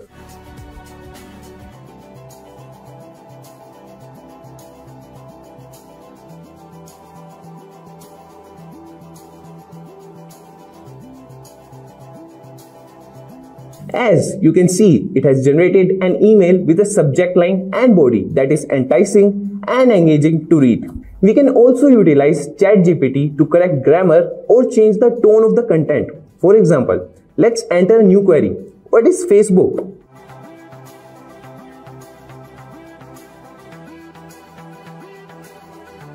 It has given us a general overview of Facebook. Now, let's ask it to rephrase it more engagingly and in a digital marketing context. We can give queries like, can you make it more engaging and relatable with digital marketing?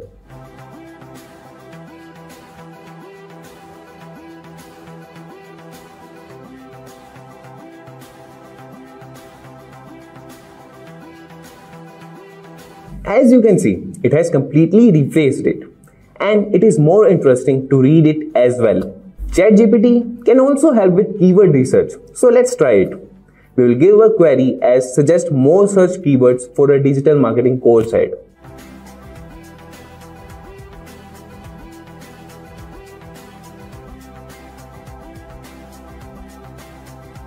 And voila!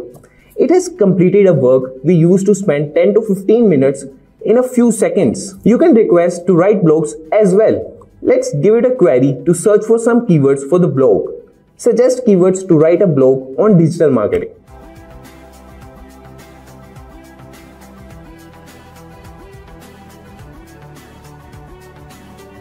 It gave us some keywords. You can ask it to reduce these topics based on search volume to get maximum results. Let's ask it to narrow it down to 5 topics based on keywords volume.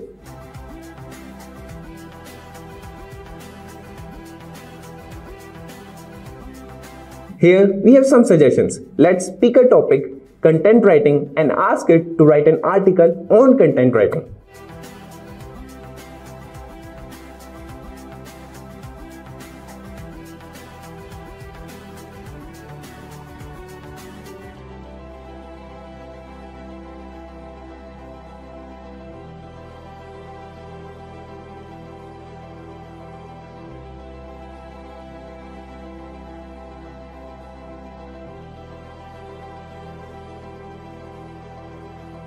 Here we have our article for the blog. Let's use ChatGPT to SEO optimize it. Let's first request it to give us meta title and meta description.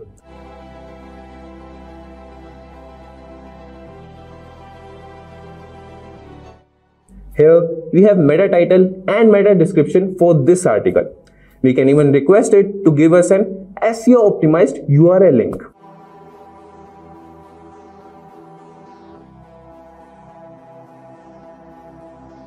We can also request it to write the SEO optimized version of this article.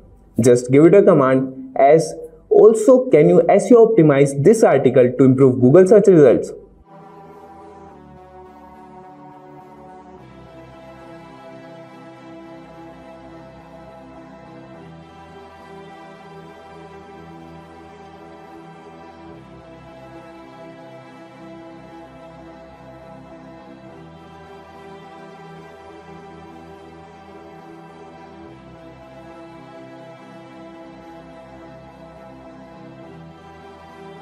Here we have fully SEO optimized article with meta title and meta description with a SEO optimized URL.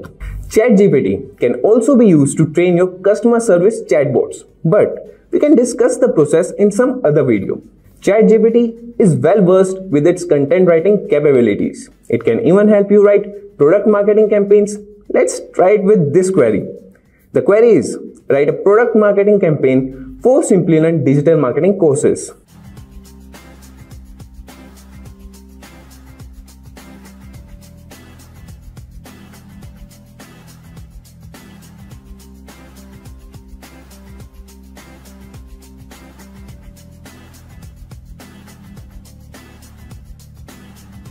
Well, ChatGPT has done it again. This campaign looks interesting and it will be able to generate more leads for Simplilearn's courses. ChatGPT can also be used to write scripts for YouTube videos.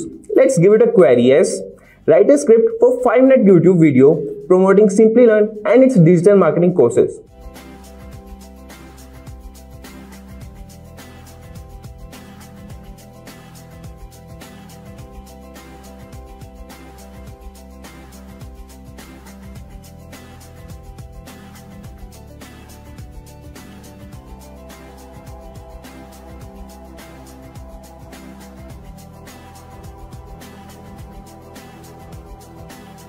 As you can see, it gave us full script along with few suggestions for video editor on where to put logos and clips to make the video more engaging. If you are a content creator and you don't know how to approach other content creators for a collaborative video, then ChatGPT can help you with that.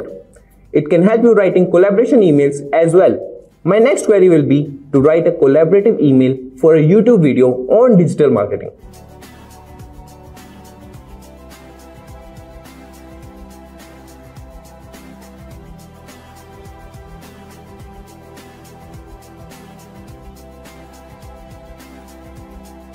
Since my last query was related to Simplilearn, ChatGPT assured that I work for Simplilearn and I wrote a customer collaboration email that looks professional plus easy to read and understand. As technology advances in all aspects of our lives, programming has become increasingly important. It is used in many fields and industries, including software development, gaming and entertainment, education, scientific research, web development, and many more. So, needless to say, the demand for programming and coding in the IT industry will probably keep increasing for the foreseeable future. But where does ChatGPT, OpenAI's popular language model, fall in this chain?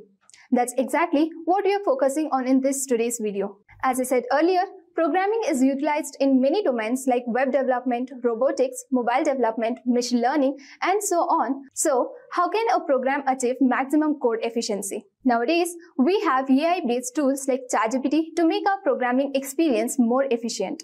Although there are several coding resources platforms such as Stack Overflow and GitHub, where programmers can find solutions to their technical programming questions, ChatGPT stands out from the competition because of its quick response time, usability, and support for numerous languages, among many other benefits. Now, let's first discuss how ChatGPT works. ChatGPT generates responses to the text input using a method called transformer architecture.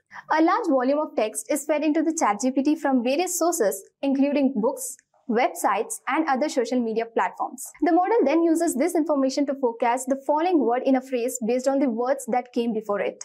The ChatGPT system allows users to enter text or queries, and then the system uses its training data and algorithms to produce the right answer. The answer is created after the input text has been examined, and the pattern most likely to match the input have been identified using the training data. In short, ChatGPT is designed to respond to queries logically and command more quickly and accurately. But why do programmers use ChatGPT on a regular basis? ChatGPT assists programmers by offering programming-related answers and solutions and helping them improve their skills. Besides that, ChatGPT is utilized for code generation, code completion, code review, and a natural language interface. Let us understand each in detail. ChatGPT is trained to generate the code or even the entire program described in the natural language specified by what they want a program to do. And then ChatGPT could generate the relevant code. Look at the example of how ChatGPT generates the code. So now open the ChatGPT and you can type any program that you want ChatGPT to generate. So I will write a palindrome program in Java. So here you can type write a palindrome program in Java. So using Java programming language, it should generate the whole program.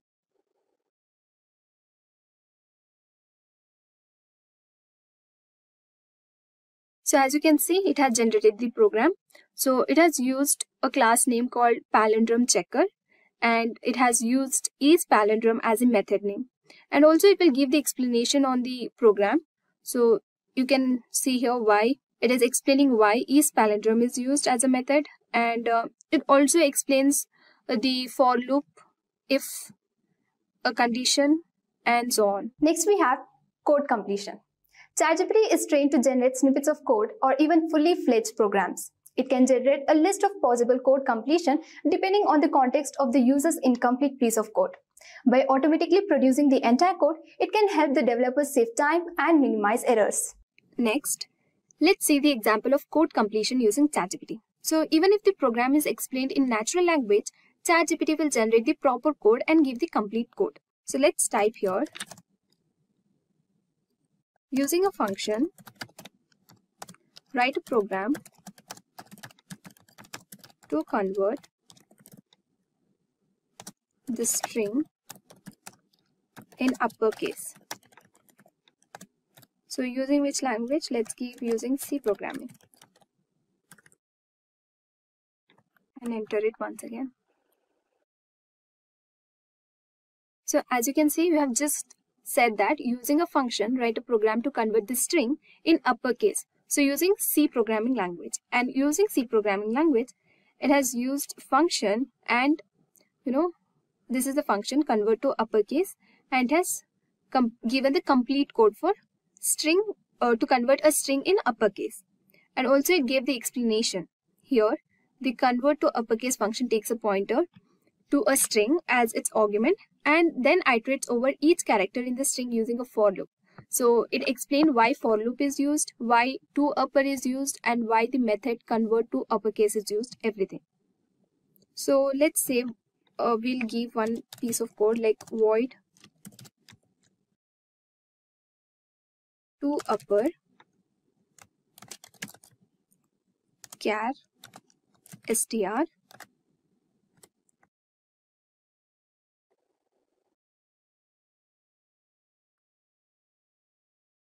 So as you can see, we just gave the method to upper and it's generating the complete code. So this is how ChatGPT works for code completion. Next, code review. ChatGPT can analyze code, identify the bugs or errors in the program, and further help resolve them. It allows developers to fix errors more quickly. So now, let's have a look at the example of code review. So in this example, ChatGPT will review the code. So even if the code has some mistake, it will give the proper output. Let's say we have given the example here. So we gave the function or a method called upper, and here we are giving the keyword called upper. So it should check whether this piece of code is proper or is there any mistake in this.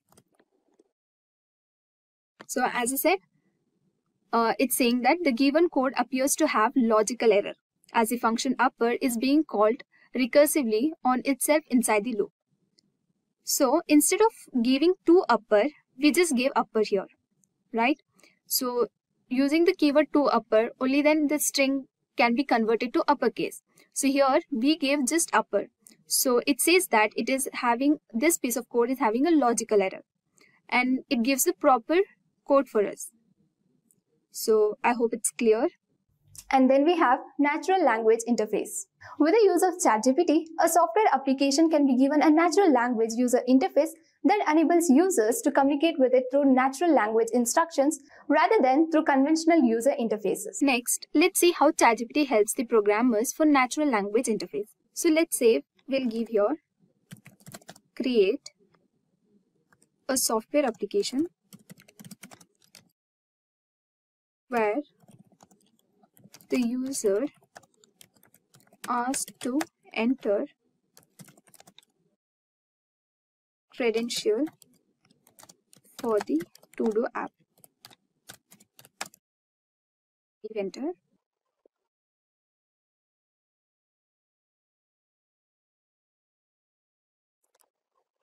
So as you can see, the ChatGPT will give the steps. So it can provide you with an outlet for creating a software applications that requires the user to enter credential for a to-do app.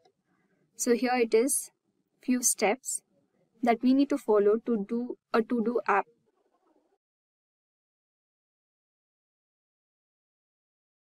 So it's giving the explanation step by step.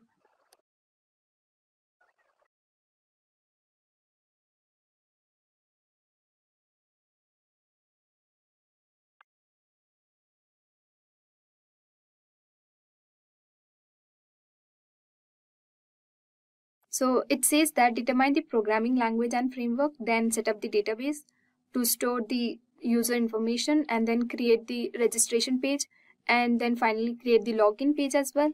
And once the user is successfully logged in, it will have the options like add, edit and delete task as well. And then finally implement the security measures to protect your passwords, and then test the application to ensure that it works as intended and the user data is being stored and retrieved correctly. So it gives the steps of how it has to be developed. I'm sure you all are aware of ChatGPT at this point. The revolutionary new AI-based chatbot developed by OpenAI has taken the world by storm. Thanks to its near lifelike responses and a very intricate pattern of answers, we have never seen this level of expertise from a chatbot before, which really made us think, to what extent can we push it? There are many questions on lead code that even the most experienced programmers have difficulty answering. So we wanted to see how far ChatGPT can take us. Have we finally reached the stage where AI is going to replace us? Let's find out. So basically, here we will be listing 10 really difficult questions that we found on lead code, popularly asked while hiring and other superior examinations, and see if ChatGPT can actually answer or solve those difficult questions or not. But before you like to watch more such interesting videos, then do subscribe to our YouTube channel and hit the bell icon to never miss an update from Simplilearn. So let's get started. So here is the lead code. Let's see in our list which is the first question that we are going to implement in our ChatGPT and see if it's able to solve it or not. Mainly we'll focus on hard category questions only. So according to my research, there's a question of median of two sorted arrays. So as you can see, the success rate is 35.7%. So let's see the ChatGPT is able to do this question. So first, let us go through the question.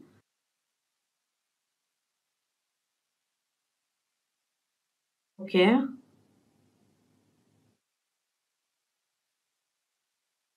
Press enter. Let's see what it first returns.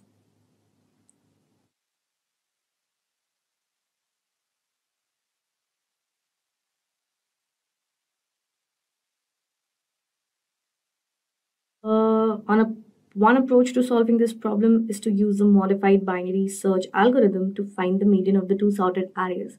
So right now it's particularly giving the logic which we can actually imply to solve this question. And this is a good thing about the chat GPT is that before giving the code, it's actually explaining how they are putting the logic in together in the code. So probably you can use this logic to create your own program. But let's see how sensible this code is. Quite a lengthy program. This program is in Python. So if you are looking for your solutions on ChatGPT, you can always opt out or mention the specific program you want the code in. So okay, it's also gives that that the time complexity will be O log min m or n. So let's see if it the case or not. So we have copied it and we'll quickly paste it over here. As you can see, as we know that Python is very sensitive towards its syntax, and you can see the indentation over here is perfect, but here it's not. So I feel that something like this is something with lead code. So let me just quickly rectify this. You can see I have cleared out the indentation issue, and let's just quickly run this program so that we can get an idea if this is the correct program.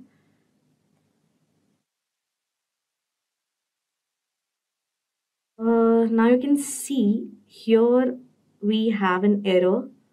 Let's see, copy this and see what ChatGPT has to say for this.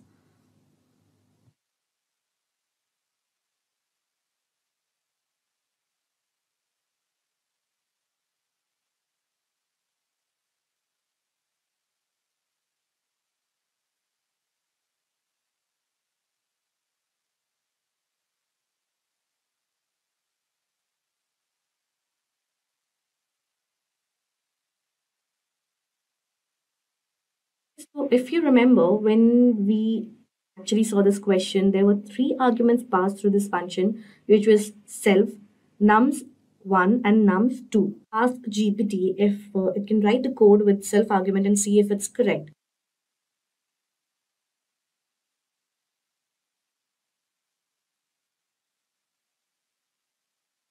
Wait that if it can pass a self argument through that function and see if it can generate a new code.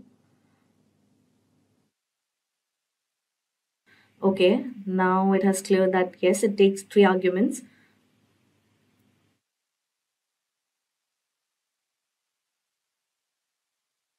Let's copy this code.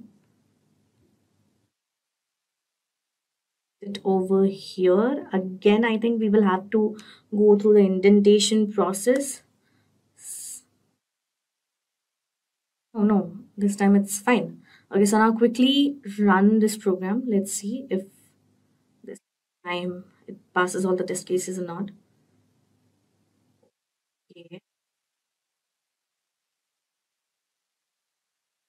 I think it doesn't need because the class is already mentioned over here. Yeah.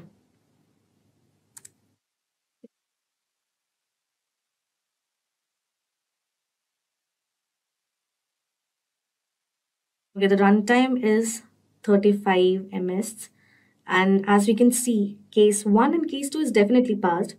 So let us see if this code can pass all the test cases internally mentioned in this question. Now you can see the first 3 cases are actually accepted, but the other 3 are not. There is a runtime error. So, as the first question in our list, ChatGPT was unable to solve. So let's move on to our next question.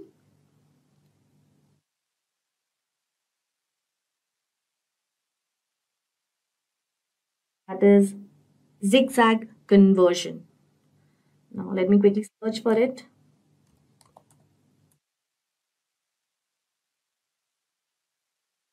This is the question. Here also you can see the success rate is definitely below 50 and the difficulty level is medium. So the hard one ChatGPT was not able to solve. Let's see if this can be done.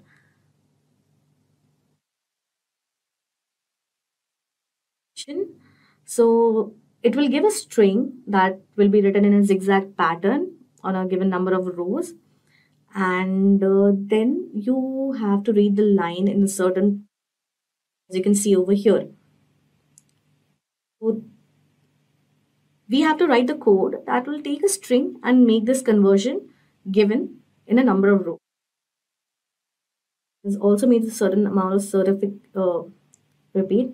It has also given a certain specifications that we exactly want. So this time we'll make sure that we are mentioning everything. So let's quickly copy this.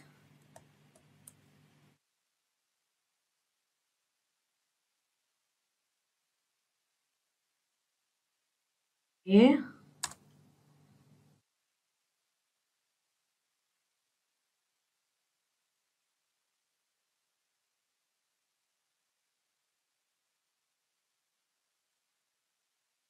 Okay, now that we have mentioned all the specifications, let me quickly feed you.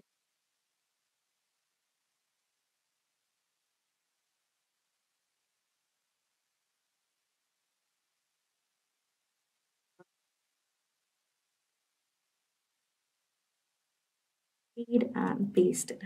Now let's see what code it has to generate. It's implementing the code in C++. So meanwhile it's generating the code, let's quickly select the code. Oh, it's already C++, okay.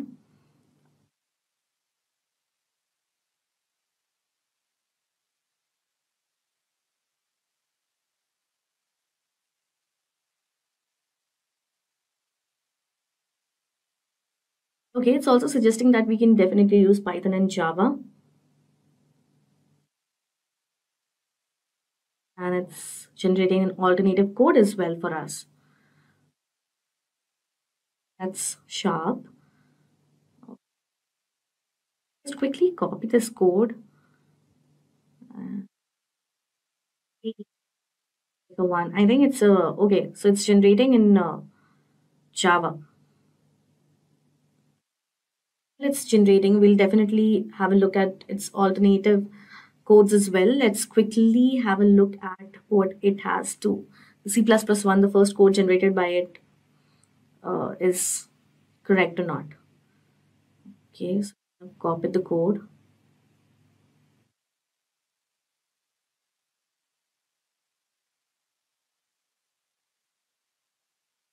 Paste it over here.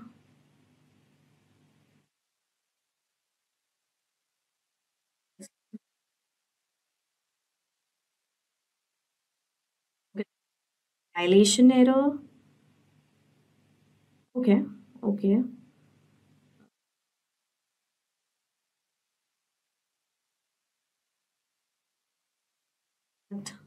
28. Okay. So let's with this error. The one thing, definitely this time we have mentioned all the constraints, criteria, specifications that we wanted in our code. But again, ChatGPT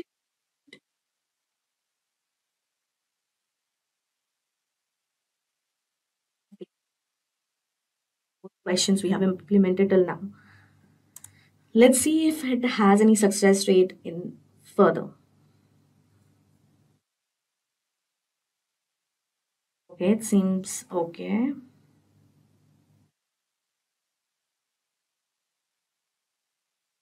Okay, now it is okay. So this time it is generating the solution considering the error in Java.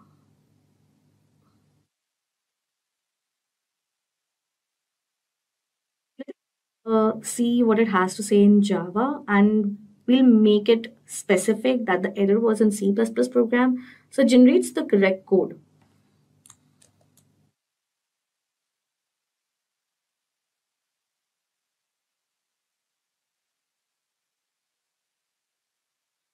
Plus plus program.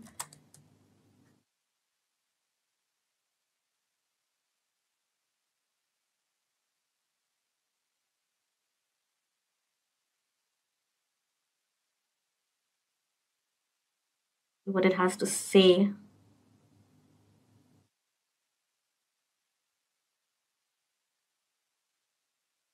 I think it's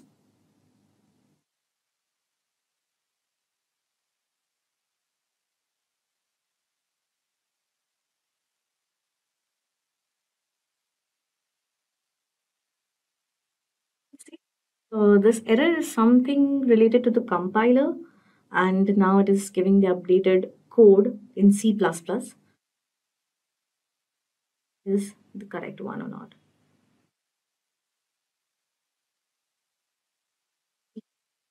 Actually apologizing for making errors in their solutions. Quite fascinating. Yeah. Paste the code over here. I don't see there's a lot of difference or changes over here. Let's see if it runs or not.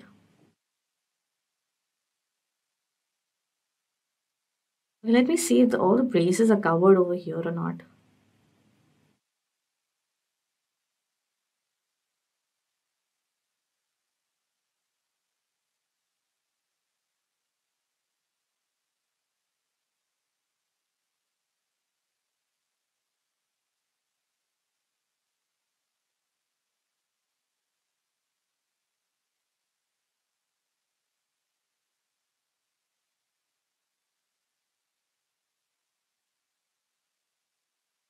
I think it's missing a brace.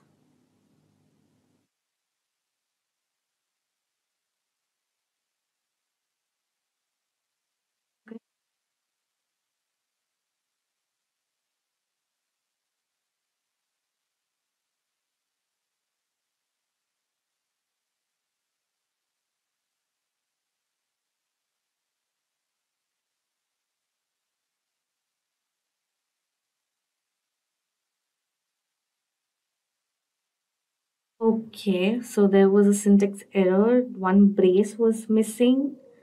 I don't know what that. Definitely something with the code, but okay, we can give that to ChatGPT. It was partially lead code's issue because we were copying code. Still, it was not giving the error that there is a brace missing.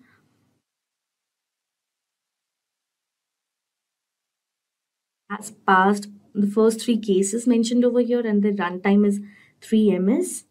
Now, just let us submit this code and see if it passes all the rest of the cases or not. Mind it, this time we have actually mentioned all the constraints. So let's see if this has to into. Okay, so this time it has passed all the test cases, but still my conclusion with this question is it was still not able to generate the solution in one go.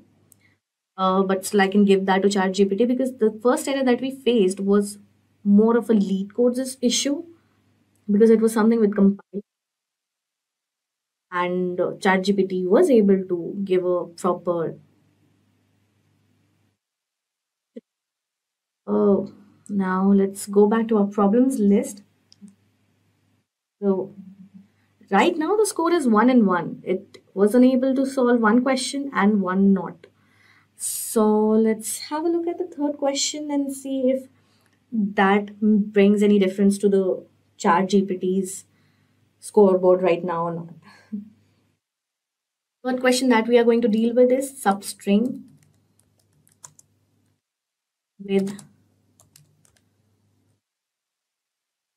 concatenation of all words.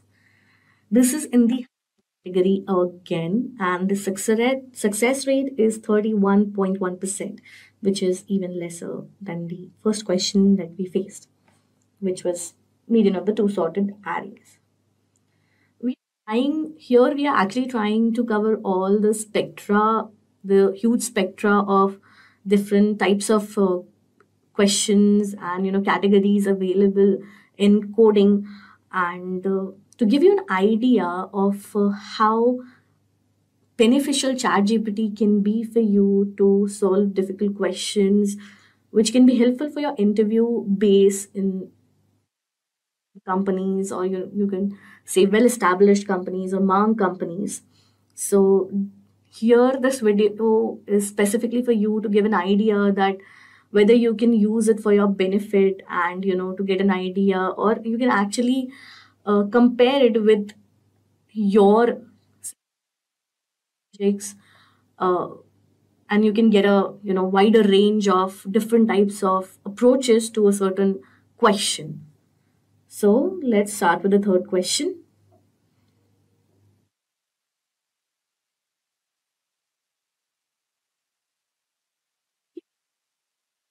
Is that you're given a string and an array of strings, probably words, and all the strings of words are of the same length.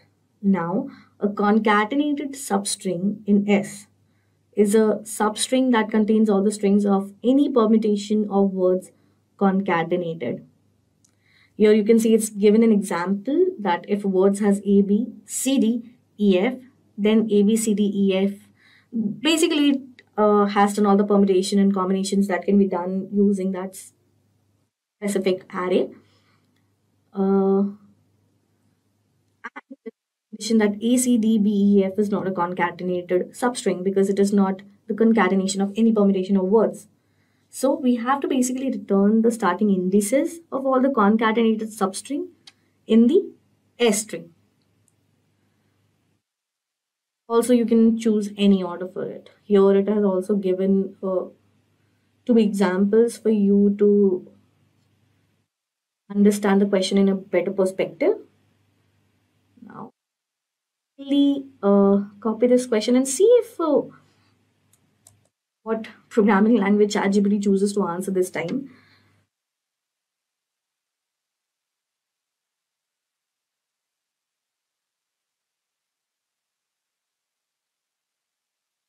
Start with new chat again.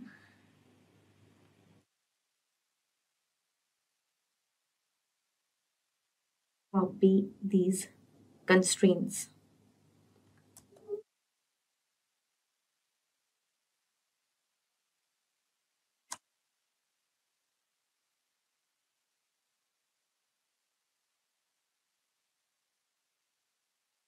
Okay, it's just a question.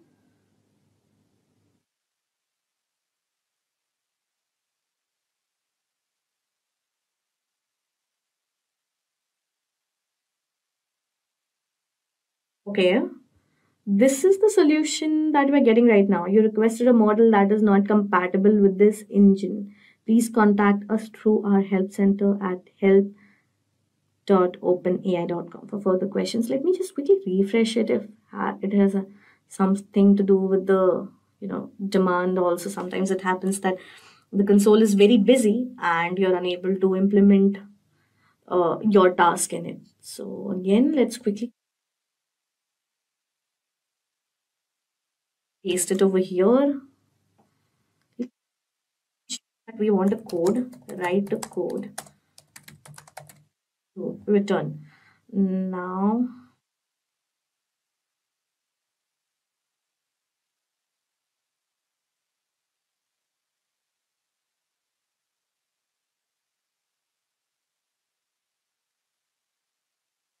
let's enter. This time definitely it's not giving the same error. Let's see it this time it ChatGPT has anything to give as a solution.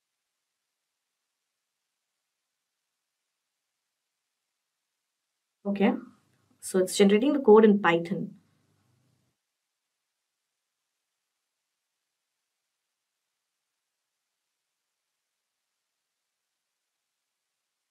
One more thing, every time ChatGPT doesn't follows a similar pattern. As you can see in the first question, it explained the logic first and then implemented the code. Second time, it just gave you the approach, not the logic, and then implemented the code in multiple languages. First choosing for C++, and this time it straight away went for the code.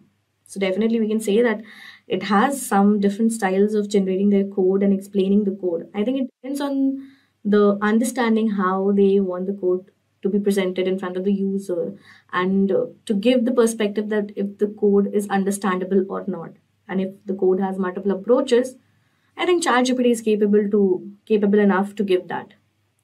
So that the code is generated, let's quickly copy it and paste it over here. I feel the indentation issue is going to be there.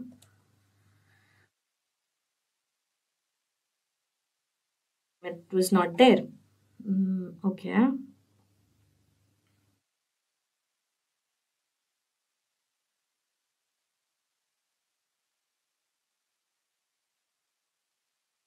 F probably, but I think if we backspace.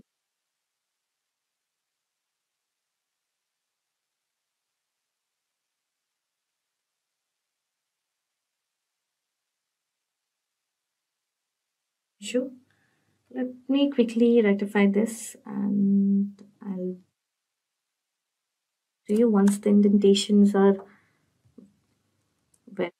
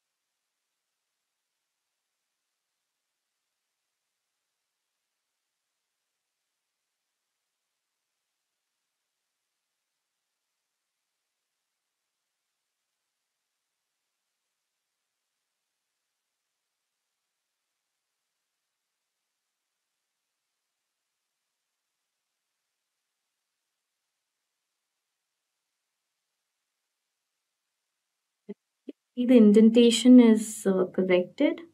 Now let's have a look at the code if it's correct or not. Let's quickly run it.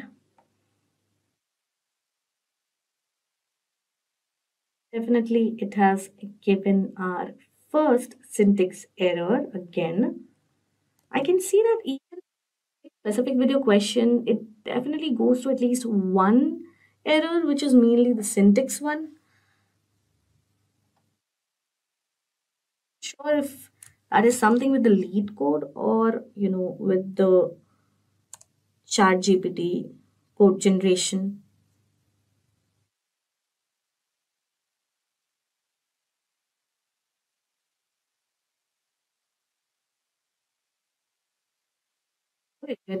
Okay.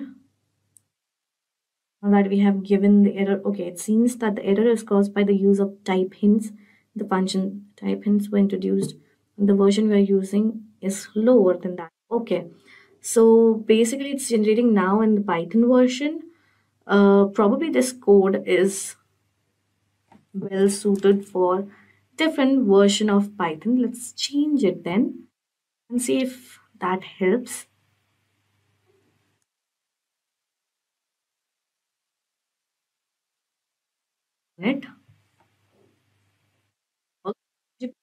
It is actually generating the code.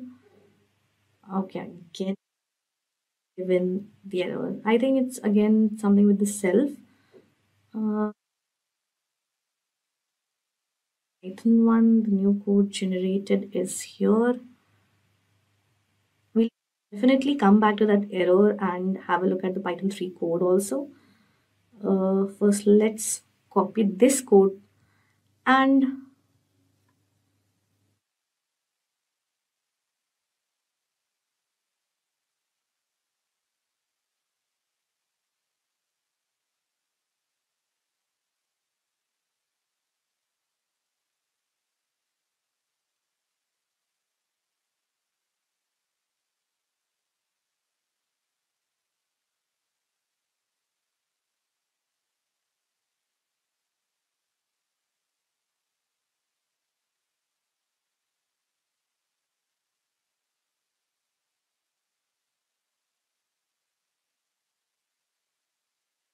in giving the same error.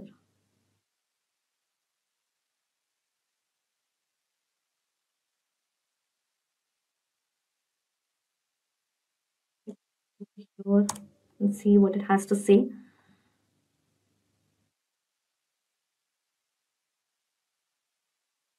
Every time the ChatGPT generates the Python code, we cannot ever takes self as an argument, but the lead does. As you can see, when we start the code, it's already mentioned what arguments we need to pass from that particular function. So I think that is something with the lead code. So that what all arguments it's passing, even though we have mentioned everything this time, we have mentioned all the constraints, we have mentioned all the necessary specifications that we want in the code, even then the code is not correct in the one go. So probably I'll give this point to GPT. It's something with the lead code because it's passing that parameter, and every time we have to mention that parameter. Pretty much when we do, the ChatGPT is able to solve the question. So let's see. Let me actually mention that pass self argument from that parameters. Make it one of the parameters.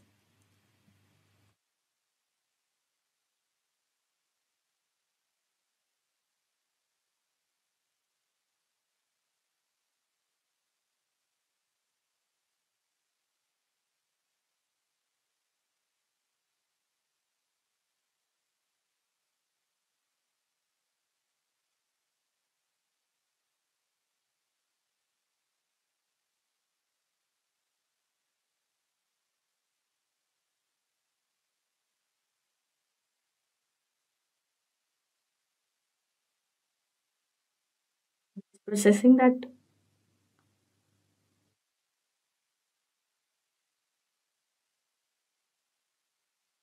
Yes, self can be passed as the first argument to the given function. Now let's see if that it's able to give the correct solution or not. Again, we can see it's generating the code and you know Python 3, but we can give that to ChatGPT that either it uses Python or Python 3. The error is with the self argument. So once we mention that error and when we mention that specification that if ChatGPT can pass self argument through that particular function in that code, the solution is pretty much right. So here it's also implementing and giving the answer.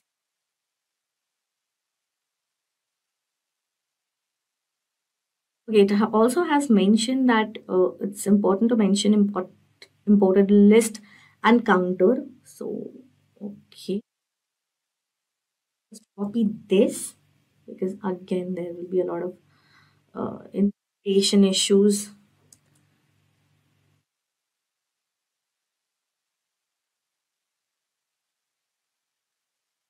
Okay, now that we have it, let's copy the code. Also already mentioned, so yeah, we'll just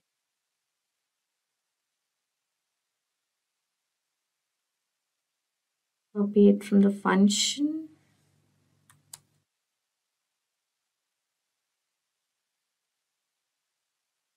Paste it.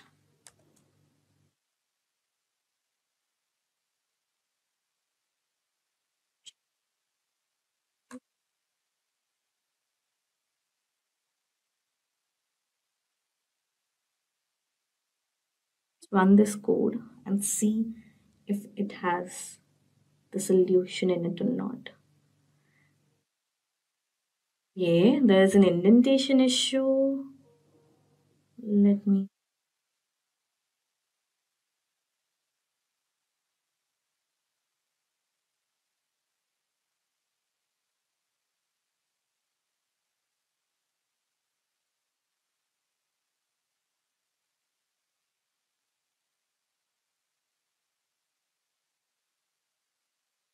Again, as you can see, it is able to pass all the test cases here, and the runtime is 28 ms. Now, let us submit this question and see if it is able to pass other test cases or not. Accepted. So it is able to pass all the test cases, and I think this is something with lead code again. Whenever we are generating the Python code, we are actually passing self argument in lead code, but ChatGPT is not assuming it. So the solution is definitely correct. Even though we are specifying everything, we will have to be more specific that we have to run one more argument from the function so that it generates the solution in one go. So let us try that in our next question. But we can definitely see ChatGPT was able to solve this. So now the scoreboard is 2 and 1.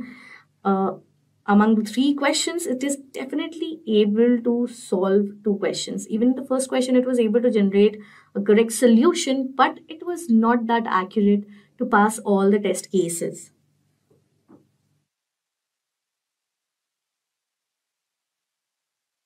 To our question list,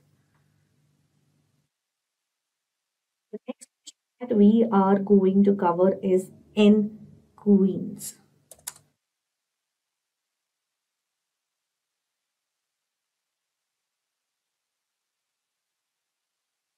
Category, but still the success rate is 63% over here. Again, a new genre or question we are covering over here. Let us see if solve it or not. Definitely the success rate shows that many people were able to do it. Definitely more than half of people who have attempted it. So let's see if the question can, this AI can beat that or not. So I have copied this question. The question mentions that the n queens puzzle is the problem of placing n queens on an n into n chessboard such that no two queens attack each other. Given an integer n, return all distinct solutions to the n queen puzzle. So basically, n is any given number, and you have to create a puzzle of n into n, and you have to arrange all the queens in such way. Also, the number of queens in the board will be equal to the number n, and in such a way that it is not able to attack each other in any case.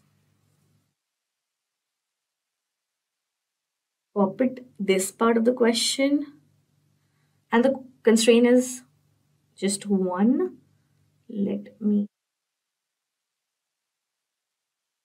that it will be easier to keep a track of what all questions ChatGPT is able to solve.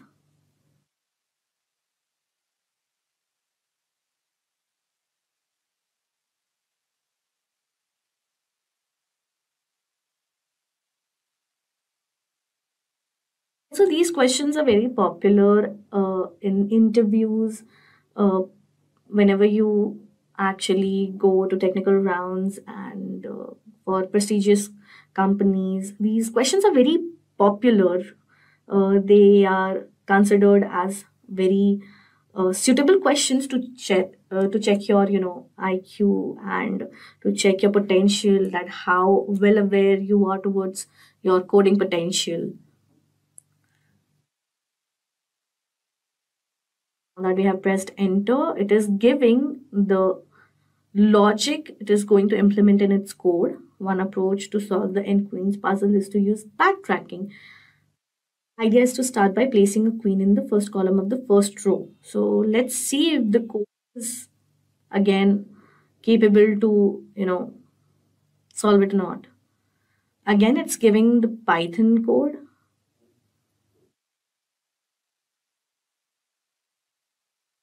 Generating the code, let us quickly see whether it's Python or Python 3. Python 3. Okay. Once the code is generated, I'll also write that you need to pass one more argument from the main function, that is self, and let it generate the code again and see that code can run in one go or not.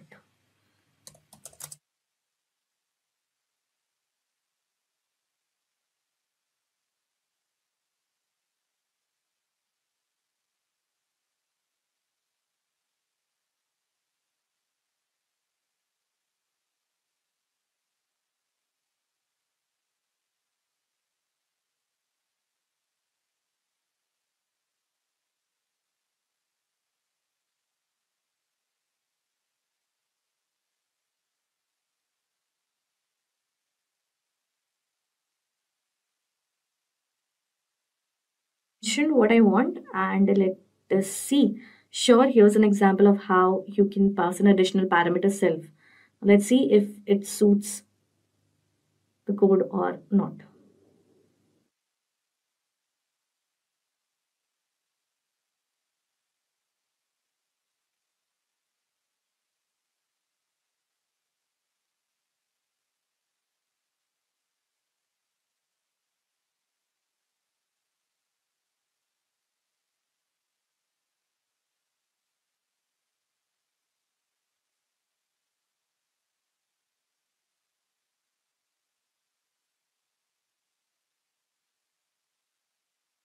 The solve n queen function is a method of the n queens class, and it takes self as its first parameter followed by the integer n. So yes, this solution does take self as a parameter. So let's see if this can run in one go or not, because this time we have already covered the most frequently generated error, which is syntax error of not mentioning parameter self.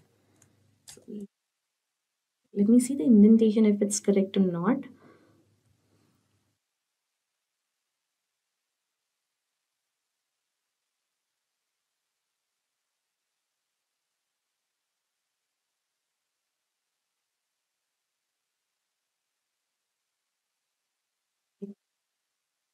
This time, let us quickly run this.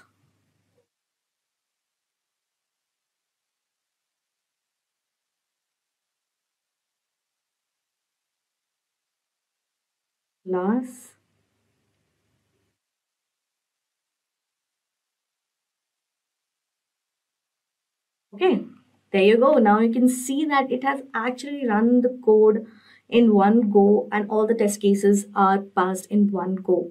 Even the runtime is 39 ms. So definitely ChatGPT is able to provide the solutions, the logics in a proper manner.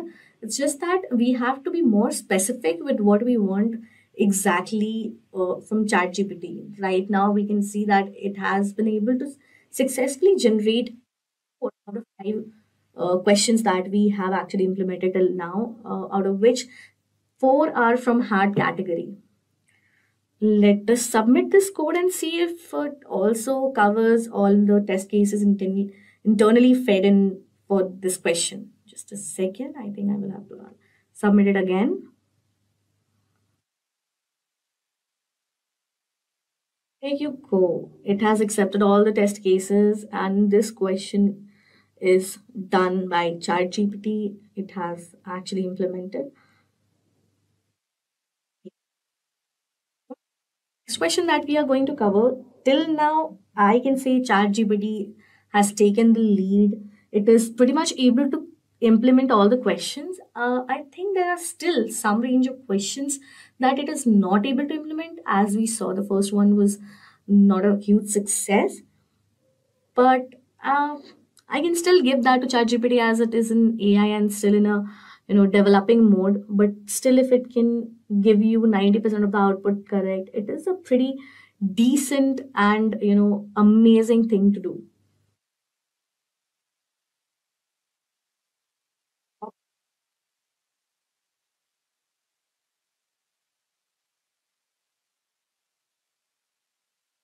Question is shortest subarray with some at least k. Now let me search for it.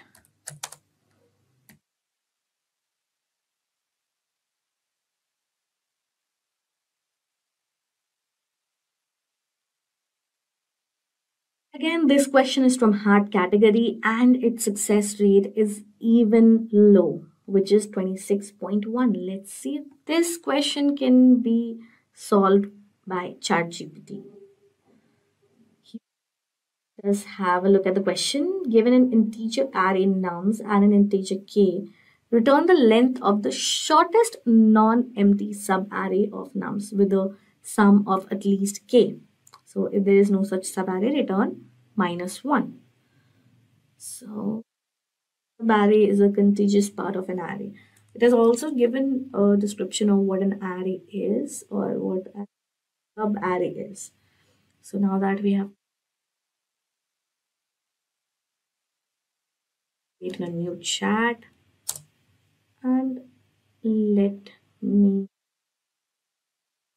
screens.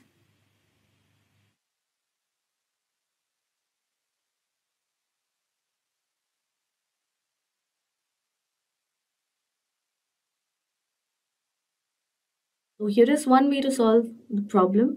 Initialize 2 pointers, left and right, both pointing to the first element of the array. Initialize a variable. So now this time it is giving pointers to solve this question. A perfect approach in a sequential manner, so that you can also use these pointers and the logics it's giving to actually implement your own code apart from asking it to generate a code. So I can see that it has given the pointers but not the code specific.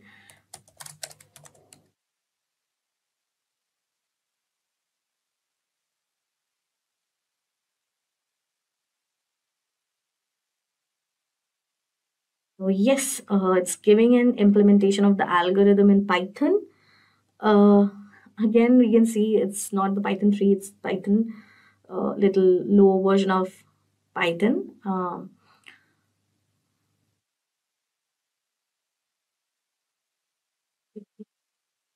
Switch to Python. Then we have to pass self.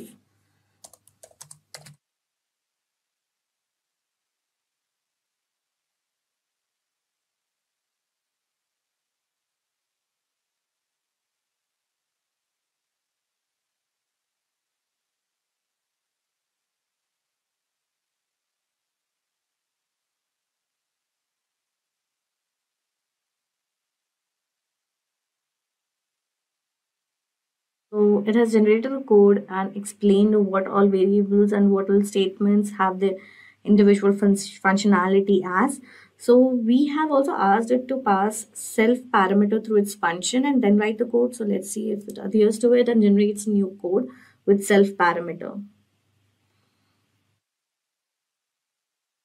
Okay, so here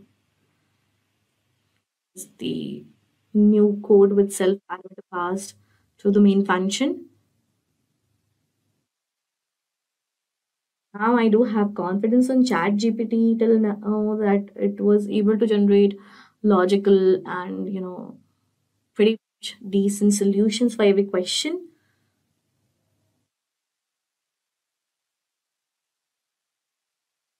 This is passed to the class as an argument when an object is created and is stored as an instance variable. The shortest subarray takes k as an argument, which is the target sum. So basically, it's trying to explain the code that what exactly it's doing and what individual statements have as an influence on the code, and whatever parameters they are passing, what influence or what position they hold in the code.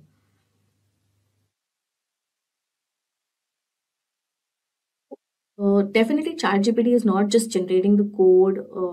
It's also explaining the logic and approaches towards it. And when it's generating the code, as you can see here, they have legit explained the whole code, how it's actually functioning. That's a good way to put emphasis on, put a confidence on the solution.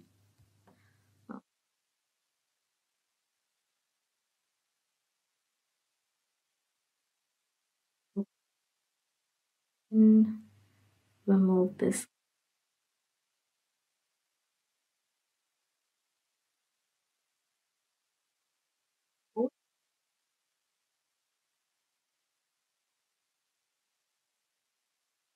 Yeah. Type error. Okay. Let me.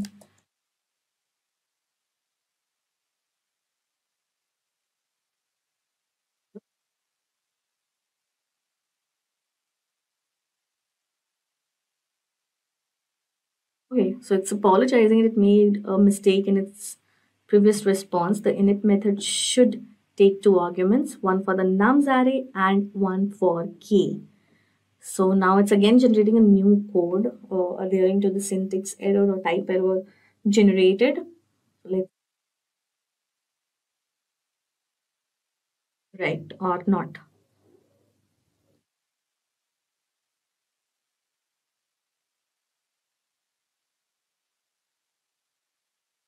It's mentioned that here the init method takes two arguments, one for the nums array and one for the k, which was the error exactly.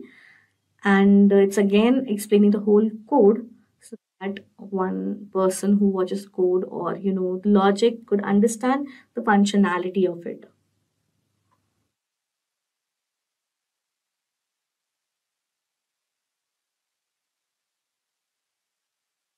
Let's see if this code can run.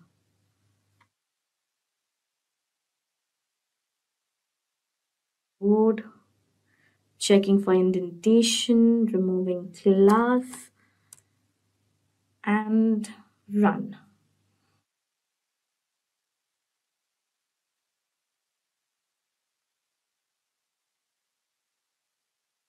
There's one more type error.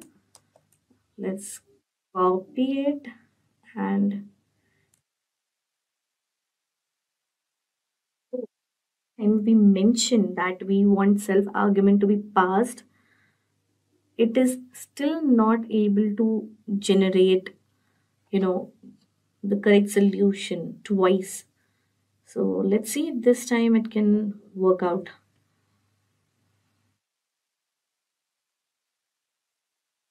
Issue though with the code.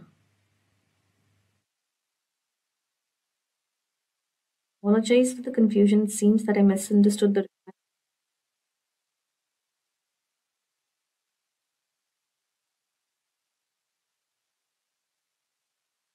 that you are trying to call the function directly without creating an instance of the class.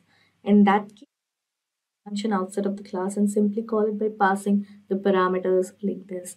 Okay, the code is definitely generated by itself, so definitely I am not calling any function. The code I copied was actually generated by ChatGPT itself, so it's it contradicting its own pointers? Maybe. But we have copied the the code. Let's paste it. Again, look for indentation.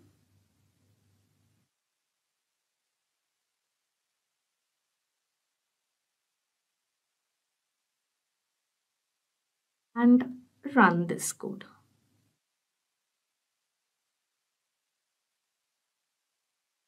Okay, once again, it is not able to, pass. Time error is there. Now, again, we have to copy this error and paste it.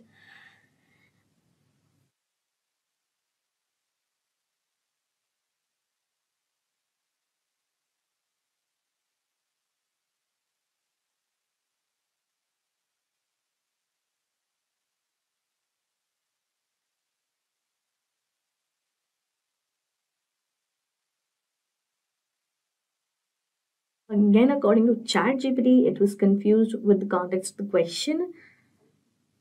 Like I said, the code was anyway generated by ChatGPT. So yeah, this time I think ChatGPT is trying to contradict its own logics.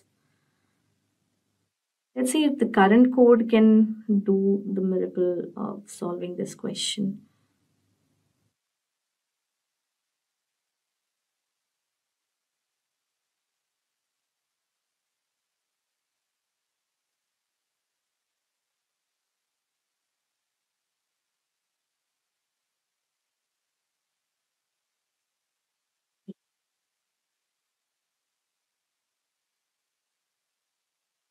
Class and run.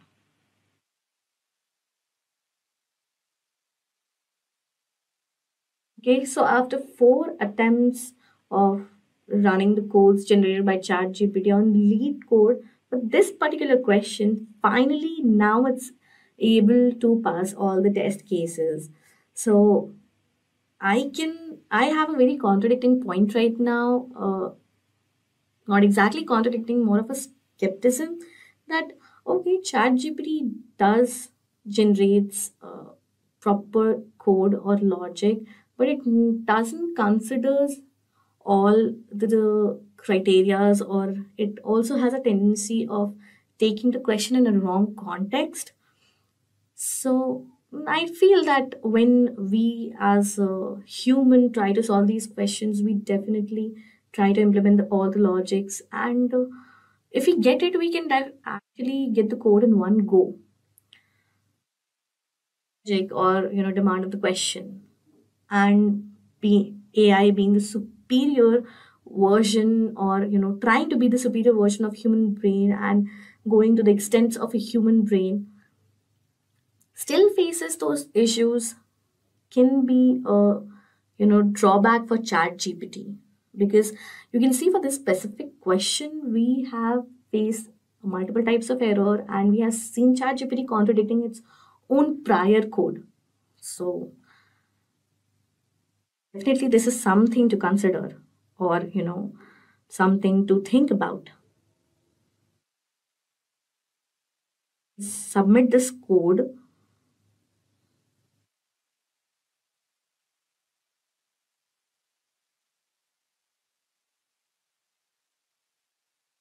And like I said, after giving 4 attempts, it is still not able to pass all the test cases. It is only able to pass 61 out of 97 test cases, which is almost 70% of the test cases. 30% of the test cases are still not passed. Even though we mentioned all the constraints, we have mentioned the comments, we have mentioned all the errors that but as this particular code can go through, still it was not able to generate the proper code that could go through all the test cases. So This was a fail for ChatGPT. At least till now, we have made out this point that ChatGPT is definitely not able to solve every question.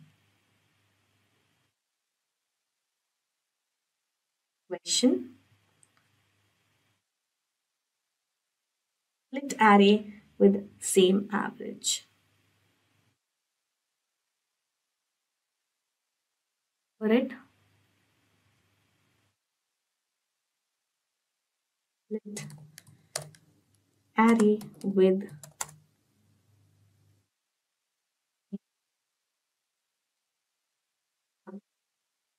this is from the category of hard questions, and the success rate is only 25%. Let me refresh it and remove this code.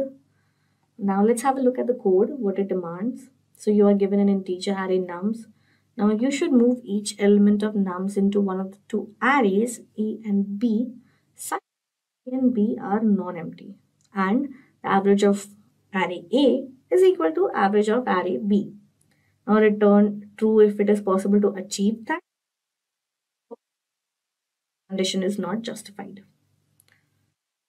So given a note that for an array, average array is the sum of all the elements of array over the length of array. Okay, so it is giving you the logic of how to actually, find out the average of what average is exactly. And also it has given a few examples to give you an idea of how the code needs to be projected or implemented. Copy the code and paste it.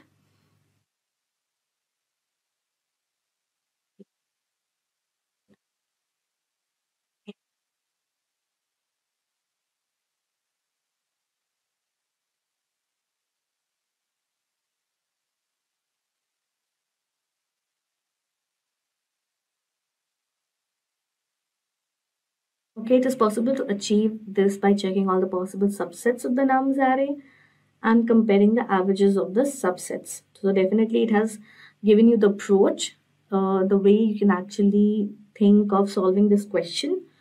However, this approach would have a time complexity. So it's also giving that this approach can have a time complexity of O to the power n. So again, it's suggesting a different approach, a more efficient approach that will be using dynamic programming. Now that can be used to find the subsets with a specific average and create a 2D array with the length of I and j, that will be the length of the two arrays we have actually given as input, and represents whether or not it is possible to get a sum of j using the first elements of the nums array.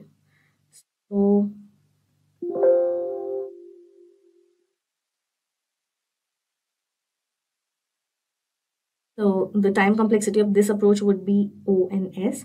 So definitely it is not given a code. Let me ask for it.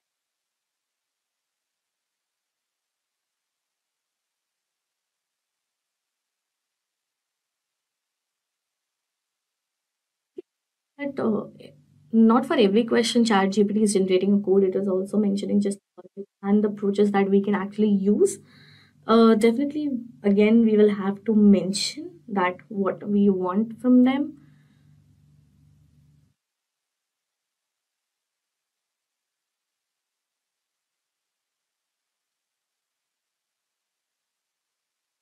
As you can see, I've mentioned this time to write a code for it, and now it's generating a new code for it.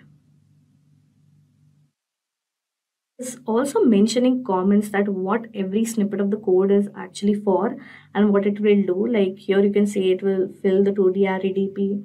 DP stands for dynamic programming. This here it has mentioned initialize the first column as true. So it is also mentioning the comments for better idea of understanding the code in a better way. Also giving the note that this implementation assumes that the nums array is non-empty and that the elements of the nums array are non-negative integers.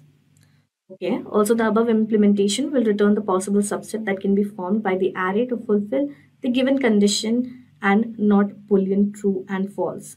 But that's what we want exactly, right? Still, okay, this This approach is in Python. So let's copy this and see if this code can run or not. I can clearly see that again it needs to pass self parameter.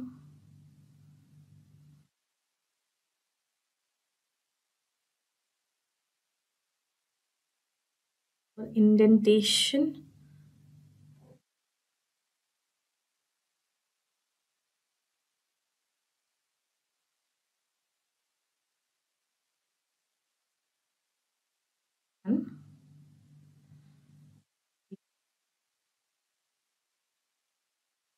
Give it a heads up.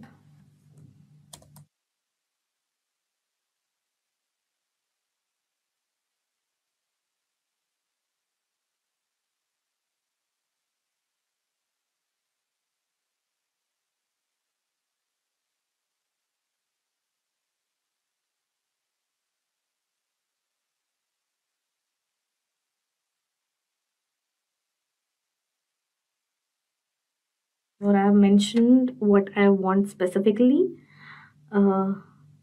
Sure, here is an example of how you can pass the self parameter. So now the current solution will pass self. Okay. Great. There was an error. Okay.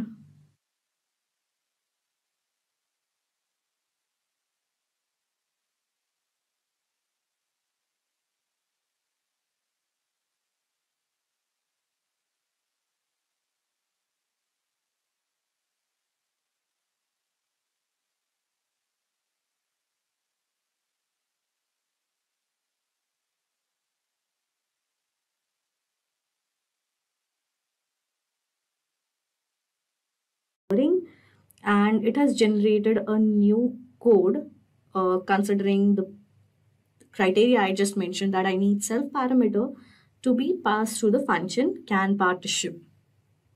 So I have copied it and let's quickly paste it over here.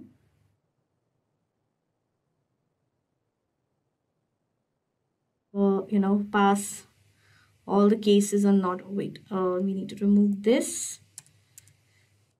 Okay, it's done. Now quickly just run this program. Okay, so here is error, attribute error, solution object has no attribute. Okay, so let me copy it and paste it over here and see what ChatGPT has to say about this error.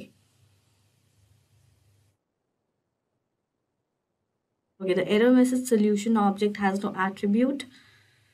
Split array same average suggests that there is no method named with this in the solution class. So it is likely that the test case is trying to call this method, but it does not exist in your implementation. Anyway, that I have not mentioned this method, this was given by ChatGPT itself. So again, we can see the condition that it is contradicting its own. So again, it has generated a new response and it says that it should resolve the issue and the test case should be able to call this particular method correctly. So that is something for us to decide. Now let us copy this code and see that now is it able to run or not and pass all these test cases or not.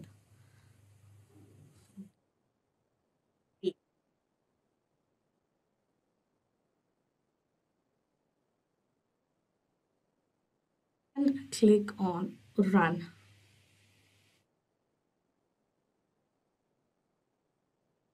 Okay. Now the new generated response does works for this particular question and the runtime is 12 ms and it does passes the first two cases mentioned. So let us quickly submit this code and see if the code is perfectly, fine to deal with all the test cases actually fed by lead code.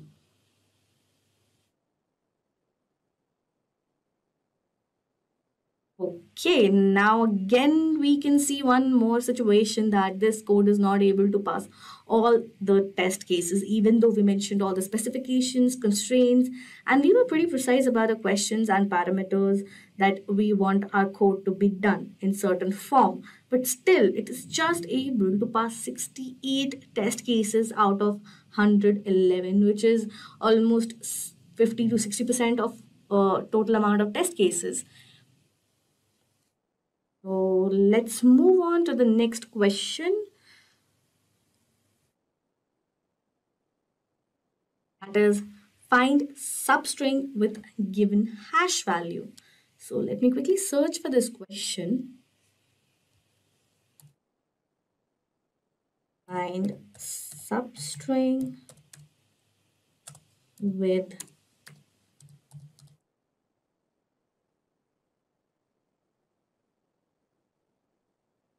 hash value. Again, it's a question from hard category and the success rate is 22.2%. So let's have a look at the question, what it demands. So here, the hash of a zero indexed string of length k given integers p and m is computed using the following functions. Now, hash with parameters spm, this is the logic given how we want our output to be demonstrated in a certain value or how the hash can be generated. The particular formula, how you can get the hash value of your, string. So the question is, you are given a string and the integers, and you have to return the first substring of that string of length given to you. Here it's k. The test cases will be generated such that an answer always exists. We are going to copy this course and mention all the specifications mentioned here in their ChatGPT console so that it gets all the specifications.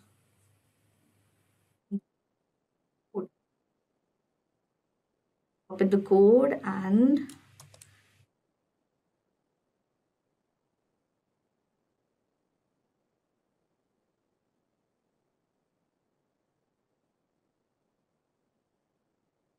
so I have copied the code and paste it over here. Now let's check for indentation. It's fine. Let's remove class my class and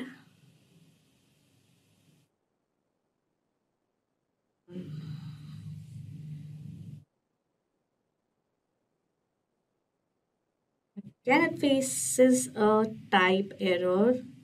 So let's move on to the next question. Again, we saw that ChatGPT was not able to solve this particular question. Coming back to our list, the next question in the list that we are going to cover is partition array into two arrays to minimize some difference. Let's quickly search for that question.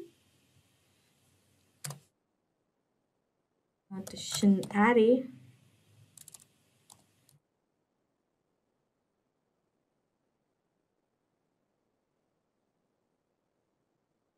to two arrays.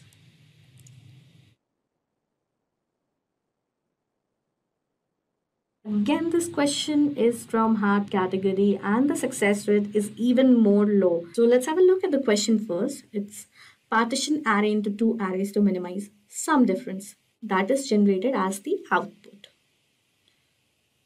Or we can see that there are three constraints. So now quickly we'll copy this question and see if it is able to solve this question or not. First, we have to create a new chapter.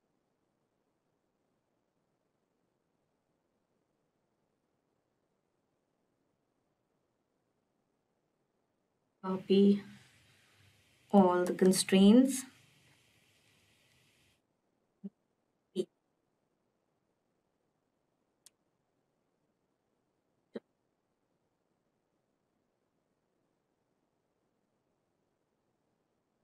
Let's see what ChatGPT has to say for this particular question. Let's ask it to generate a code. This time it has only generated a logic, not exactly logic, the approach they are going to follow or anyone can follow to solve this question. Let me ask if it can generate a code.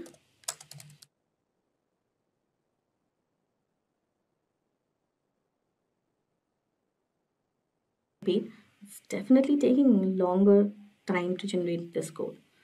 Okay, here is the code which is possible Python implementation and Okay, the code is generated and it's mentioning that the code takes in an input an array of integer called nums. So basically, it's explaining that what it actually it's doing, which is pretty much explained in the question itself, that what exactly it needs to function like, and what will be the variables and what will be the inputs and how it needs to be segregated to obtain our optimum result.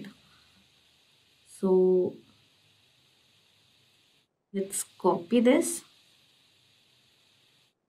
and paste it over here. Again, like I said, we can see that it's generating,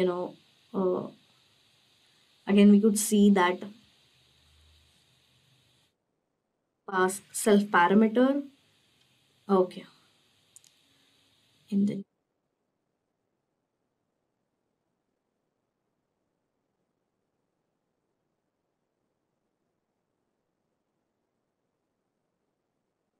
attribute error, let's quickly copy it, paste it over here. See what ChatGPT has to say about it. Okay. That you have seen that after placing the error, it's giving that error message you're seeing suggests that there's a problem with the function name in your code. So the error message is indicating that there is no function called minimum difference within the solution. Also, I have seen that apart from the function name, it doesn't have a self parameter. So let me just write it down.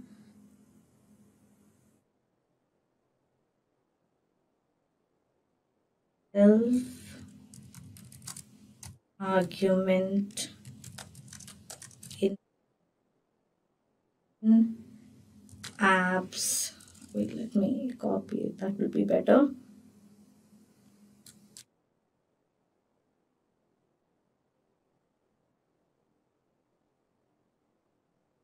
And write the new code with it.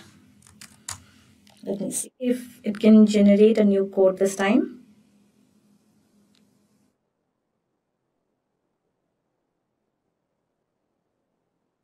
So yeah, it has agreed. Sure, there is an example and here's the code. So I have copied this and pasted over. See any such huge difference in the syntax or the logic of the code? But yeah, we can definitely think of running now. Let's run this code. Copy it and paste it over here. Again, an error has prompted out. I don't know how valid code we'll get after projecting this error over here in ChatGPT. So yeah, definitely considering the error message you are seeing is indicated that the function is returning INF, which is not a valid value for the expected return type integer. So in the base case where I and j are both 0, the value of is set to float, which is positively infinity. However, the expected output is an integer, so this value is not valid. So again, considering this change, the ChatGPT is giving a new code. So let us see how valid this new code is. Okay, I can see that it has changed the logic over here. Instead of float INF, it has changed, it has written a new syntax, a new logic over there. Now, and also ChatGPT guarantees that this may solve the issue of returning INF as the value. Let's see how accurate ChatGPT here is. Now, we have pasted the logic. Yeah, as oh, yeah, sorry, I need to remove these two lines. Now let's quickly run this program.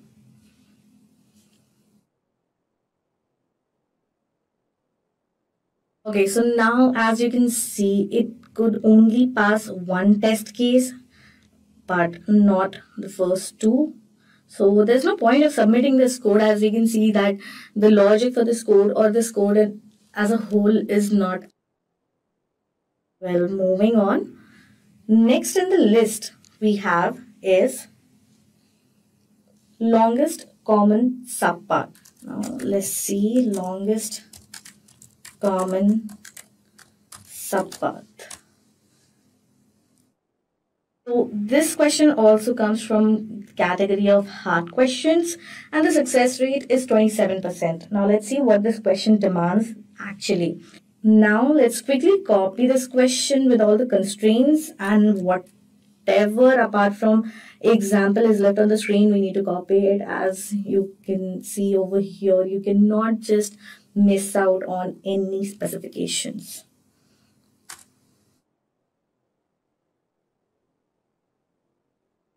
Working with the constraints, copy and paste.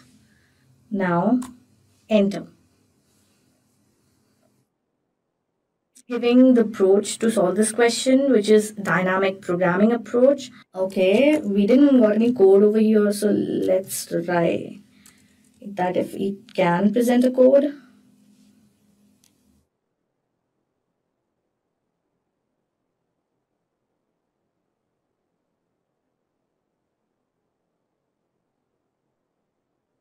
Yes, I have asked to write a code for this, and yes, ChatGPT has definitely agreed to provide me a code for it. ChatGPT is done with its explanations. I'll type it out and wait for the new code, which will contain self as a parameter. That this code is pretty similar to the previous one. It's just that it's using the self argument in the function as it was mentioned by me. So let's quickly copy this code.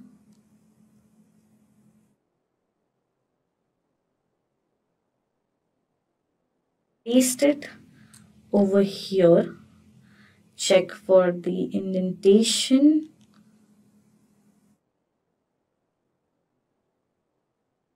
Run this code. I should be any. Okay, I spoke too fast. Here we have another error. Let's see what ChatGPT has to say about this.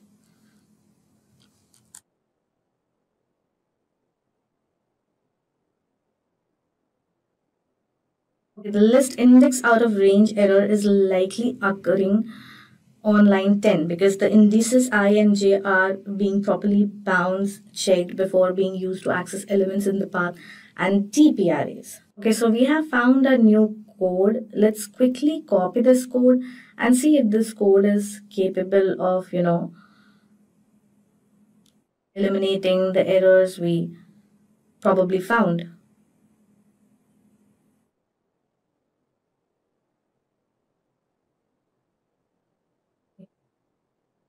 Click copy and paste. Let me check for the indentation. Done and run. Then we got a error over here. Even though after providing so many specifications and criterias and errors and conditions, yet ChatGPT was not able to provide a perfect solution for the code. Moving on to the last question of our list, that is going to be sum of total strength of wizards. Hopefully this question does some magic for ChatGPT and prove itself lucky for ChatGPT graph for this video, because for now we can see it's a 50-50 scene. Half of the question ChatGPT was able to provide solutions with, and half of the questions ChatGPT couldn't actually figure out what needs to be done. Even the logic and approach was correct, still the implementation of the code was not correct. So let me search for this question, sum of total strength of wizards. Again, a hard category question. So let's have a look at the question first. Let's quickly copy this question, create a new chat, paste it over here, and look for constraints. Now that we have copied it, paste it and enter.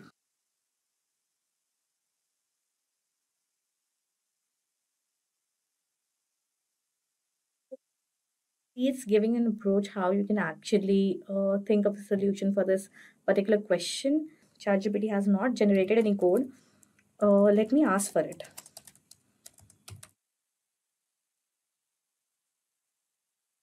Okay. So here's an example. Again, they have implemented the code in Python. Now, it is also giving a note that the approach is valid only if we are allowed to modify the original array. And also, we are not working on down over here.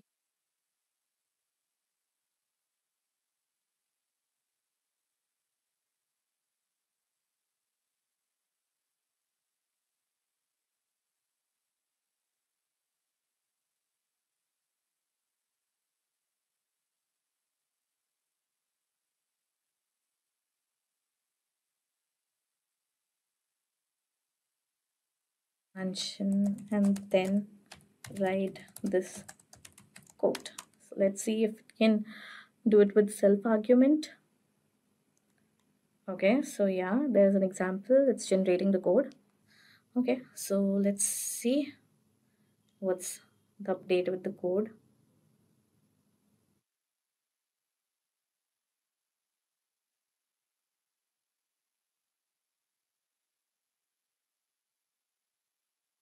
Okay.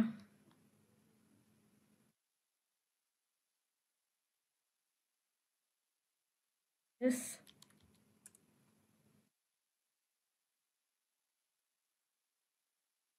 Wizard army. Let's add solution.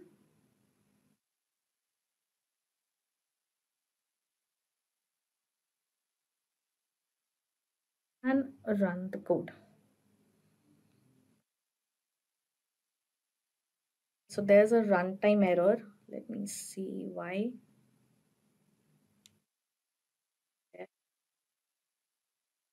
This error and paste it over here. See what ChatGPT have to say. The error message solution object has no attribute mod suggests that there is a class named solution and the code is trying to access an attribute named mod on an instance of that class, but the attribute doesn't exist. We probably need to make more specifications, and if it still doesn't work, then it clearly classifies that ChatGPT doesn't takes every point or a classification in consideration, which ultimately reflects on the solution. The new code is here. Let me quickly paste it. Okay. Let's try running this code. Let's see if this works. Try running it again. Again, it has a runtime error. Was unable to solve one more question. Now that we have tried and tested a huge spectrum of questions from LeetCode on ChatGPT, we can conclude that though ChatGPT is an amazing tool with a bright future, it still has its own limitations, and maybe it is not ready to replace humans or compete with human brains. These questions were picked from a list of frequently asked questions for interviews and examinations. ChatGPT does have a potential to generate logics and approaches for the code in an effective manner, but still its ability to analyze the question is weak as compared to humans. As we know, these questions are there.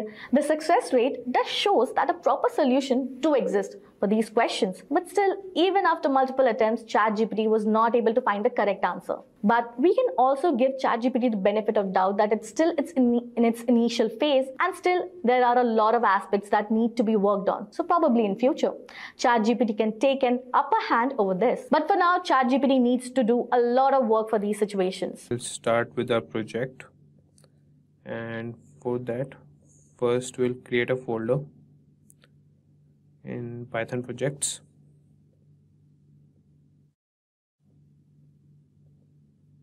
And name it as Telegram bot using ChatGPT.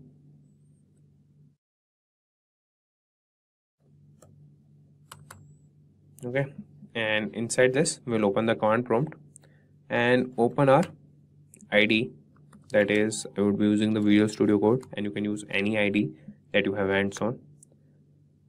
And now we will go back to our ChatGPT and we'll start here. But before that, let's talk about Telegram bot. So a Telegram bot is a program that interacts with users via the Telegram messaging app.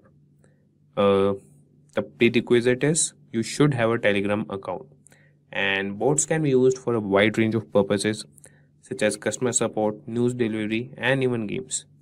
And ChatGPT.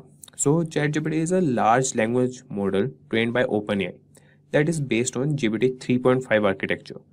And ChatGPT is capable of generating human-like response to text-based inputs, making it a great tool for building chatbots.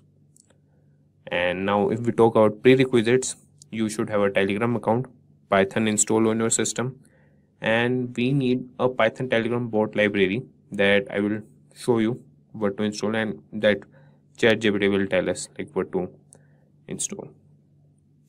So we'll just ask ChatGPT to create Telegram bot using Python.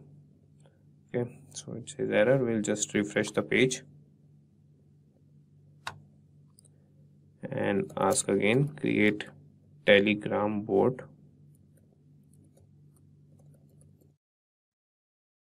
using Python. Okay, I will see what he states. So create a Telegram bot. You need a Telegram bot talking to the bot father. Yeah, we have to go to the bot father. I will show you guys how to do that. Install the required libraries. Next you need to install. Okay, and write this code. Okay, so in this script they have started with the start function, so it will just say as hello when it would be started. Okay, so we will add some more functionalities, and we will ask where to find the your API token here. So I know like we have to go to the bot father, but we will ask ChatGPT also, where can we find the your API token. So it states that to get to Telegram bot API token, you need to create a new bot by talking to the bot father on Telegram. Open Telegram and search for bot father. Okay, and send the bot father message, that is /new bot, and the bot father will ask you for the name of the bot, and it will ask you about the username, and the fifth is the bot father will then generate a token for your bot. This token is a string of characters that uniquely identifies your bot on Telegram. So keep this token secure, and I will also blur it so you guys won't be able to see it. Okay, so moving to our Telegram, we'll just search bot father here, and you can see this is the bot father, and we'll just click on start, and they asked, the ChatGPT asked us to write /new bot. We'll just click on this and we'll get, so we'll write a new bot. How are we going to call it? Please choose a name for the bot. So we'll write Simplilearn _ new bot. Okay, good, let's choose a username. So Simplilearn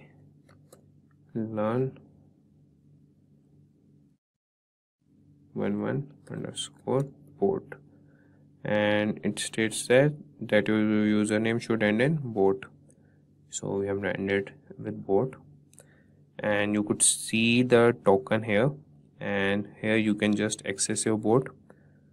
So we'll get back to our ID and create a new file, and I will name it as new.py only, or you can name it as board.py or anything you want.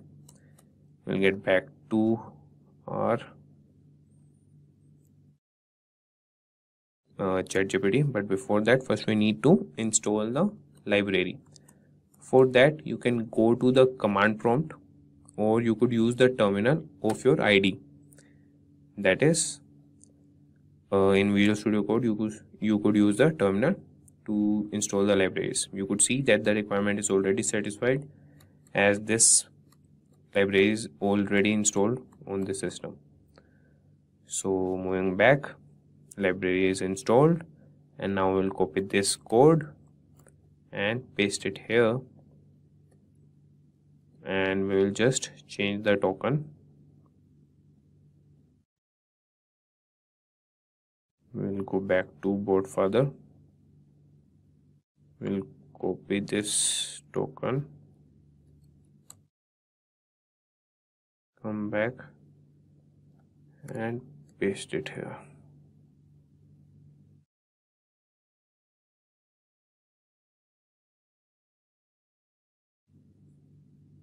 Okay, now we will run this and see whether our bot is working or not.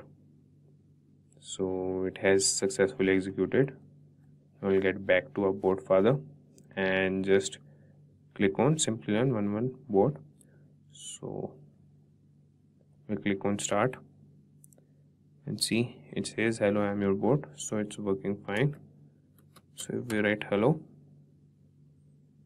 it won't respond as there are no functionalities. So we will ask ChatGPT to add functionalities. Please add some more functionalities and response to the bot. Let's see. So sure, here's an example of how you can add some more functionality. So they used bot updater dispatcher. Okay, define the help command handler. Okay,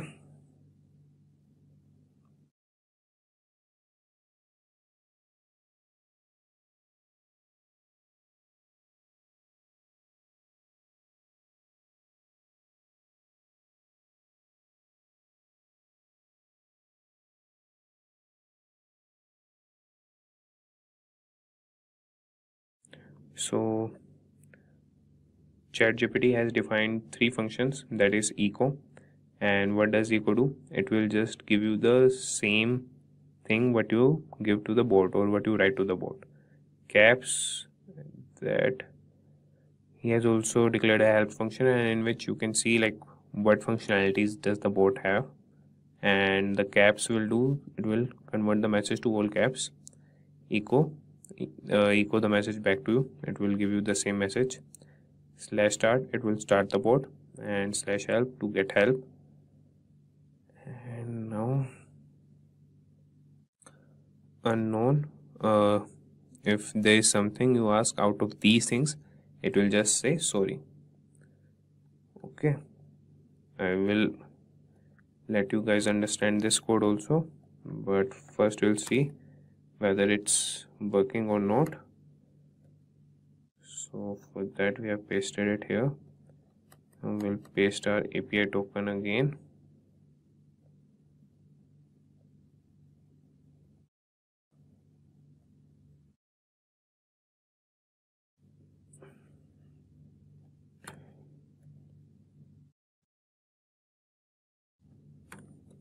So I pasted it here.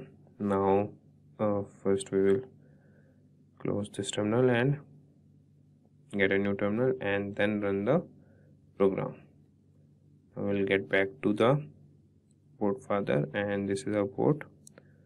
So we'll just write slash start, and it says hello, I am your bot.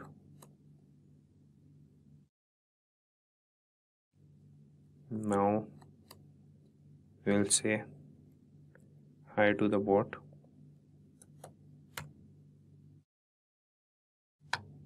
So okay, it's not responding.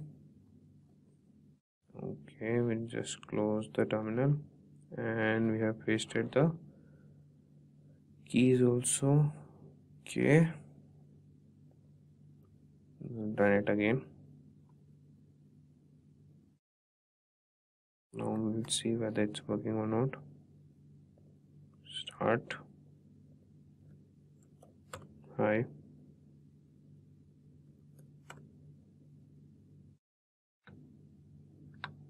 So the code is not working. And just see the code again. Okay, here we don't have any response to hi or hello. So what we'll do, we'll use the help, and to call the help, what we have /help. So these are the commands for what it will respond. So we'll use /help. Okay, now you can see that /start to start the bot that we have done, help, and echo the message back to you. So we'll write hi, don't write back, so we'll write /echo hi. Then he has given us the output that is hi. So we can write /echo how are you. So it has given you back. And same, we have /caps. So we'll write /caps, and we'll write something in small caps. That would be greatly built.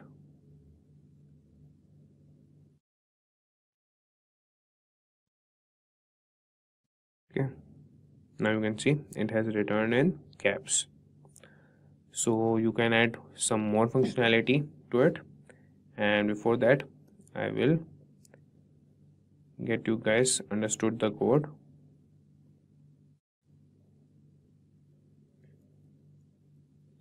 So now we'll see what does this code do. So first we have imported the necessary modules, that is the classes from the Python Telegram bot library that will need to create our bot. So Telegram contains the main bot class, while updater, command handler, message handler, and filters are classes that we use to handle incoming updates and messages from Telegram. Okay, now these are like we have created an instance of the bot class that is using our Telegram bot API token, as well as an updater instance that will continuously fetch new updates from Telegram and pass them to the appropriate handlers. And we have used context equal to true that tells the updater to use the new context based API introduced in version 12 of the Python Telegram bot library. And we also used a dispatcher object that will handle incoming updates. After that, we have created a start function and passed update and context. So we have defined a function that will handle the start command, and the update parameter contains information about the incoming update from Telegram, while the context parameter contains some useful methods and objects that we can use to interact with the Telegram API. In this case, we have used context.port.send_message to send a message to the chat with the ID specified by update.effective_chat.id. And after that, we have created a help function.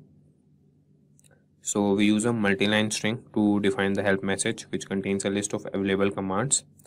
And then we have used the context.board.send_message to send the help message to the chat. And after that, we have the echo function. So we use context.arguments to get the message sent by the user after the /echo command. So to use this, we have to use the /echo, and after that we have to write the message, and then use join to join the message back together to a single string. We then we have used the context.board.send_message to send the message back to the chat. Then we have caps. So this function defines that will handle the caps command, and we have again used the context.arguments to get the message sent by the user after the /caps command. and then we have used the upper function to convert the message to all caps, and then we have used the context.bot.send underscore message to send the message back to the chat. Then we have unknown function, that is this function defines that will handle any command that the bot doesn't recognize. So we have used context.bot.send, so it will just say sorry. Okay, so these are the start handler, help handler, echo handler, and caps handler. So these are the commands, and we have added the add handler. And to start the bot, we have used update.start underscore polling. So this is how we have created the bot with the help of Python and ChatGPT. So we are done with the project. You can add more functionalities also to the bot. You can just ask ChatGPT to get more functionalities, to play music in the Telegram bot, or you could just ask him how to send messages to a particular user by the bot only. And you could also send media files, ask the media files from the bot, and you can train a fully bot by the help of ChatGPT, and this is called ChatGPT scripting. So with the help of ChatGPT, you can just ask him and he will guide you with all the code and processes. You just have to make them in a sequence and use them to full of your use. So for that, first we'll open the command prompt and run the file main. For that, we'll write the command go run main.go. So this is the file that is written in the Go language, and we're gonna run with the command go run main.go. For that, you need to have Golang installed on your system. So I will guide you with all the process, but currently we are seeing the demo. So here, this command will generate a QR code that will scan with the device which we want to integrate the ChatGPT on. So we'll wait for the file to get executed, and after this we will execute the server.py file, and that will open the ChatGPT on the Firefox browser.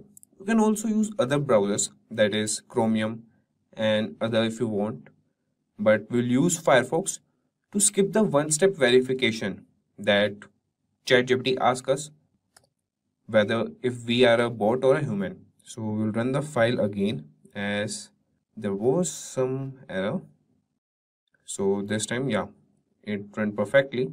Now we'll take the device and open WhatsApp on it, in which we want to integrate the ChatGPT. So I'm using one device to just capture this QR code. So this is the device, and you can see that my device has captured this QR code, and you can see here that WhatsApp MEOW, it has been activated. So now we'll run another file, that is server.py file, and that is the Python file. For that, we'll open the command prompt again, and that would be another command prompt. And to run that file, we'll write the command python server.py. And you can see in the Firefox browser, ChatGPT has opened, and I have logged in already, so it didn't ask me to log in again.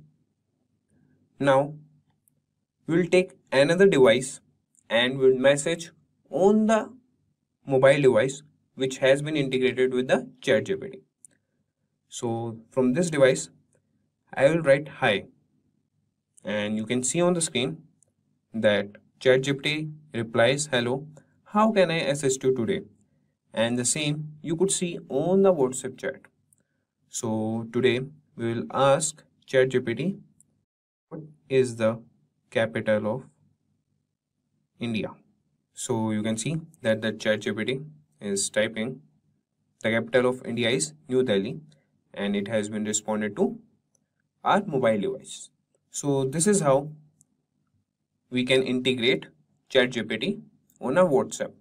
And this would be the simple tutorial. In this, you don't need to code any, there would be another tutorial if you know what's behind the code or what behind the integration part. So you could watch that video and know how we have integrated. But in this tutorial, I will guide you with how to download the files and how to run the files and how you can integrate ChatGPT on your device. To start integrating ChatGPT on our device.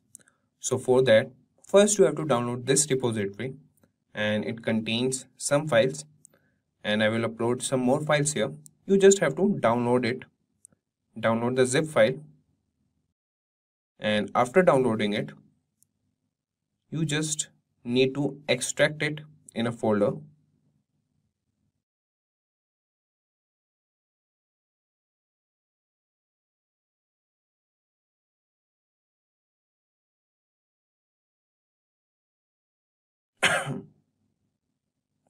So we'll extract in C drive in Python projects. Mainly we create the folder here only. So here we'll create a folder. Okay, integrate ChatGPT in WhatsApp main or right, integrate ChatGPT. That's it. So inside this folder we'll extract the files and I think it's been done. So we'll just visit C drive, Python projects, and inside it we have integrate ChatGPT and we have these two files. So to run these two files, what you need is you need Python installed on your system and Golang installed on your system. So I hope you guys know how to install Python and Golang. If you don't, I will just give you a quick tutorial. So to download the Python, you just need to visit the python.org website and move to the download section and you will see the download the latest version for Windows. You just need to click that and the download will start for you. The package has been downloaded. So I will provide you the link on how to download the Python in the description box and also the link for the GitHub repository. So you don't have to search it anywhere. Also you can search it on the browser. Just write integrate ChatGPT in WhatsApp and Abhisar Ahuja. You will get the GitHub link and just write GitHub also in the search bar. You will just redirect it to this. And now you have downloaded the Python. So just open the exe file and start with the installation. So you can choose add python.exe to path. You can choose that and customize installation and just tick on the Python test suite and the next you can add the Python to environment variables. So you have to tick both these options and then you will click on the install. As I have already installed it, so I won't need to install it again. You just need to click on the install button and here you will get the Python installed. Okay. And the other thing you need is Go language. So to download it, you have to go you have to go to its official website and go to the download section. And here you will see the Microsoft Windows. As I am working on the Windows operating system, so I will download for the Windows. I've already downloaded and installed it. So you guys can download it and I will show you. Like this is simple how to install Golang. You don't need to add anything. So it's been downloaded.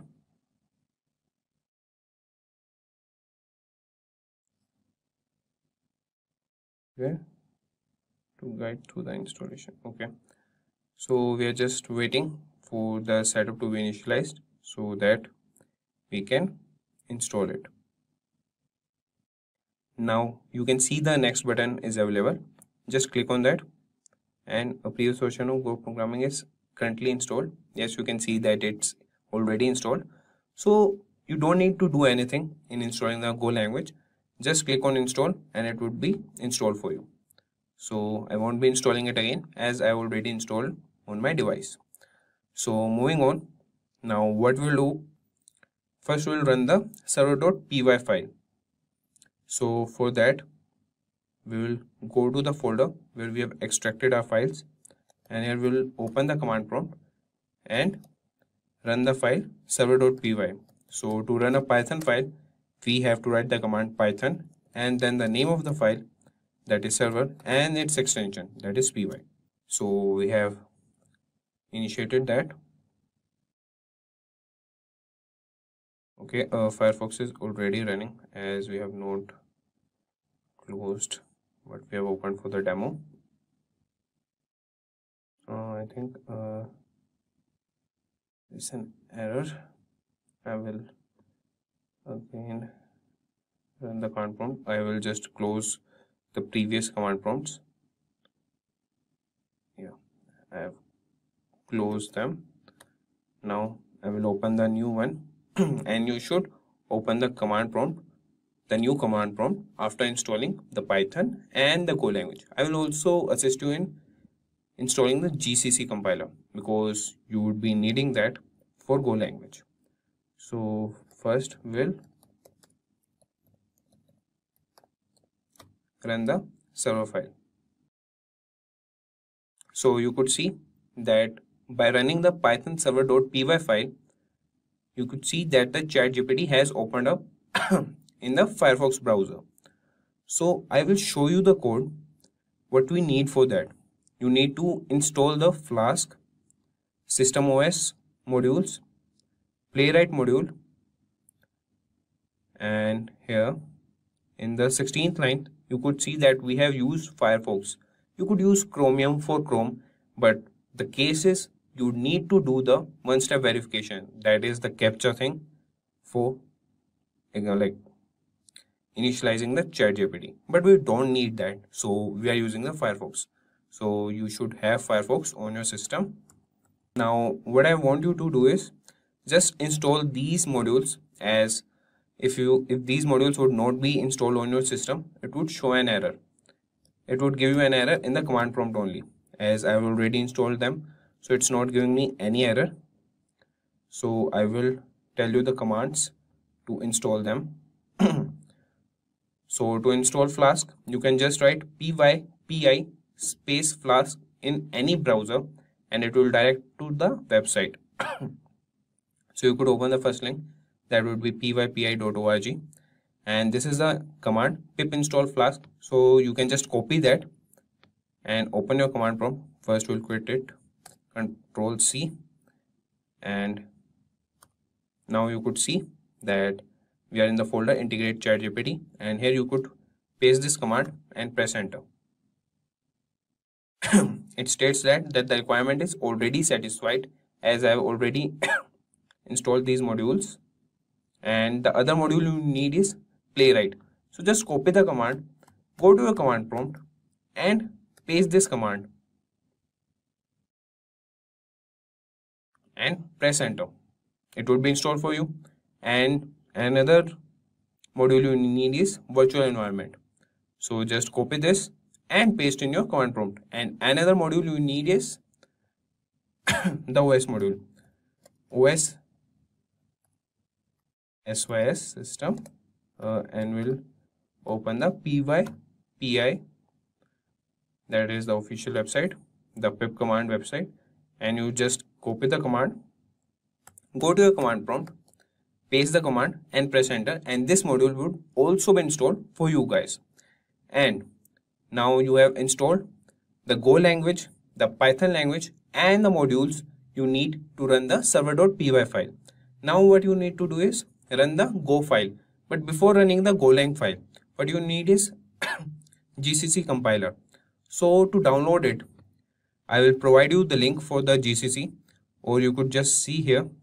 I'll provide you the link in the description box below. You could just click on that. You would be redirected to this page. Just click on this release, that was 24th May. And what you need to download is this 64 plus 32-bit. Just download it. And as it gets downloaded, just open it and click on the create button, and after that the second option, then next, and the directory you want to install in. As I already installed this, I will choose the C directory only.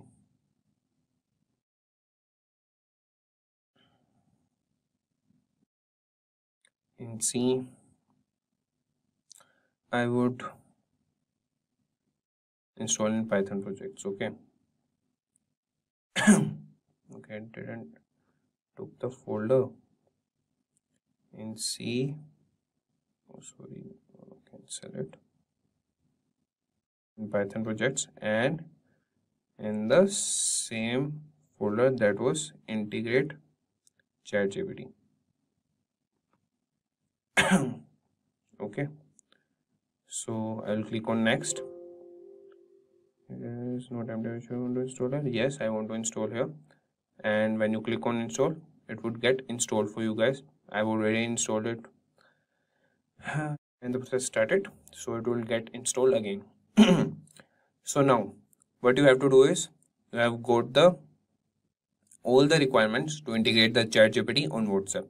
That is all the modules for the server.py file and the main.go file. For that you have installed the Go language and the GCC compiler. So you could run both the files, and for that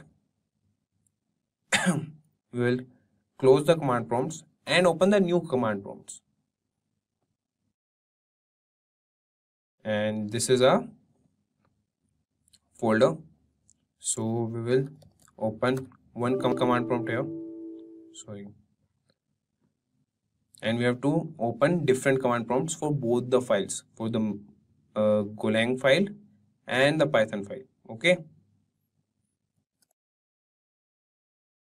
So we will open the command prompt here, and now to run the Golang file, we need to write the command go space run space the name of the file and the extension, that is main.go, and we have executed the file, and this file will provide us with a QR code, and we'll scan this QR code from our first device in which we want to integrate the ChatGPT. And before that, we will run our another file, that is server.py file, and for that we'll open another command prompt and to run this command, to run this file, we'll write the command python space the name of the file, that is server, and the extension .py. So we'll see whether a QR code is generated or not, and I can see that it's been linked to the previous device as we have done in the demo, so we haven't logged it out. So I will check with the device. Yeah, it's been active, so I will just log out from that device and run it again.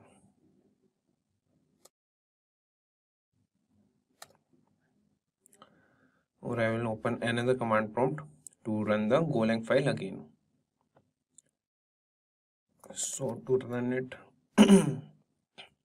we'll open the command prompt and write the command cmd for that, and here we'll write the command to run the Go file,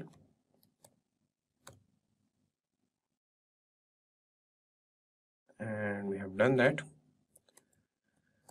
And if we see the server.py file, yeah, it has been perfectly executed, but we are not able to. Yeah, our ChatGPT is running fine. Now what we have to do is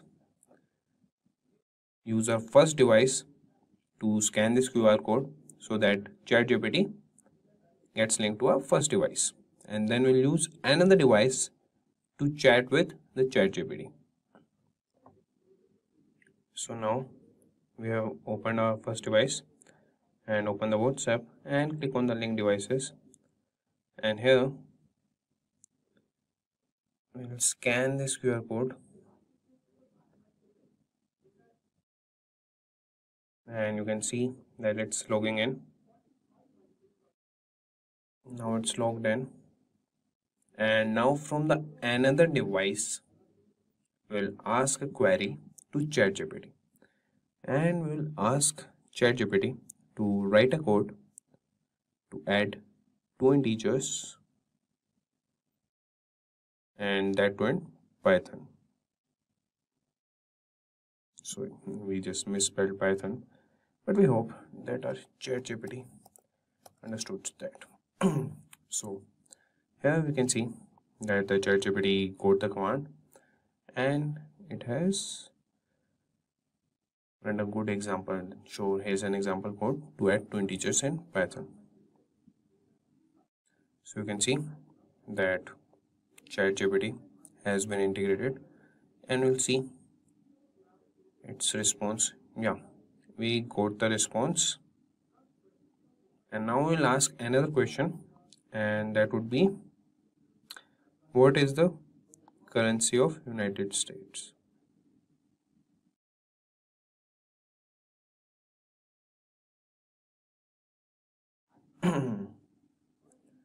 Let's see what it responds. The currency of United States is the United States dollar. It is the most commonly used currency in international transaction and is the world's primary reserve currency. So we can see that till it writes all the lines or sentences, it's been executed on the browser, and after it completes or it stops generating the answer, it sends it to the WhatsApp chat. So here we are done with the project. Now you guys have understood how to integrate ChatGPT with WhatsApp, and what you have done is we have downloaded the repository and we have to extract all the files that are present in the repository. I will update all the files. You just have to extract them into a folder and then run the main.go file and the server.py file. And before executing these files, you need to have Golang and Python installed on your system. And for the Python, you need some modules that we have seen. That is the Playwright module, the Flask module, the OS system module, and the virtual environment module. So we have seen how to install them. And when you will just execute the file on the command prompt, you would get errors if these files or modules are not installed on your system. And for Golang, we have installed the GCC compiler. And after installing all these requirements, then you have to just run both the files. And when you run the Golang file, you will get the QR code. Just scan it with your device on which you want to integrate the ChatGPT. And after that, from any device, you can just message on that number on which you have integrated the ChatGPT, and the ChatGPT would answer all your queries. We are gonna automate WhatsApp using Python by PivotKit library and with the help of ChatGPT. And before starting, I have a quiz question for you guys. And your question is, how much did Meta, that is formerly Facebook, spend to acquire WhatsApp in 2014? And your options are, your first option is $10 billion, second option is $19 billion, third option is $20 billion, and the fourth option is $21 billion. Please answer in the comment section below and we'll update the correct answer in the pinned comment. You can pause the video, give it a thought, and answer in the comment section. So moving on, now we'll move to create a project. So first we will create a folder for a project, and for that we will create a folder in Python projects.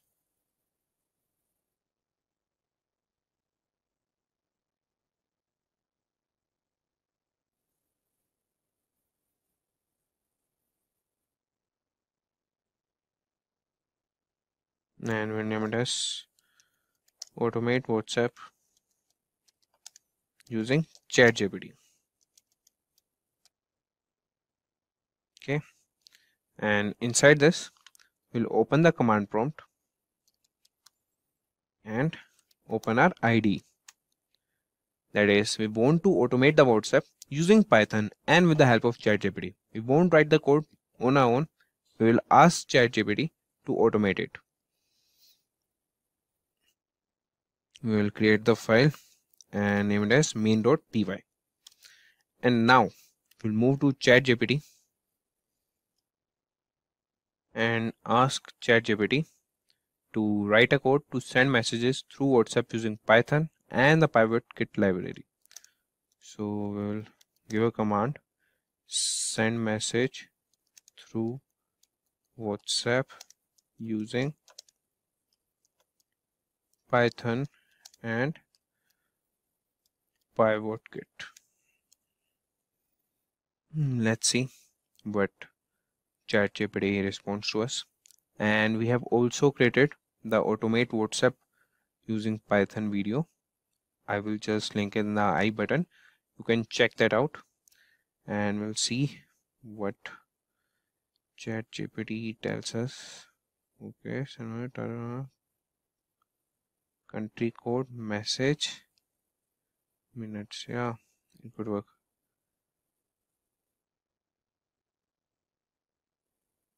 And first you need to install the PivotKit library by running pip install PivotKit in your terminal or command prompt. Okay, replace target phone number with the target phone number you want to send the message to, country code with the country code of the target phone number, message with the message you want to send, hour with the hour in 24-hour format and you want to send message, and minute with the minute you want to send the message. Okay, for example, yeah. Okay, got it. So we'll copy this code and paste in our IDE. But before that, first you need to install the PivotKit library, and for that you can go to the command prompt and write the command pip space install space PivotKit and press enter.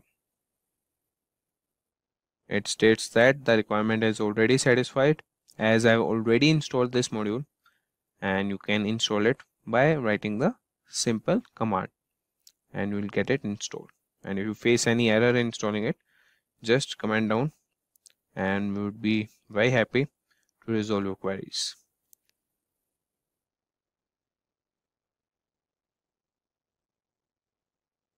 Okay, so as ChatGPT states, we'll just enter the things it wants from us. So it's asking the target phone number and the country code without plus sign. Okay,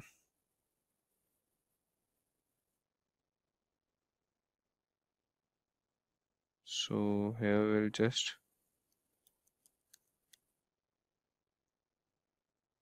write all the things, but as you can see, it has also given us an example to see and work on the code.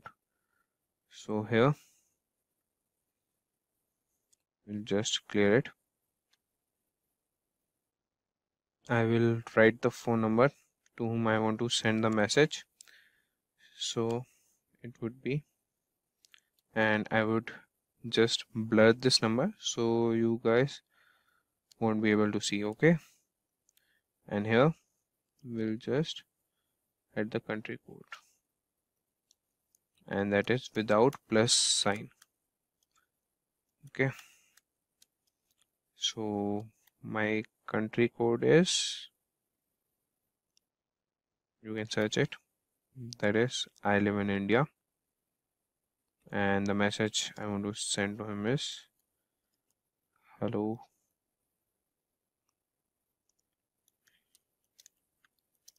how are you? And now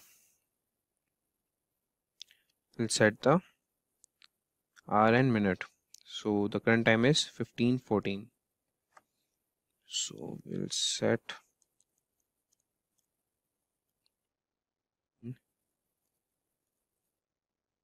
16. Okay, we'll save this and run it.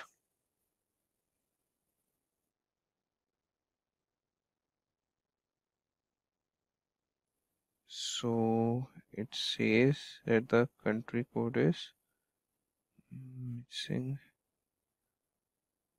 So we'll just copy the error and give it to ChatGPT, as we are taking the help of ChatGPT in this video.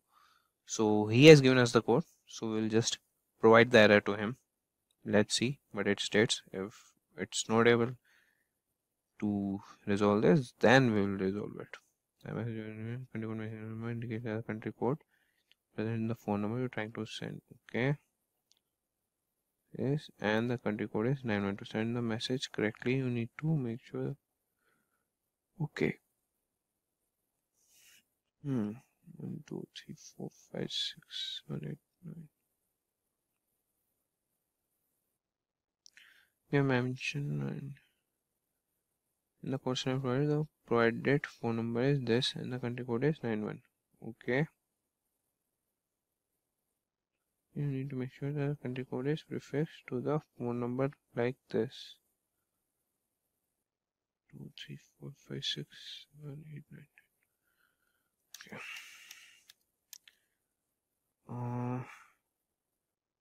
Okay, we don't have to make it a string. Yeah, now we'll run it again.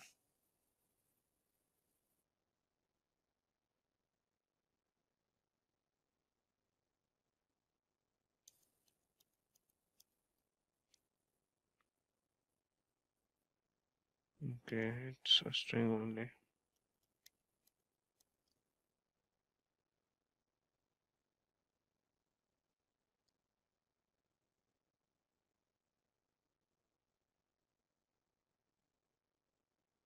So I will write the phone number again. It is 1, 5, 3, 6.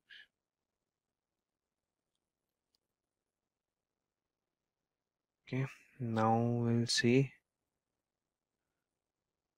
And what I will do, I will write the country code here. We'll save this, and the time is 15:17 now. So we'll just turn it to 15:18. Save this and run it.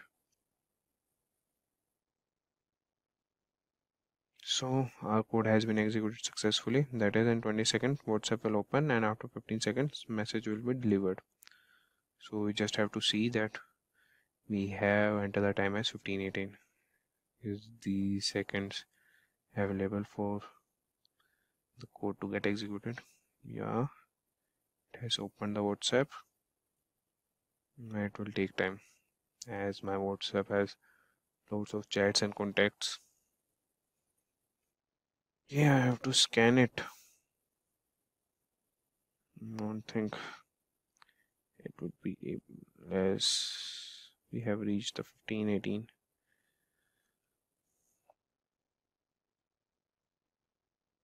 Yeah, I've scanned it. Let's see if it will deliver the message or not. Else we have to change the time.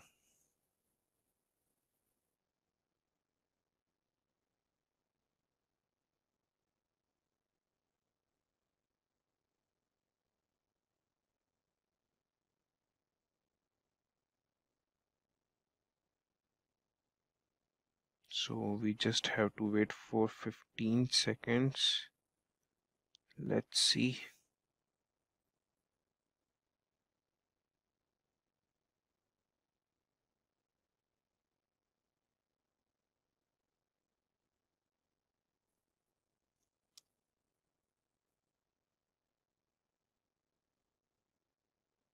Okay. Just stop the terminal and run it again for 15:21. So we'll save this and run it again. So it states that in 85 seconds WhatsApp will open and after 15 seconds message will be delivered. So we'll get fast forwarded here.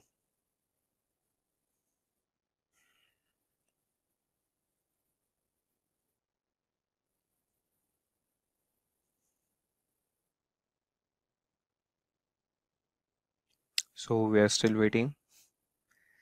Let's see when it will open the WhatsApp.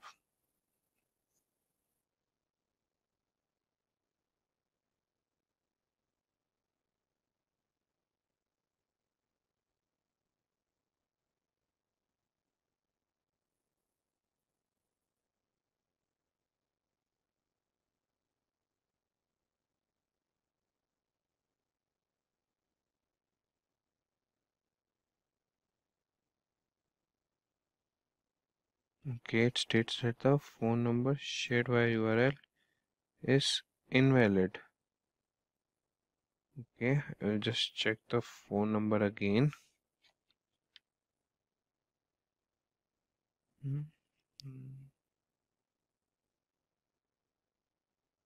Okay, I entered the wrong phone number.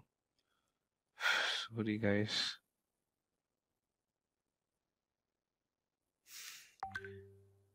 So I will just update the time again, and it would be 15:22.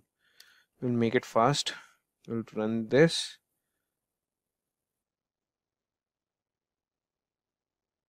Okay, it says that the call time must be greater than. So we'll write 15:23. Save it.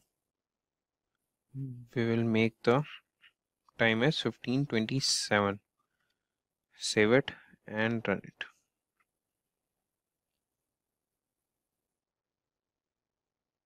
Okay, it states that in 40 seconds WhatsApp will open, and after 15 seconds message will be delivered. It has opened the WhatsApp.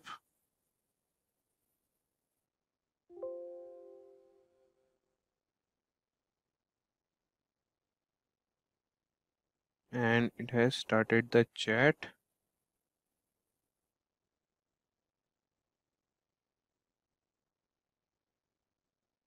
Okay, it has written the, and we have sent it to hello, how are you? That's good.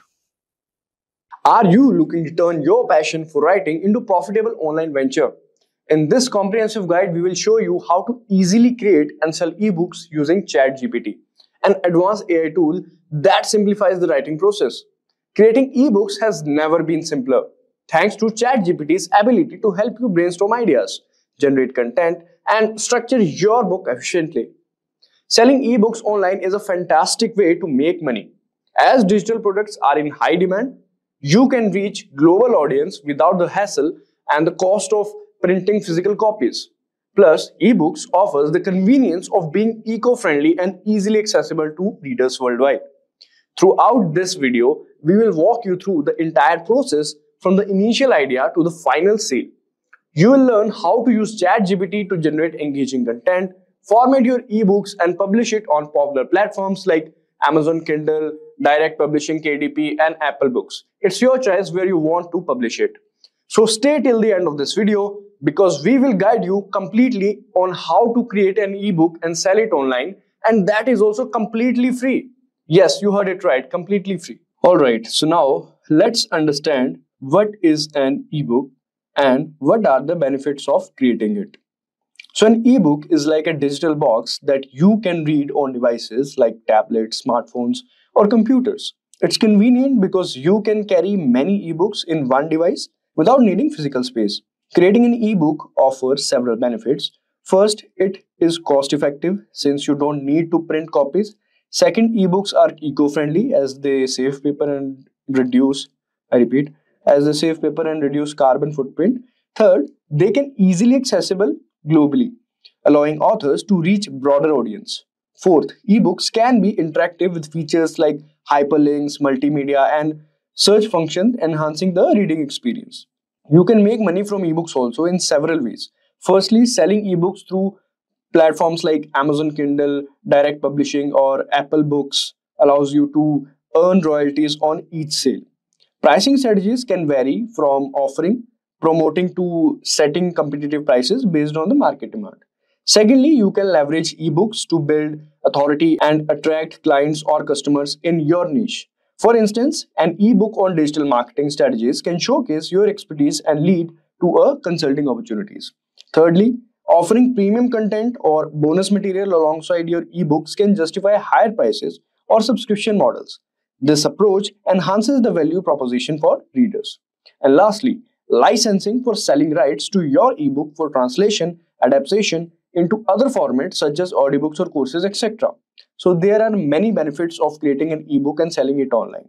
It is primarily used for money making, also to get aware for, I repeat, also it is used for the awareness of if you're launching a product, people use ebooks to firstly show the demo of what that product is. So you can use the ebook in many ways. So in this video, let's understand how to create ebook. For that, let's move on to the browser and understand. Alright, so now this is our browser. Now let's understand how to create the content of ebook using ChatGPT, which is our AI tool. So we'll go to ChatGPT. So now here we will be writing a prompt to write the content of ebook. Now it's up to you on which content you want to write it. It can be in your domain also, and it can be something in which you have the interest, you have the passion, and you are good at it. For example, let's say somebody is good at the knowledge regarding cars or regarding bikes or regarding anything. He or she must have the value to provide to the audiences. That content he should write the ebook on. For example, so let's take an example, like I'm writing an ebook on how to make money online, right? So what should I write? So I'll start with writing the prompt. Just a second. There we go. Write an ebook for titled How to Make Money Online, featuring the AI generated images for each chapter. This ebook will contain 8 pages and 6 chapters divided into 6 chapters.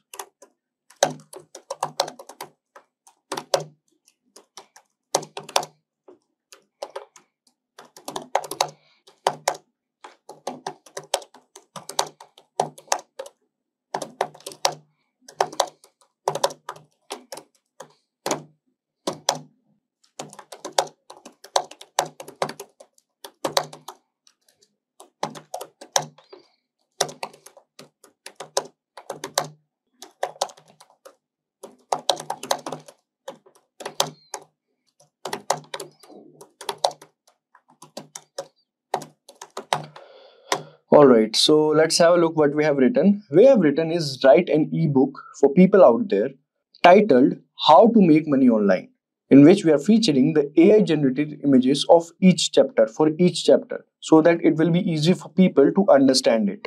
Now this ebook will contain 8 pages. So I've instructed ChatGPT to create 8 pages divided into 6 chapters. Each chapter will be explained in human-like manner and long paragraphs. It should be long paragraphs. Also use AI generated images in between the chapter for the better explanation. So let's see what the result it gives us. Alright. Chapter 1 is freelancing. And we can see it is not able to generate the images. We'll do something about it, definitely. Blogging and content creation, online surveys and market research, selling products online, affiliate marketing, online tutoring and courses. So 6 chapters are there. All right. So ChatGPT has given us all the chapters that we have asked ChatGPT for. Now we wanted the images also, like AI generated images also. So let's write a prompt for it as we are not able to see the images.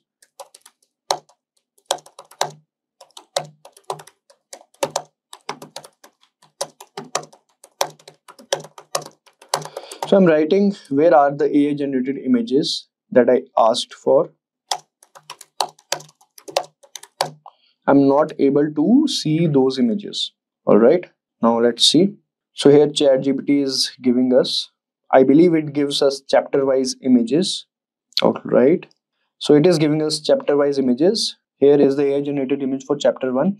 Freelancing. Let's proceed with generating image for the remaining chapters. So all right. So it is showcasing the freelancing. People are doing freelancing and online service and market research.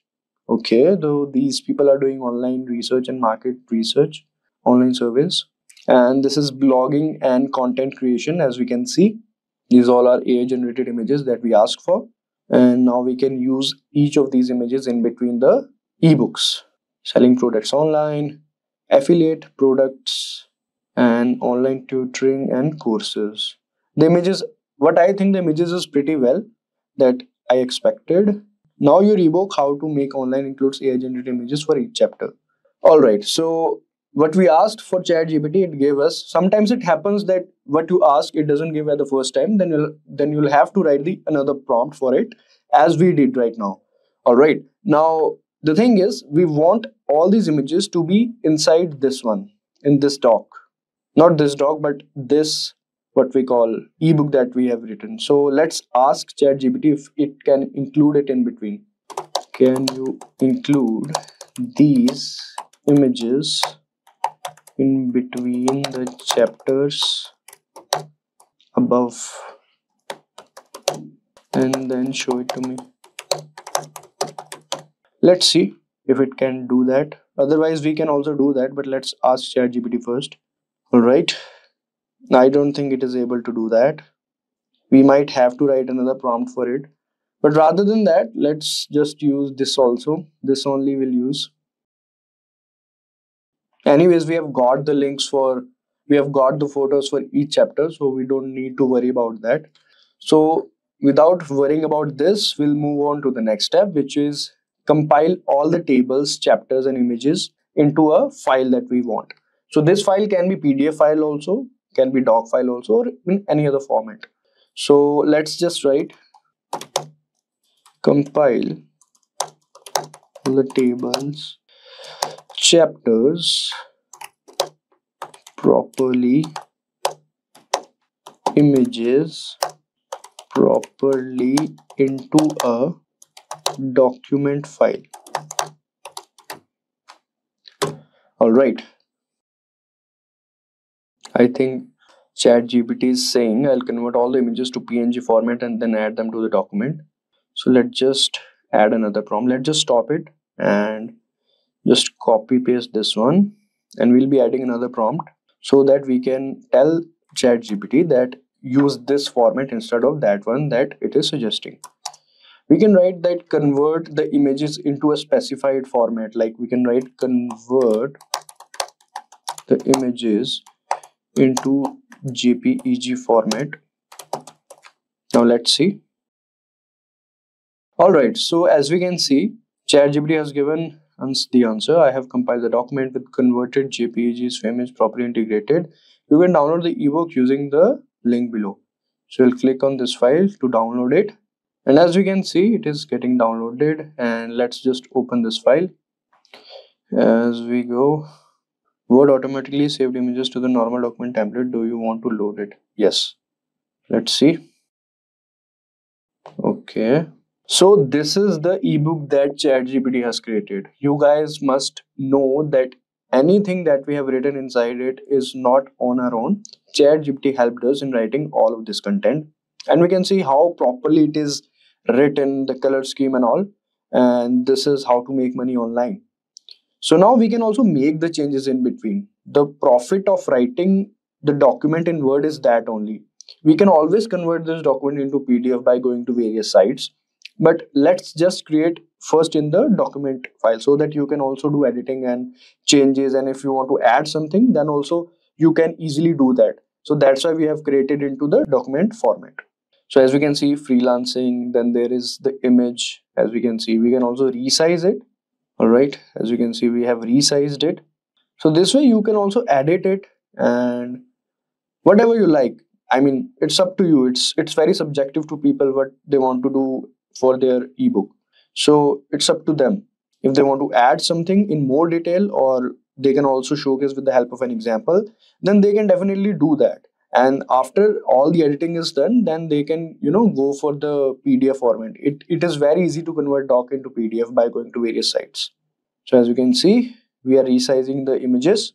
And according to me, the images are well.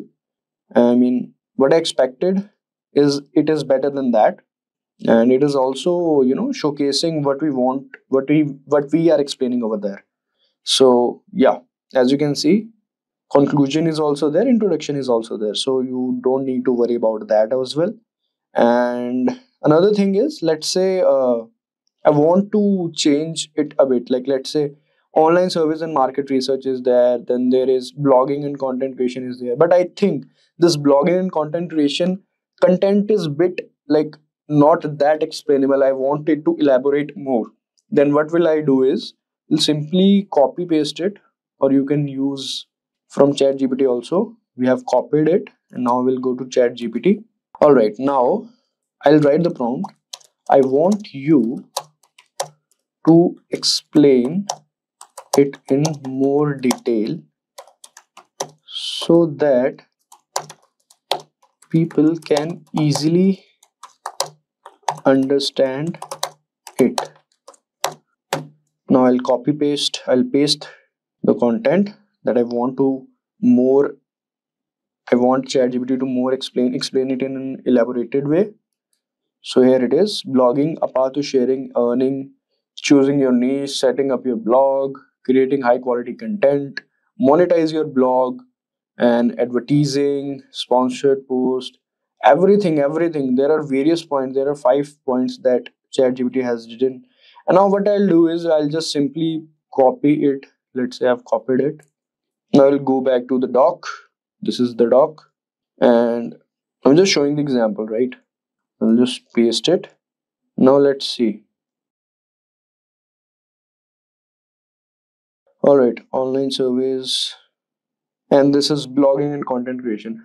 So automatically, as we can see, number of points we have written, and this is the link that it has added. And basically, we got the format. Basically, all these things are done. So we don't need to worry about that. Even we want to make any changes, it is very easy to do that, as we have just saw. Now the next thing that we want to focus on is the mockup or the cover photo or the mockup photos. For that, basically we want to market this digital product, this ebook. We want to market it. So what we'll do is we'll have to create a cover or mockup.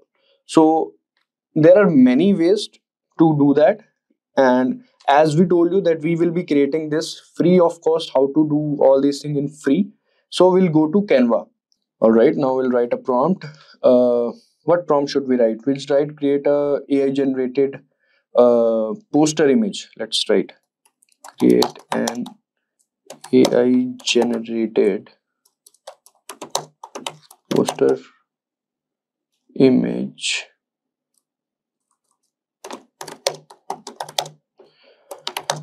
for ebook that I can use as a cover for it.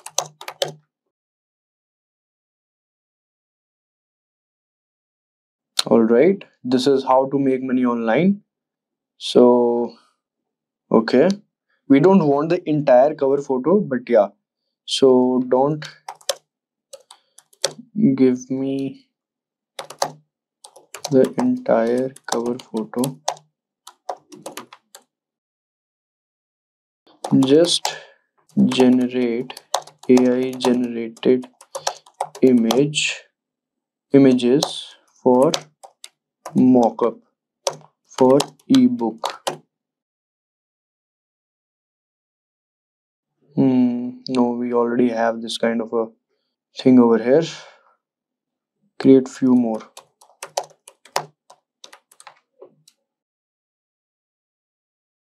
Only create image and not the background. Just creating some more images. Let's wait for those.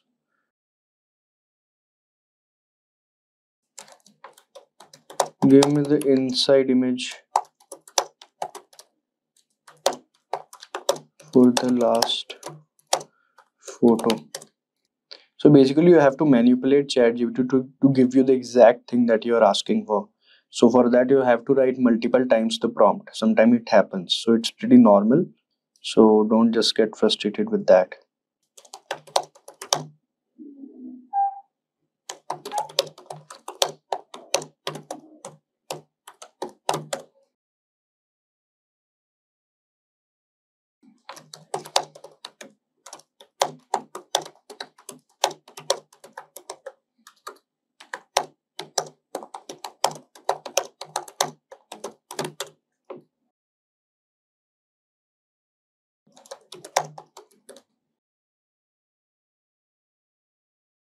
I think this one is better. Anyways, it is not getting us what we want. Can you convert this?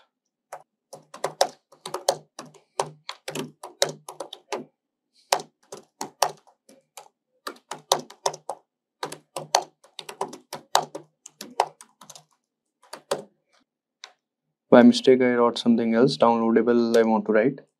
I think it is converting it. Alright, so to create a mockup, now what we'll do is, we'll basically go to the mockups. Here we can see, this is the template, this is apps. Inside apps, we'll go to mockups. As we can see, we'll click on this. Now we have to select the mockup we want to create.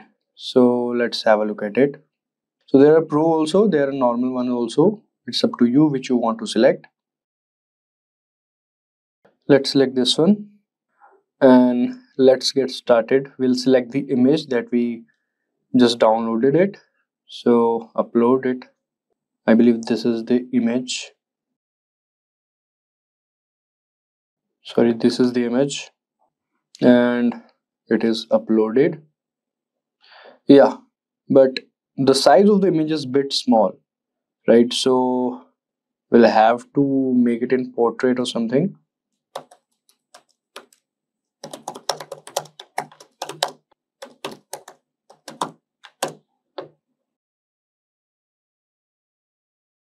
Let's see if something is there. Code interpreter session expired. I believe we'll have to create another one.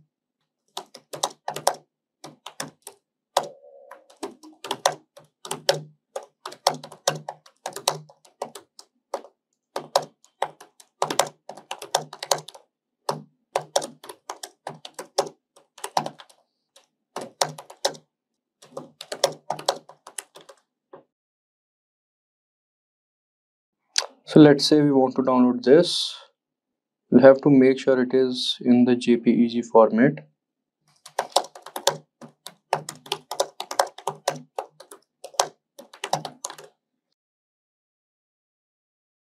So it is downloaded. Now we'll go over here and delete this one. Select, upload. I believe this will fit. Let's see. Yeah, it is looking bit good than the previous one. And let's see, save mockup. So this is how you can create a mockup for your digital product, your digital ebook, and then you can easily download it. So once you have downloaded it, you can put it into use. Now the next thing is how you can market it. That is the next challenge. For that, you have to go to the free websites that lets you to upload all your ebooks and sell it. There are many websites, some are paid and some are free also. But before moving there, let me tell you guys, the version of ChatGPT that I'm using is ChatGPT 4. You can also do the same thing with ChatGPT 3.5 also, but it doesn't give you the feature of downloading all these images or whatsoever you want. So for that, you don't have to worry. All you have to go is to go on Canva and we click on it. And now here you can see there are many things. Now the first thing you'll do is you have to get the ebook template. So you'll search for ebook and you can select the ebook template whatsoever you want. You can select as per your choice. For example, let's see this one. This one is free. So you can customize this template and then you can copy paste from ChatGPT, as ChatGPT 3.5 doesn't give you the feature to download all these things. So all you have to do is just copy all the content that we previously done and just paste it over here. And you can also add page or something like that. So it is very easy. You can edit this. So it will be easy for you and then you can download it. So you don't have to worry if you don't have the paid version of ChatGPT. You can easily do that with the help of Canva. So you don't have to worry about that. Now coming to the part where we were explaining how to market it, how to sell it and where to sell it basically. So for that, we'll go to a site, InstaMojo. So it allows you to, create your own digital product and sell it free of cost. So for that, we'll log in. It's pretty simple. And so once we have logged in, so we have to fill up the details. So basic details, it is very easy. You can easily fill up the details. As it is showing, payment collection is not enabled on your account. So I'm showing you the demo of it. So that's why I have not done that. But it is very easy and it's free of cost. So it is very easy for you guys as well. So once you have done the sign up and all, as you can see, shortcuts, add a product, digital file, event ticket, manage store categories. There are many things. Not only ebooks you can market over here, there are many things you can do, right? So for that, what we'll do is we'll go to add a product, digital file. So our digital product is our ebook. For that, we have created a mockup that we have downloaded it from Canva, this one. So now we have this option of adding a product. So you can see I'm a coffee, like this you can do. You can set the price and you can put in the account details. So people who are interested in can easily buy the product from you. So it is very easy, and it is also showing physical product, digital file, event tickets, others. So as we know, in digital file, it is showing ebooks, digital art, software, or any file that can be downloadable. So we'll click on this, and then you can easily upload the file. So once we have uploaded, then we can here add the image, product image, that is our mockup that we have curated. All right, so now it is done. And once you have uploaded that, you can also product video. YouTube videos are only available on the growth plan. Then the title of it, the description of it, the price that you want to sell it for, the fixed price, and discounted price, that is optional, and limit the number of downloads per buyer. So you can easily do all these things. It is very easy. You don't have to worry about that. And all these features are there. Then in the end, you can just market it. So using ChatGPT, you can easily create money. And we have showcased this with the help of a fine example. All you have to do is to just implement the things that I suggested you on your own. And you have to add the account details that I can't do. You have to do it yourself on the InstaMojo, where you can freely do that.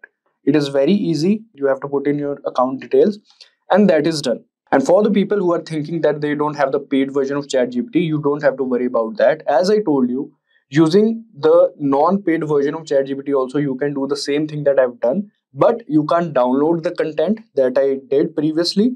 For that, you can just copy paste the content and put it into the Canva. So Canva has this template of ebook. All you have to do is just paste it over there and then download it from there. And I have also shown you how to create mockups and all. So you don't have to worry. All the things are there available for you. All you have to do is just put in the work and do what you want to do. Thanks for joining our ChatGPT full course. We hope you found it helpful and excited to use your new skills. If you have any questions or feedback, drop a comment below. Don't forget to like, share, and subscribe for more content. See you in the next course. Till then, keep learning and innovating. Staying ahead in your career requires continuous learning and upskilling. Whether you're a student aiming to learn today's top skills or a working professional looking to advance your career, we've got you covered. Explore our impressive catalog of certification programs in cutting-edge domains, including data science, cloud computing, cybersecurity, AI, machine learning, or digital marketing, and set yourself on the path to career success. Click the link in the description to know more.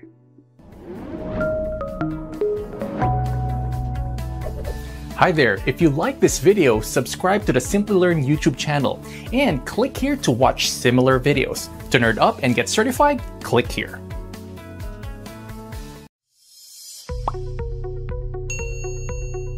Welcome to Simplilearn's ChatGPT full course. In today's world, AI is becoming the most important than ever, and ChatGPT is one of the most coolest tools in this field. As more businesses use AI for things like customer service, writing content, and automating tasks, the need for people who know how to use ChatGPT is growing very fast. In this course,